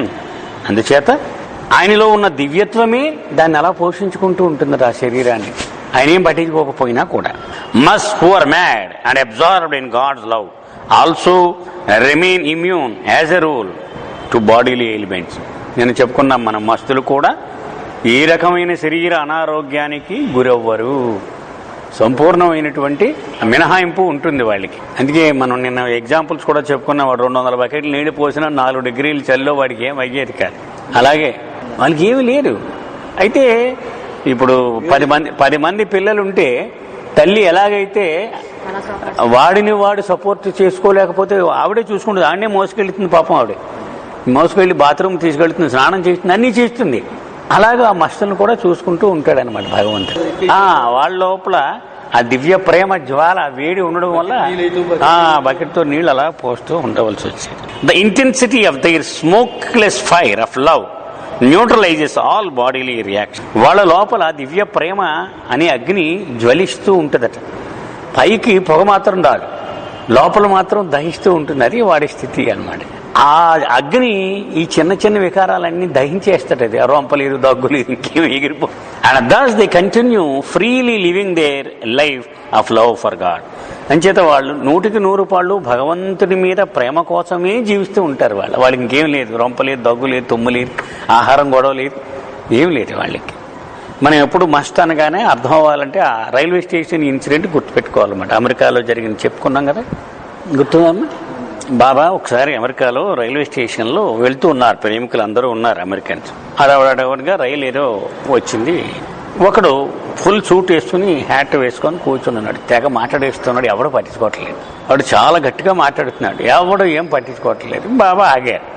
ఎందుకు వాడి మాటలు ఎప్పుడో పట్టించుకోవట్లేదు ఏంటి అని అడిగారు. అంటే వాడు క్రాక్ బాబా, అంచేత వాడిని ఎవరో పట్టించుకోవట్లేదు. అప్పుడు బాబా చెప్పారన్నమాట, మస్తు కూడా మొత్తం ప్రపంచాన్ని వాళ్ళకి నోట్ లూజ్ అనుకొని పట్టించుకోవడం ప్రపంచం. వాడిని చూసి మనం ఎలాగైతే పిచ్చిముండావుడికి వీడికి ఏం తెలియదు అనుకుంటున్నామో, మస్తు మనల్ని చూసి ఇలాగే అనుకుంటాడు అని బాబా చెప్పారు. అని వాళ్ళని ఇగ్నోర్ చేసేస్తారట, మనల్ని ప్రపంచాన్ని ఇగ్నోర్ చేసేసి చిచి వీళ్ళకి ఏం తెలియదు వీళ్ళకి అని ఆ భగవంతుడి ప్రేమలో మునిగిపోయి ఉంటాడట. అది మస్తు స్టేట్. బాబా అప్పుడు చక్కని ఒక ఉదాహరణ ద్వారా చూపించారన్నమాట. వాడిని ఎలాగ మనం ఇగ్నోర్ చేస్తున్నాము, వాడు ఈ ప్రపంచాన్ని ఇగ్నోర్ చేస్తాడు. వీళ్ళు మాయలో పడి కొట్టుకుంటూ ఉన్న వాళ్ళు, వీళ్ళకి ఏమి సత్యం తెలియదు వీళ్ళకి. Once the God realized soul comes down, with God consciousness to normal consciousness of the illusion of duality, then the physical body of even such a God realized perfect master is subject to ordinary contagion and disease. అలాగే నేను భగవంతుడను అనే చైతన్యమే ఉండి ప్రపంచం యొక్క చైతన్యం లేని మజూబ్కి ఏ రోగం అంటారు. కానీ ఒక సద్గురువుగా కానీ అవతార పురుషుడుగా కానీ నేను భగవంతుడనే స్థితి నుంచి మళ్ళీ ప్రపంచ చైతన్యంలోకి దిగి వస్తే మిగిలిన అందరు మానవుల్లాగే ఇతని శరీరము కూడా అన్ని రుగ్మతలకు అది లొంగి ఉండవలసినదే. Simultaneously I exist at every level.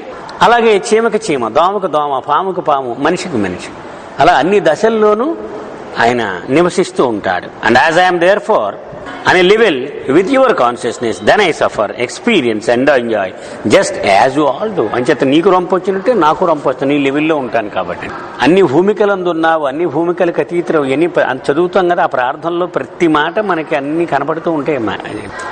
One of our first visit to England, Baba తమాషా చెప్తున్నారు ఏమైందో. మొట్టమొదట ఇంగ్లీషు దేశానికి వెళ్ళాను, అది 1931-32లో వెళ్ళాను. I had not anticipated having to experience the bitter London cold without proper clothing.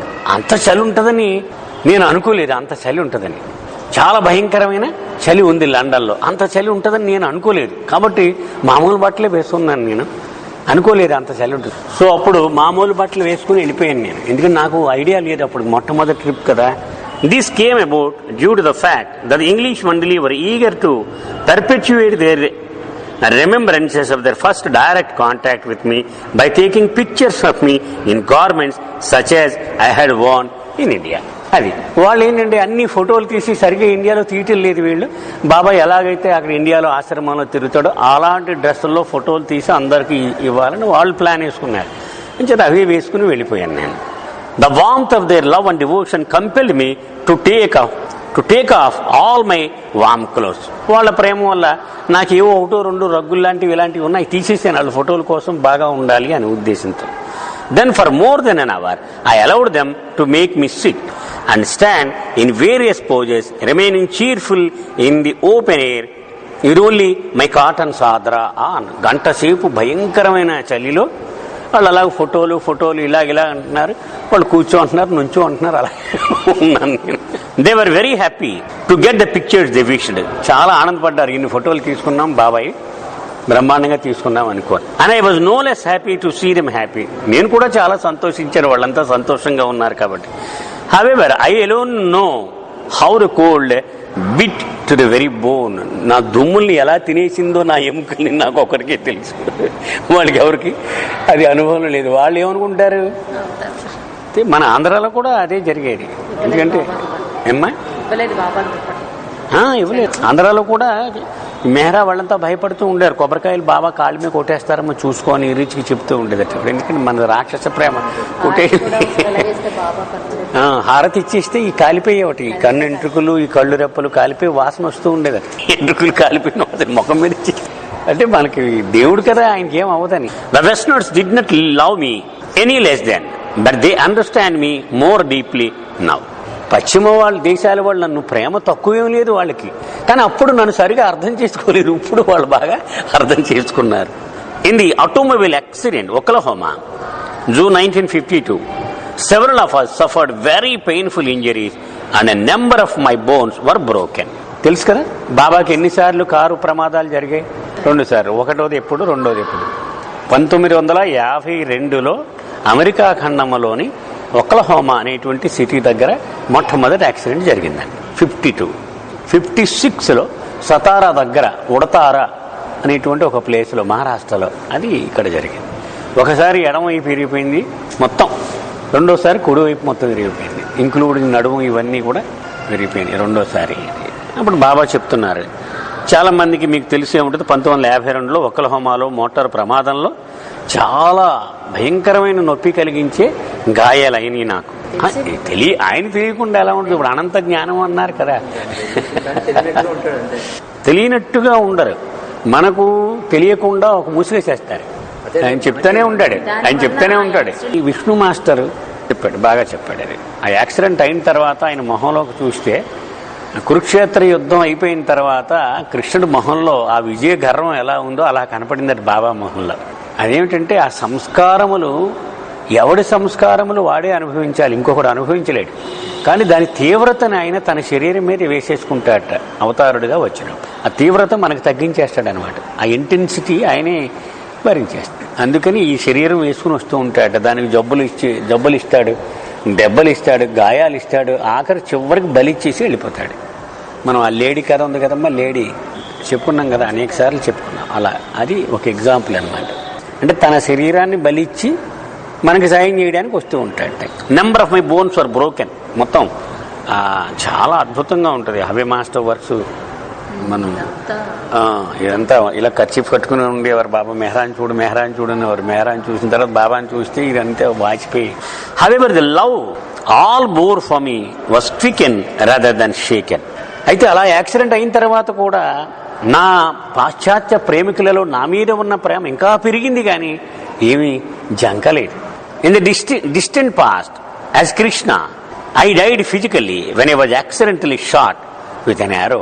నేను కృష్ణుడిగా పొరపాటున ఒక విలుకాడు ఏదో జింక చెవులు అనుకొని నా కాలి వేళ్ళు ఇలా పెట్టుకుని పడుకుంటే చూసి అది బాణం వేస్తే నేను చనిపోయాను. అంటే నేను ఎలా బలించుకుంటాను శరీరాన్ని అన్నది చెప్తున్నారనమాట.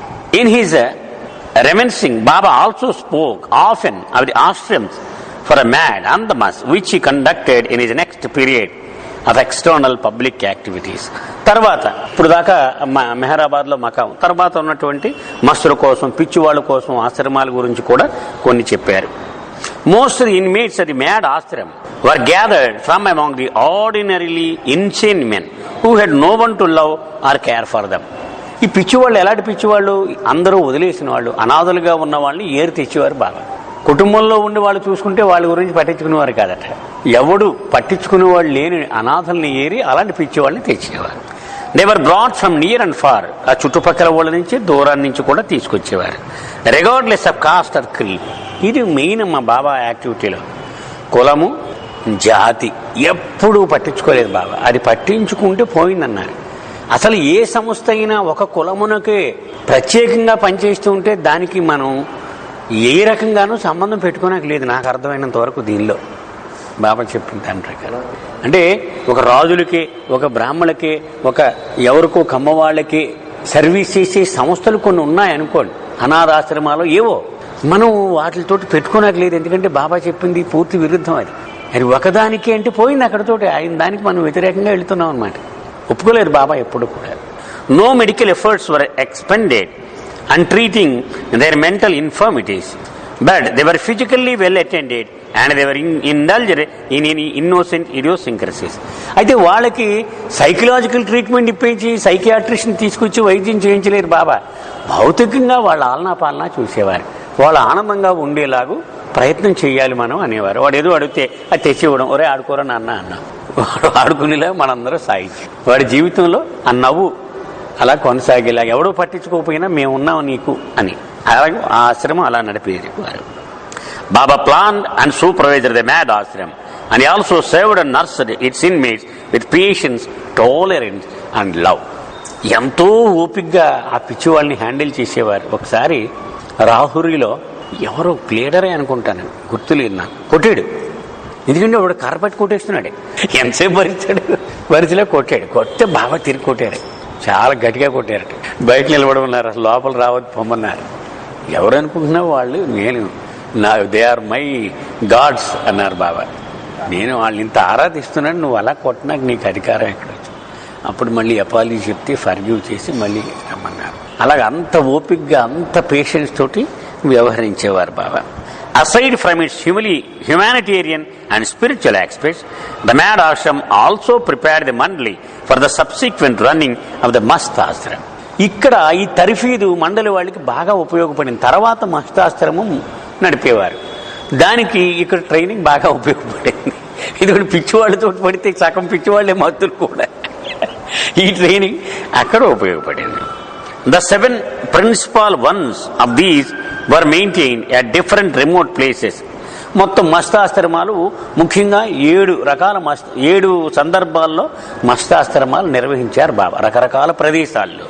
ఉదాహరణకు అజ్మీర్లో ఒకటి, జబల్పూర్లో ఒకటి, బెంగళూరులో ఒకటి, మేరాబాద్లో ఒకటి, రాంచీలో ఒకటి, మహాబలేశ్వర్లో ఒకటి, సతారాలో ఒకటి 7 చోట్ల నిర్వహించారు. అంటే ఇదంతా మనకు సమ్మరీ కింద ఉపయోగపడుతుంది అనమాట. మన మామూలు లార్డ్ మ్యారేజ్ అయితే ఇవి కలిసిపోయి ఉంటాయి, మనకు తెలియదు. సో 7 ప్రదేశాల్లో 7 విభిన్న సందర్భాల్లో మస్తాశ్రమాలు నిర్వహించారు Baba. The nature of the external routine was common to both mad and mastashrams, just as there was considerable similarity between externally alike but internally dissimilar inmates. పిచ్చివాడికి మస్తుకి బయట ఒకలాగా ఉంటారు ఇద్దరు, లోపల తేడా ఉంటుంది, లోపల చాలా తేడా ఉంటుంది, బయట మాత్రం ఒకలాగే ఉంటుంది. కాబట్టి బయట వాళ్ళని వ్యవహరించే తీరు, అలాగే ఆశ్రమంలో ఉన్నటువంటి టైం టేబుల్ ఇవన్నీ ఒకలాగే ఉండేవి. పిచ్చివాళ్ళు ఆశ్రమానికి, మస్తు ఆశ్రమానికి. ఏంటమ్మా మేజర్ తేడా? పిచ్చివాడికి మస్తుకి ప్రధానమైనటువంటి తేడా ఏమిటి మనకు కొంత అర్థం అవ్వాలి కదా. భగవంతుడి మీద ఒకడికి ఉన్నటువంటి ప్రేమ కారణంగా వాడు ప్రపంచం మొత్తాన్ని విస్మరించి ఏమాత్రం పట్టించుకోకుండా దేవుడి మీదే దృష్టి నిలిపి బయట ప్రపంచానికి ఉన్మత్తుడుగా అంటే పిచ్చివాడిగా కనిపించేవాడు మస్తు. కానీ పిచ్చివాడంటే ఎవడు? ప్రపంచములో వాడికి ఎదురయ్యిన సంఘటనను తట్టుకోలేక మైండ్ స్విచ్ ఆఫ్ చేసేసుకొని పారిపోయి దీని నుంచి పారిపోయిన పిరికివాడు పిచ్చివాడు. అది బాబా చెప్పే అర్థం. తేడా అది చెప్పాలన్నమాట. అది బయటకి ఇద్దరు పిచ్చివాళ్ళగా ఉన్నారు, కానీ లోపల వాడు ధైర్యంగా వాడు ఈ ప్రపంచాన్ని పక్కన పడేసాడే, ఇదంతా చెత్త అనేవాడు మస్తు. బట్ వీడు పిచ్చివాడు ఏంటంటే ఈ తట్టుకోలేక వాడు బుర్ర పాడైపోయింది, రిపేర్లోకి వెళ్ళిపోయింది, వాడు పిచ్చివాడు అయిపోయాడు. అది తేడా. దానికి Baba clarified the dissimilarity as follows. ఇదిగో బాబా చెప్తున్నారట తేడా ఏమిటి దానికి. Ordinarily it is very difficult and curiously it is impossible to distinguish between a mad man and a mast. Baba అంటున్నారు సామాన్యంగా చాలా కష్టం, ఎవడు పిచ్చివాడు ఎవడు మస్తు ఎవడు చెప్పలేదు. అతి కొద్ది మంది ఎక్స్పర్ట్స్ ఉండేవారు, వాళ్ళే చెప్పేవారు. ఎవడు ఎక్స్పర్ట్ తెలుసా? మస్తుల్ని గుర్తించడంలో బైదల్ సర్దార్ ఆఫ్ మస్త్ అని బాబా బెరుదిచ్చారు. అతని జీవితం అంతా మస్తులు వెతకడమే సరిపోయింది అతని జీవితం. అతను ఇంటి దగ్గర కానీ ఒక మంచం మీద కానీ పడుకున్నది చాలా తక్కువట. మస్తులను వెతుకుతూ రైల్వే స్టేషన్ ప్లాట్ఫారంలో బెంచ్ మీదే ఎక్కువ రోజులు పడుకున్నట్టు. One is actually mad and the other appears to be mad. పిచ్చివాడు నిజంగా పిచ్చివాడే వాడు. రెండో వాడు పిచ్చివాడుగా కనపడతాడంతే, నిజంగా పిచ్చివాడు కాదు వాడు, మస్త్ అనేవాడు. అది తేడా. Internally the two are poles apart. బయటకు ఒకలా కనపడినా లోపలికి లోతుగా చూస్తే వీడు ఈ ధ్రువం వీడు ఈ ధ్రువం, ఉత్తర ధ్రువం దక్షిణ ధ్రువం, సంబంధం లేదు వీళ్ళిద్దరికీ కూడా. The mad has lost the power of correct reasoning. ఒక విషయాన్ని సరిగా విశ్లేషణ చేసి ఓహో ఇది ఇలా ఎందుకు అయిందన్నమాట అని అవగాహన చేసుకునే శక్తి వాడికి లోపించింది. అందుకని పిచ్చాడైపోయాడు వాడు. The must has transcended the limitations of intellect. Must అనేవాడు ఈ మేధస్సు అని మనం అలవాటు పడిన ఈ పరిధి దాటేసి వెళ్ళిపోయాడు వాడు. ఇదంతా చెత్త అని వాడు దాటేసి వెళ్ళిపోయాడు వాడు. ఎ mad man is mentally inform. పిచ్చివాడు వాడు మానసికంగా చూస్తే చంచలంగా ఉంటాడు. ఇప్పుడు మనవాడే ఉన్నాడు, వస్తూ ఉంటాడు కదా మన పంతులు గారు, ఏదో చెప్తాడు అడ్డాలని అంటాడు, రామ్ గోపాల్ అంటాడు, మళ్ళీ వెంటనే మోడీ దగ్గరికి వెళ్ళిపోతాడు, మళ్ళీ వెంటనే మన్మోహన్ సింగ్ దగ్గరికి వెళ్ళిపోతాడు. అంటే అలాగా గెంతుతూ ఉంటుందన్నమాట మనసు. అది ఒక చోట స్థిరంగా ఉండదు. పిచ్చివాడి లక్షణం అది. A mast is spiritually enlightened. అది మస్ట్ అయితే ఆధ్యాత్మికంగా చాలా ఉన్నతి సాధించినవాడు, వికసించినవాడు. The mad have distorted ideas about their bodies and surroundings. పిచ్చివాడికి వాడి శరీరం గురించి కానీ ప్రపంచం గురించి కానీ అంత వంకరగా ఉంటాయి వాడి ఆలోచనలన్నీ. The must have an utter disregard for there's. అదే మస్తుకి అసలు వాడి శరీరం అంటే అసహ్యం, ఈ ప్రపంచం అంటే కూడా ఇష్టం ఉండదు. ఎందుకని వీళ్ళంతా పిచ్చివాడి కింద లెక్క వాడి దృష్టిలో. వీళ్ళు భగవంతుడి మీద ప్రేమ లేదు వీళ్ళకి, ఇదే నిజం అనుకుంటున్నారు, అసత్యాన్ని నిజం అనుకొని ఇందులో ఏడుస్తున్నారు వీళ్ళు. అసలు సత్యమైన విషయం వీళ్ళు మిస్ అయిపోయారు అని దీని మీద అయిష్టం పెంచుకుంటాడు. ఇదంతా చెత్త.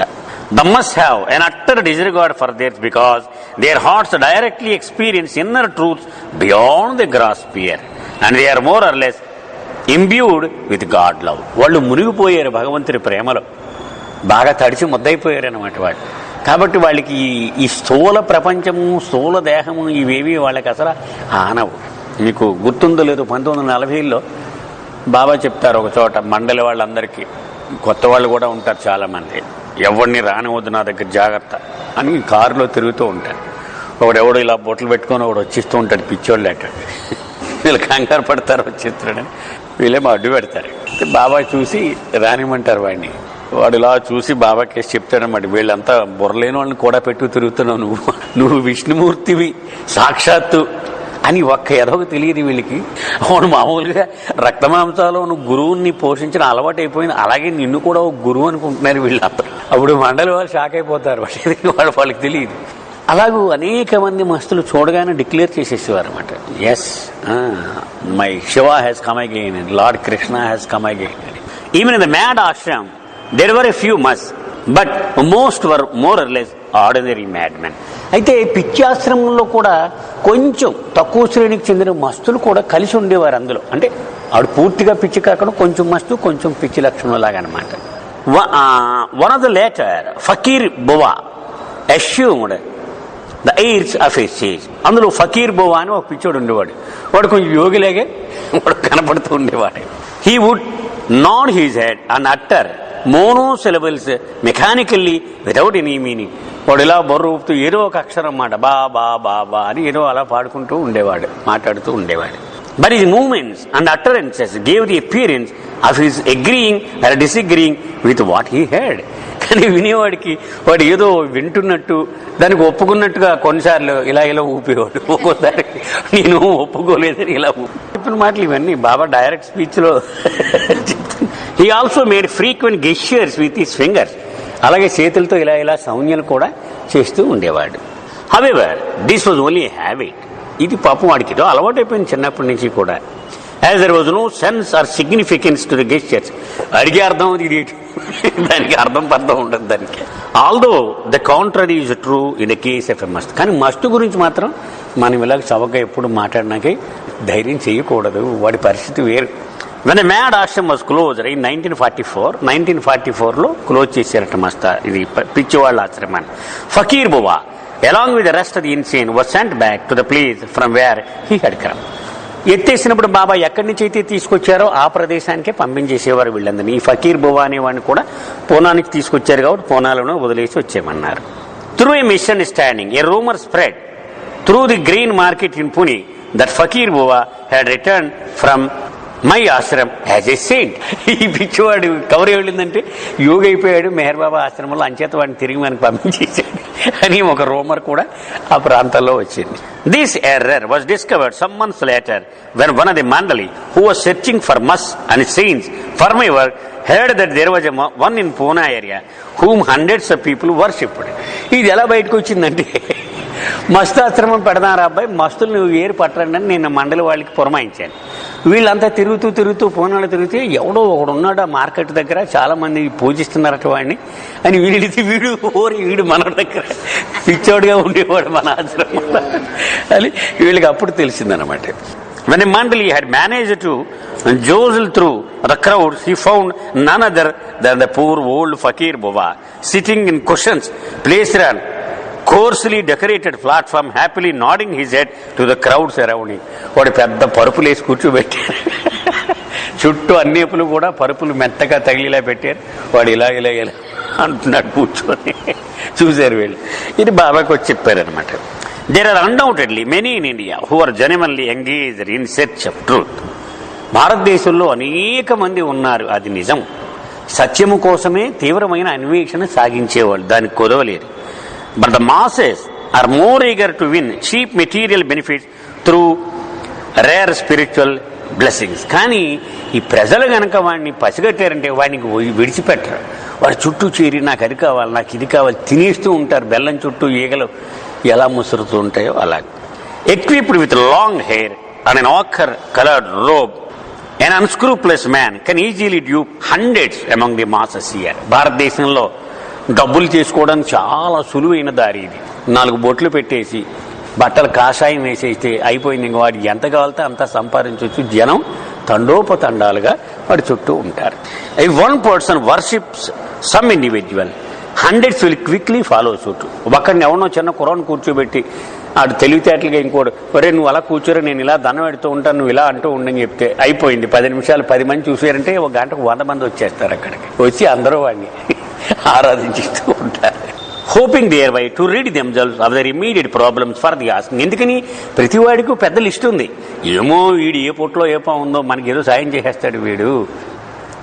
Years ago among the growing number of new mandali, there was one individual who followed carefully my directions to observe silence, keep fast and do jobs. కొత్త మండలి ఏర్పడిన రోజుల్లో చాలా కాలం క్రితం చెప్తున్నాను నేను. ఒక మండలిలో ఒకడు చాలా జాగ్రత్తగా నేను చెప్పిన నియమాలండి. మౌనం అంటే ఖచ్చితంగా మౌనం ఉండేవాడు, జపం అంటే ఖచ్చితంగా భగవంతుడి నామం స్మరించేవాడు, అంత ఖచ్చితంగా ఉండేవాడు. After leaving the Mandali however he began to pose as a saint and induced people to worship him. సరే మండలి నుంచి వెళ్ళిపోయాడు తర్వాత, నేను మామూలు కాదు అని ఒక పోజ్ కొట్టి జనం అంతా రా నా కాళ్ళకి దండం పెట్టాను వాడు. అందరూ అతన్ని పూజించడం కూడా మొదలుపెట్టారు. I sent him a word of warning against his pretentious but he did not heed it. నేను కబురు కూడా పంపించిన, తప్పు నాయన అలా ఎప్పుడు చేయకు అని, కానీ అది పట్టించుకోలేదు నా మాట. After some time he became involved in an affair with a women and ultimately return to me suffering with leprosy. తర్వాత ఒక స్త్రీతో అక్రమ సంబంధాన్ని పెట్టుకొని కుష్ఠరోగానికి గురై తర్వాత నా పాదాల దగ్గరికి మళ్ళీ వాడు వచ్చాడు, బాబా నన్ను రక్షించు అని. I pardon him, embraced him, వాడిని క్షమించాను, ఆలింగనం చేసుకున్నాను. And advised him to go humbly about the country giving my message of love and truth to the people. వాడికి ఏం చెప్పారంటే ప్రపంచం నలుమూలల, దేశం నలుమూలల వెళ్ళి నా ప్రేమ సందేశాన్ని చాటి చెప్పు ప్రజలకి అని చెప్పాను. Is now no longer a leper and remains steadfast in his love and serves me. ఇప్పుడు వాడు కుష్ఠరోగం మాయమైపోయింది. నేనంటే అచంచలమైన విశ్వాసం ఉంది వాడికి, నా సేవలో వాడు తరిస్తూ ఉన్నాడు. All the most the monthly no only 3 or 4 cases of such fraudulence. There have been 7 pretenders who have claimed falsely that they had been spiritually enlightened by me and were my spiritual successors. మండలి వాళ్ళకి 3 తెలుసు, కానీ నాకు 7 ఉన్నారు అలాంటి వాళ్ళు తెలుసు, కేటుగాళ్ళు వాళ్ళు. నా ద్వారా స్పిరిచువల్గా బెనిఫిట్ పొందేశామని, నా ప్రతినిధులని ప్రపంచానికి మార్గదర్శకత్వం వహించడానికి నేనే వాళ్ళని పంపించానని చెట్టు పేరు చెప్పుకొని కాయలు అమ్ముకుంటున్న వాళ్ళు 7 ఉన్నారు, నాకు తెలుసు అంటున్నారు బాబా. మస్తరుదు మళ్ళీ మస్తుల్లోకి వస్తున్నారు. Who become permanently unconscious in part or whole of their physical bodies. మస్తులు శాశ్వతంగా చైతన్యం పోద్దట వాళ్ళకి, అంటే ఇంకా మధ్యలో రావడం మధ్యలో పోవడం ఇలా ఉండదు వాళ్ళకి. అయితే కొంతమందికి ఒక శరీర భాగాలు పోతాయట, కొంతమందికి పూర్తిగా పోద్దట. Actions and surroundings due to their absorption in their intense love and longing for God. ఎందుకు పోయింది ఇది? తీవ్రమైనటువంటి ప్రేమ కారణంగా భగవంతుడి మీద, అంత ప్రేమ వలన వాడికి ఇవన్నీ పోతూ ఉంటాయి. My love for the masts is similar in many cases to that shown by a mother who continue to look lovingly after her children regardless of their behavior. నాకు మస్సుల మీద ప్రేమని తల్లికి బిడ్డ మీద ఉన్న ప్రేమతో పోల్చు. ఎందుకని వాళ్ళు చాలా తప్పులు చేస్తూ ఉండొచ్చు, కానీ తల్లి ఎప్పుడు తప్పు పట్టదు. పోన్లే అనుకుంటు. నేను కూడా మస్సుని చూసి ఏమీ తప్పు పట్టను నేను. To make her child clean a mother does not even mind soiling her hands with a child's ఎక్స్క్రిమెంట్.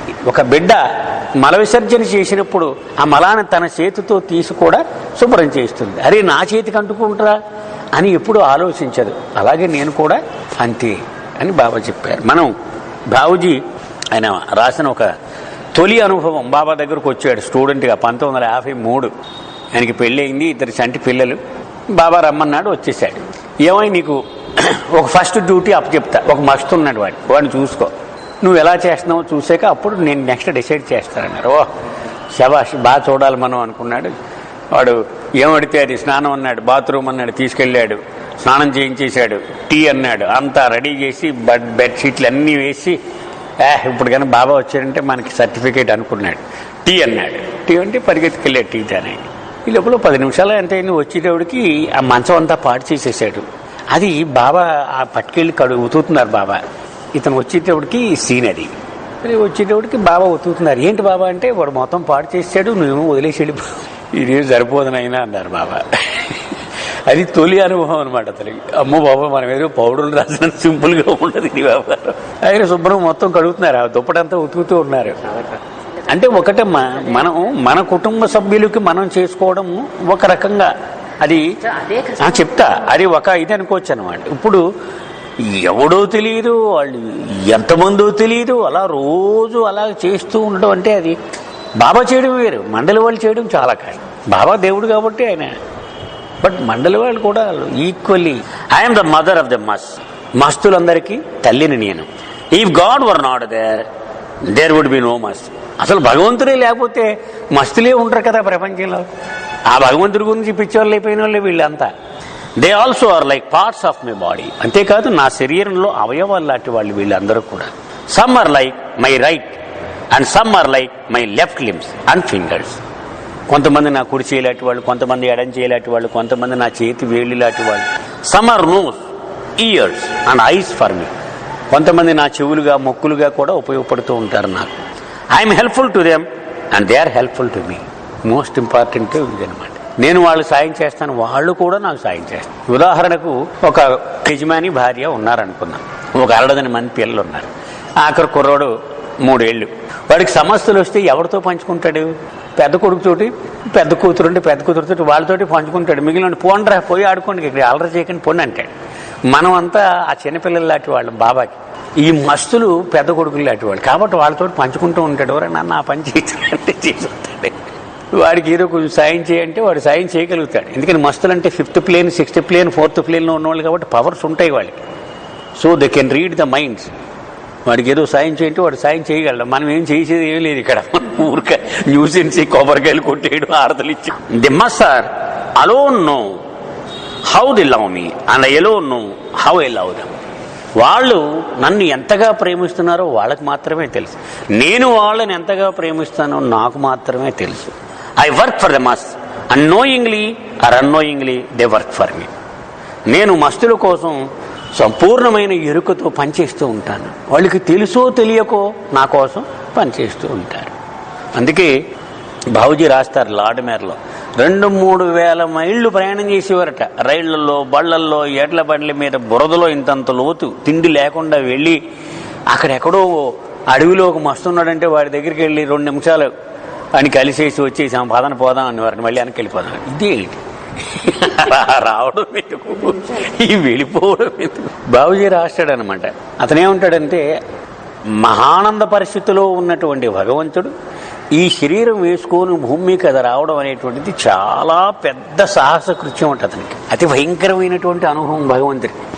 మరి అలా వచ్చినప్పుడు ఫస్ట్ తన ముద్దు బిడ్డలకి చూపెట్టాలి. ఒరే వచ్చేసేయండి రా, నేను ఇప్పుడు మనం హైదరాబాద్ వెళ్తానే ఉంటే ఈ జాగ్రత్త మీ ఇయ్యంగుడు కలిసిరా ఒకసారి బావురు బాధపడతాడు అంటారు కదా.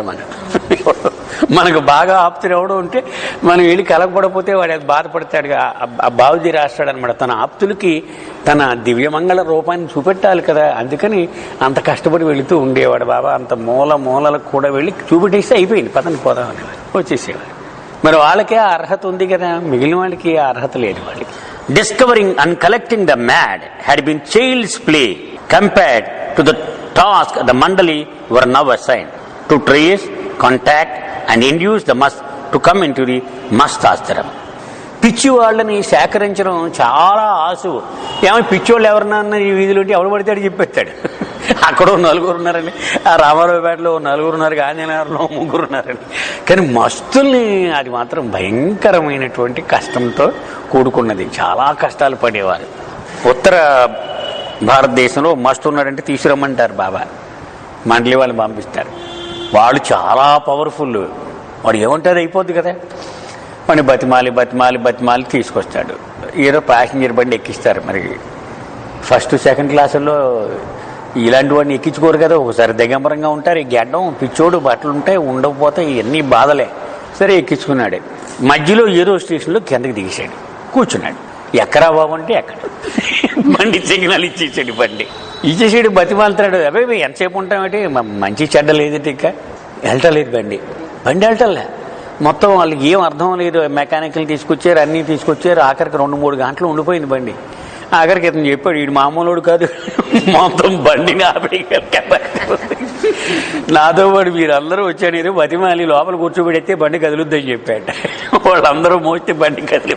అలాంటి ఇన్సిడెంట్స్ ఎన్నో జరిగేవి అనమాట. అంచేత వాడిని కనిపెట్టడం కష్టం, తీసుకురావడం కష్టం. తీసుకొచ్చిన తర్వాత బాబా దగ్గర ఉంచడం కష్టం. మన కరీం బాబా గురించి చెప్పుకున్నాం. సమాధి వెనకాల షెడ్ లాగా ఎర్ర రూఫ్ ఉన్నటువంటి రూమ్ ఉంది. That is meditation hall, Mastashram, maternity hospital, seclusion room అన్నీ అదే. అక్కడ పెట్టేవారు. ఇనప చైన్లు వేసి, మామూలు ఒక మర్డర్ చేసిన వాడిని పెద్ద పెద్ద సినిమాల్లో కడతారు కదా, ఇలా చేశారు, ఇలా కాళ్ళు పెట్టి కట్టేవారట. అది కట్టేవారట. బాబా వచ్చినప్పుడు చైన్స్ తీసేసేవారు. 100 మందిని ఇసిరేసేవాట వాడు ఒక్కడే. మొత్తం ఇటు ఇటు ఇటు అసలు వాడిని అలా పట్టుకోలేకపోయేవారట. అప్పుడు బాబా చెప్పారు, ఇనప చైన్లు వాడని మీ వల్ల కాదని చెప్పి. బాబా వచ్చినప్పుడు మాత్రం చైన్స్ అన్ని తీసేస్తే ఎదురుగా వచ్చి కూర్చునేవాడు. Although Baba had started contacting God mast 1915. Baba 1915లోనే తొలి మస్తుని కాంటాక్ట్ చేశారు. His regular mast did not start until 1938. అయితే మస్తు కార్యక్రమము అని ప్రత్యేకంగా ఆ పని మీద తిరిగింది 1938లో మొదలుపెట్టారు. They remain to this day one of the most active external manifestation of his internal work. ఆయన చేసిన అవతారుడుగా వచ్చి మెహర్ బాబా చేసిన ఆంతరిక కార్యక్రమానికి బాహ్యమైన సంకేతం ఈ మస్తు వర్కే మనకు బాగా ఎక్కువగా కనపడుతుంది. అంటే ఎంత ఆంతరికమైన సహాయం వాళ్ళందరికీ చేశాడో, ఇంత కఠోరమైన బాహ్యమైన శ్రమకు ఓర్చి అని తెలుస్తుంది. A splendid account of 75,000 miles of Baba's must trips, in which he contacted 20,000 must, as well as a description of Baba's mad and must ashram activities has been given by one of his resident Mandali, Dr. William Donkin, in a unique work, The Wayfarers. ఈ అద్భుతాలన్నీ మీరు తెలుసుకోవాలనుకుంటే బాబా ఆజ్ఞ ప్రకారము ఆయన తొలి మండలి శిష్యులలో ఒకడైనటువంటి doctor William డాంకిన్ వేఫేరర్స్ అనే గ్రంథ రూపంలో అది అందుబాటులో ఉంది. దానికి ఎవరు రాశారు? ఉపోద్ఘాతము బాబా రాశారు. దానికి ఉపోద్ఘాతం అంటే ఒక మానవుడు రాసిన పుస్తకానికి పరిచయ వాక్యం బాబా రాశారు. అలాగే డాన్ స్టీవెన్స్, ఐవి డ్యూస్ బాబా రాసిన పుస్తకానికి వీళ్ళు పరిచయ వాక్యం రాశారు. మరి అది ఇంకా గొప్ప. గాడ్ స్పీక్స్ స్వయంగా బాబా రాసిన దానికి డాన్ స్టీవెన్స్ పరిచయం రాశాడు. ఇది వేఫేరర్స్ బాబా చాలా ఎక్కువగా, చాలా కష్టమైన పుస్తకం అమ్మా. కష్టం అంటే ఏమ్మా నేను చదివాను, అక్కడక్కడ చదివాను. ఇవన్నీ కూడా బ్రహ్మ విద్య అమ్మా. ఇవి కాలక్షేపంగా మాత్రం ఉండవు. మనం పూర్తిగా నవనాడులు ఇక్కడ పెడితే లార్డ్ మేయర్ ఒక్కటే అలా నవల్లాగా వెళ్ళిపోద్ది తప్ప. టఫేనమ్మా. అంటే మనం ఫ్రీడమ్ తీసుకొని చాలా వదిలేసాం, దానిలో మొత్తం చదవలేదు. బయటకు వచ్చినాయి మనకు అర్థం అవట్లేదని చెప్పుకుంటే రాని పుస్తకం గురించి మీరు వరకు వచ్చినవి మనకు అర్థం అవట్లేదు. అదే భాస్కర్ రాజు గారు అడిగారు, ఇలాగ అడిగితే నువ్వు బాబా ఏమేమి పుస్తకాలు రాయడో తెలుసా అన్నాడు. తెలిసాడు. అవన్నీ చదివేసేవి లేదని. అవన్నీ చదివేశాక నాకు చెప్పు, అప్పుడు నేను చెప్తాను. మరి అంత సులువు కదా మరి. Baba once pointed out 7 mango trees to a group of sahavasis visiting Meherabad. ఒకసారి మేరాజాద్ ఈ సహవాసీలు తీసుకుని వెళ్ళారు. అక్కడ 7 మామిడి చెట్లు ఉన్నాయి. ఆ 7 చెట్ల గురించి ఇలా చూపించారు Baba. These are the offshoot of one of my cherished must contacts. నాకు బాగా ఇష్టమైన ఒక మస్తు సాంగత్యంకి గుర్తుగా ఈ మామిడి చెట్లు ఉన్నాయి ఇక్కడ. This must had presented me with 7 mangoes. ఆ మస్తు 7 మామిడి పండ్లు నాకు గానుగ్గా బహుమానంగా ఇచ్చాడు, ఉంచుకో ప్రభు అని. As I promised the masts I ate them all completely and the 7 seeds I planted here where you now see them grown into trees. 7 మామిడి పండ్లు సంపూర్ణంగా నేను తినేశాను, ఆ టెంక తప్ప. ఆ టెంకల్ని ఇదిగో ఇప్పుడు నాటించి ఇప్పుడు చెట్ల కింద మీరు చూస్తున్నారు. As the Mandali well know I soon give away whatever I have chosen to receive except what I receive from the must. అది బాబా చెప్తున్నారు. మండలి వాళ్ళందరికీ తెలుసు, నాకు ఎవరు ఏమి ఇచ్చినా సరే అవి ఇలా తీసుకుంటాను, ఇలా ఎవరికొకరికి ఇచ్చేస్తూ ఉంటాను. కానీ మస్ట్ ఇచ్చింది మాత్రం ఎప్పుడు ఎవరికి ఇవ్వను నేను. బాబా చెప్తున్నారు. Even if they give me pieces of rags or waste paper I treasure them. చెత్త కాగితము అశుద్ధం ఇచ్చినా దాన్ని ఒక అమూల్యమైన రత్నంలాగా దాచుకుంటాను నేను. And later, I and those who accompany me on a must trip keep moving night and day for weeks at a time without regular or adequate meals, and only rarely do we rest for a night. అలాగే మస్తు కార్యక్రమంలో నేను పడిన బాధలు మండలి వాళ్ళందరికీ తెలుసు. మేమంతా అలా నిరంతరాయంగా పగలు లేక రాత్రి లేక తిండి లేదు, విశ్రాంతి లేదు, కొన్ని రోజుల పాటు నిద్ర లేకుండా అలా తిరుగుతూ ఉండేవాళ్ళం. On one such occasion, we were sleeping on a railway platform for the night. అలా ఒక సందర్భం చెప్తానని బాబా చెప్తున్నారు. ఒకరోజు రాత్రి అయిపోయింది, మేము తిరుగుతూ ఉన్నాం మస్తుల కోసం, ప్లాట్ఫారం మీద రైల్వే స్టేషన్లోనే పడుకున్నాం. అక్కడే at daybreak someone was found sharing my blanket with me. చలి, నేనేమో ఆ రగ్గు కప్పుకొని అక్కడ పడుకుని ఉన్నాను. నా రగ్గులోకి ఎవడో దూరున్నాడు. పొద్దున్న లేచేటప్పటికి చూస్తే ఈ రగ్గులో ఒకడు ఎవడో పడుకుని ఉన్నాడు. అంటే నాతో పాటుగా ఆ రగ్గులో ఇంకొకరు కూడా ఉన్నాడు. The stranger admitted on questioning that he was a petty thief known to the police. ఎవడు నువ్వు అని అడిగారు మండలి వాళ్ళు. బాబా అన్నారు, ఎవడు వీడిని అడిగితే నేను చిన్న దొంగతనాలు, చిల్లర దొంగతనాలు చేసుకుంటూ ఉంటాను, పోలీసు వాళ్ళందరికీ నా మొహం తెలుసు అన్నాడు. However, he insisted that he had not been trying to rob us. మిమ్మల్ని దొంగతనం చేయడానికి నేను రాలేదు నమ్మండి, but to seek shelter for the night. ఆ పోలీసు వాళ్ళ నుంచి తప్పించుకోవడానికి మీ దగ్గర ఆ నీడ కోసం చెప్పి ఇక్కడ దూరి ఇలా దాక్కున్నాను అన్నాడు. The mandali were incline to hand him over to the police immediately, but I let him get away. మండలి వాళ్ళు అన్నారు, నోనో పట్టుకెళ్ళి పోలీసు వాడికి అప్పచెప్పేద్దామన్నారు. బాబా అన్నారు, అలా వద్దు, వాడు మనం నమ్మాడు కదా కాబట్టి మనం వాడిని పోనిద్దామని బాబా అన్నారు. From mid-October 1949 to end of January 1952, Baba lived what he called his life of complete external renunciation. 1949 October నుండి ఇంచుమించు జనవరి 52 వరకు 2.5 ఏళ్ల పాటు బాబా ఒక ప్రత్యేకమైనటువంటి జీవన విధానాన్ని అవలంబించారు.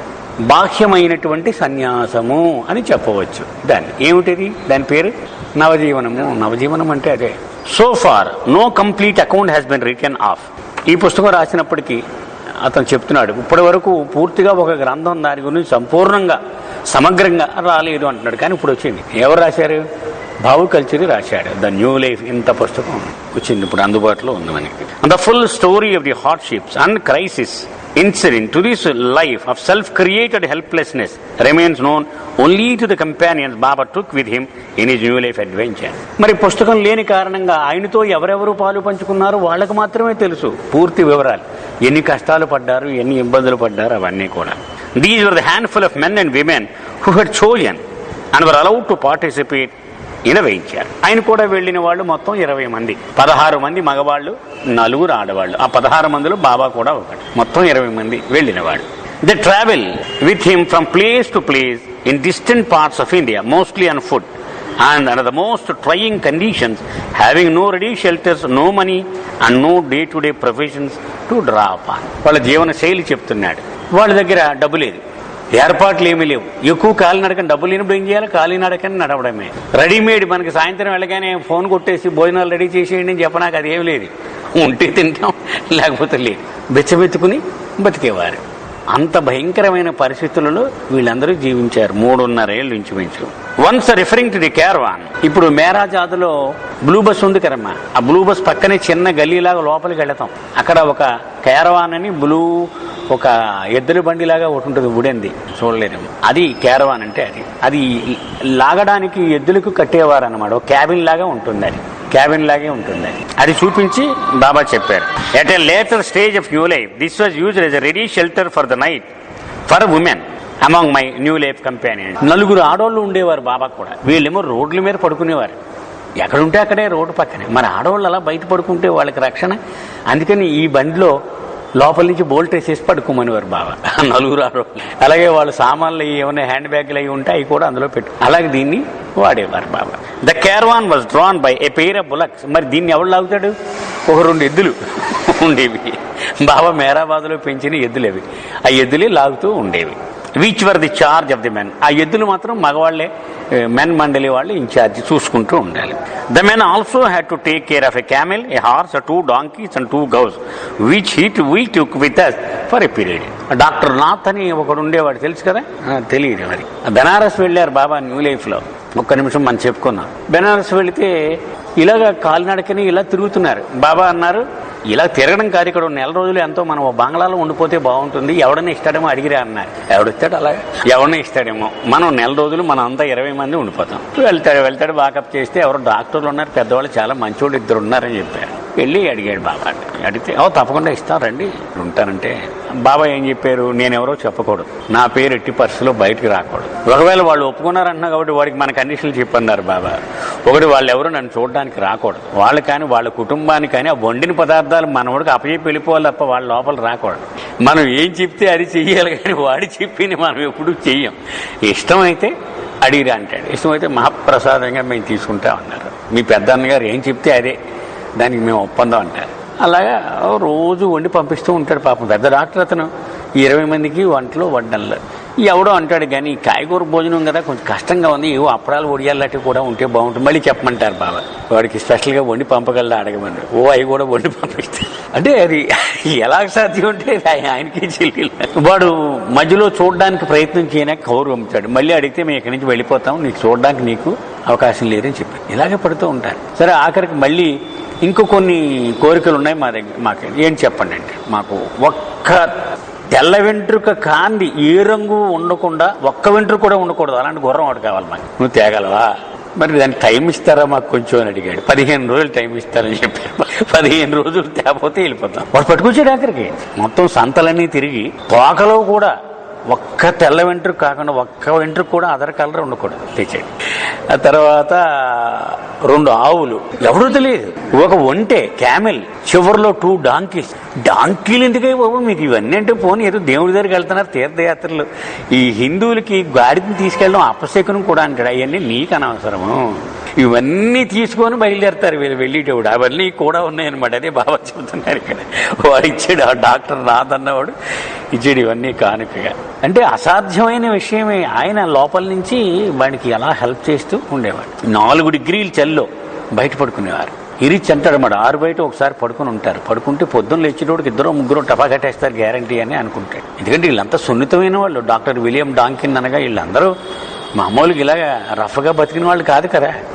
మెహ్రా, మణి, గోహర్ వీళ్ళంతా మరి 6 బయట పడుకుంటారు. పొద్దున్న లేచేటోడికి ఇది తెల్ల వారుతుండగా గంటల సౌండ్ వినపడి లేపుతాడు ఇరిచి. ఏంటి గంటలు అంటే బళ్ళు వచ్చేస్తున్నాయి అనమాట. వరుస పెద్ద క్యూ బళ్ళు ఉన్నాయి. అది దగ్గరికి వచ్చాడు. వీళ్ళు పడుకున్న వాళ్ళు చూసి ఆగాడు. బాబు ఇలా రా ఒకసారి ఇరిచిని పిలిచాడు. ఏంటి కథ అని అడిగితే, ఒక ఆయన 2 రోజులు 3 రోజులు అయింది, కల్లో కనిపించాడు, నా కోసం ఇవన్నీ తేగలవా అని అడిగారు, అవన్నీ పట్టుకొచ్చేయండి అని అన్నాడు. ఎవడో ఆయన అడిగితే బాబా అలా నుంచాడు. అదిగో అక్కడ ఆయనే కనిపించాడు. మొత్తం రగ్గులు, స్వేటర్లు అన్నీ మోసుకొచ్చాడు. మోసుకొచ్చి కాయగూరలు కూడా తెస్తాడు బళ్ళ నిండా.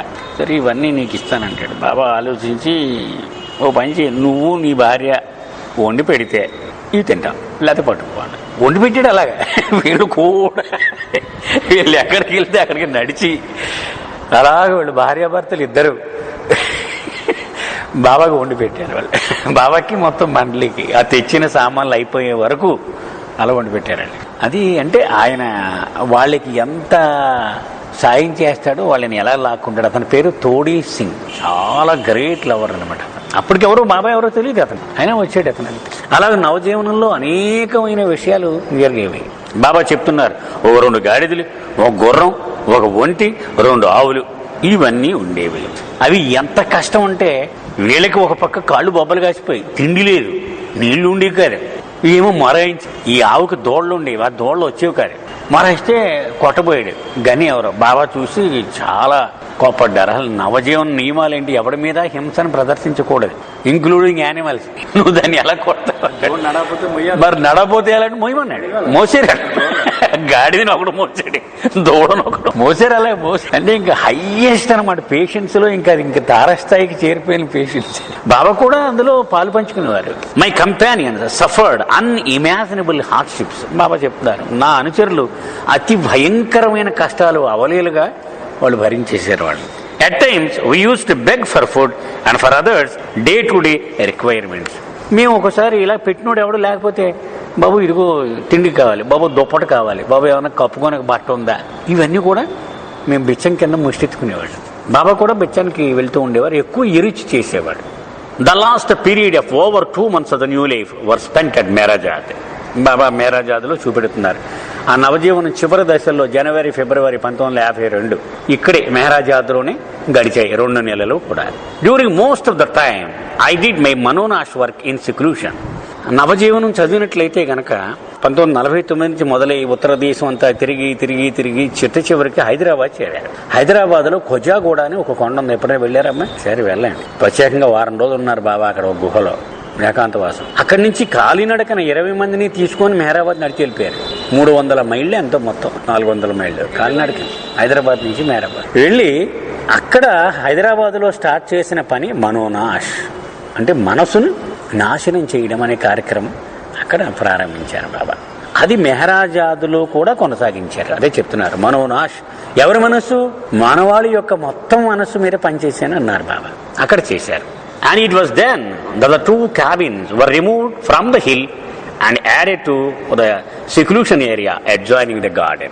బాబా ఏం చెప్తున్నారంటే, ఆ కొండ ఉంది కదా, పెంపల్గామ్ కొండ, వెళ్ళారు కదా మెహరాజాద్లో వెనకాల కొండ ఉంది. ఆ కొండని సెక్లూజన్ హిల్ అంటారు. ఎందుకని దాని మీద 2 క్యాబిన్స్ ఉండేవి. ఆ 2 క్యాబిన్స్లోనూ బాబా ఏకాంతవాసం చేసేవారు. అప్పుడు ఆ క్యాబిన్స్లోనే ఏకాంతవాసం చేశారు. కానీ ఈ చివరి టైం వచ్చేటప్పటికి మనోనాష్లో చివరి దశలో ఆ 2 క్యాబిన్స్ పీకేసి కిందకి తీసుకురమ్మన్నారు. కింద బ్లూ బస్ ఉంది కదమ్మా, ఆ బ్లూ బస్ పక్కన ఈ యాజ్బెస్టాస్ షెడ్స్ ఉంటాయి. అదే ఎరుచి రూమ్గా వాడేవాడు. తర్వాత అందులో బాబా ఉన్నారనమాట, ఏకాంతవాసం చేశారు ఈ మనోనాష్. అదే ఎరుచి రూమ్, సిమెంట్ రేకుల కిందే ఉండేవాడు. అక్కడే అతను జీవనం అంతా. You are here, you who are here for my sahavas are indeed very fortunate that I am with you at these various spots at Merazad and Mehrabad, where I have done many of my internal and external works. ఈ రోజు నా సమక్షంలో మీరు ఉండడం ఎంత అదృష్టవంతులో మీరు తెలుసుకోలేరు. నేను చేసినటువంటి ఈ కార్యక్రమం, దానికి సంబంధించిన విషయాలు ఇవన్నీ నేను దగ్గరుండి చూపెడుతున్నాను మీకు. ఇదంతా మీరు ఎంతో భాగ్యం చేసుకున్నట్టు లెక్క. Arriving back in India in September 1952, he again plunged into his must work as well as into his fiery life. సరే, బాబా నవజీవనం అయిపోయిన తర్వాత మళ్ళీ 52 అమెరికా దేశాన్ని పర్యటనకు వెళ్ళారు. తర్వాత తిరిగి వచ్చి మస్ట్ వర్క్ మొదలు పెట్టారు ఫుల్ స్వింగ్ లో. Numerous mass darshan programs were held in many villages, towns and cities in different parts of India. ఆ అమెరికా నుంచి తిరిగి వచ్చినట్టునే భారతదేశం అంతా కూడా చాలా ప్రజాదర్శన కార్యక్రమాలు ఏర్పాటు చేశారు. బాబా పెద్ద స్థాయిలో తన దర్శనాన్ని ఇచ్చారు. Drawing 5,000 to 50,000 people at a time. ఒక్కొక్క సమావేశంలో 5,000, ఒక్కొక్క సమావేశంలో 50,000 మంది ఆయనకి దర్శనానికి ఏర్పాట్లు వచ్చి పాలు పంచుకుంటూ ఉండేవారు. ఈయన one of the large darshan program held at Ahmednagar in 1954. Several scores from Europe, America and Australia also participated. 54 సెప్టెంబర్లో బహుశా వాడియా పార్క్ దర్శనం అనుకున్న అహ్మద్నగర్లో ఇచ్చారు. అది చాలా పెద్ద దర్శనం. దానిలో పాశ్చాత్యులు కూడా ఉన్నారు. యూరప్ నుంచి, అమెరికా నుంచి, ఆస్ట్రేలియా నుంచి కూడా వచ్చారు. Following the sahavas program in November 1955. ఇప్పుడు మనం 1955 సవాస్ ఈ పుస్తకం మొదలుపెట్టింది. అదైన తర్వాత బాబా immediately began plans for a year's seclusion starting from February 15th, 1956. Broken only by his must work and 1 month's flying trip around the world to greet his devoted followers on 4 continents. సుదీర్ఘమైన ఏకాంతవాసం చేశారు. మధ్యలో మస్తు వర్క్కి విరామము, అలాగే 4 ఖండాలు తిరిగి వచ్చారట ఆ టైంలోనే. ఇక్కడితో మన ఈ గ్రంథాన్ని ముగించాము. అవతార్ మెహర్ బాబాకి జై.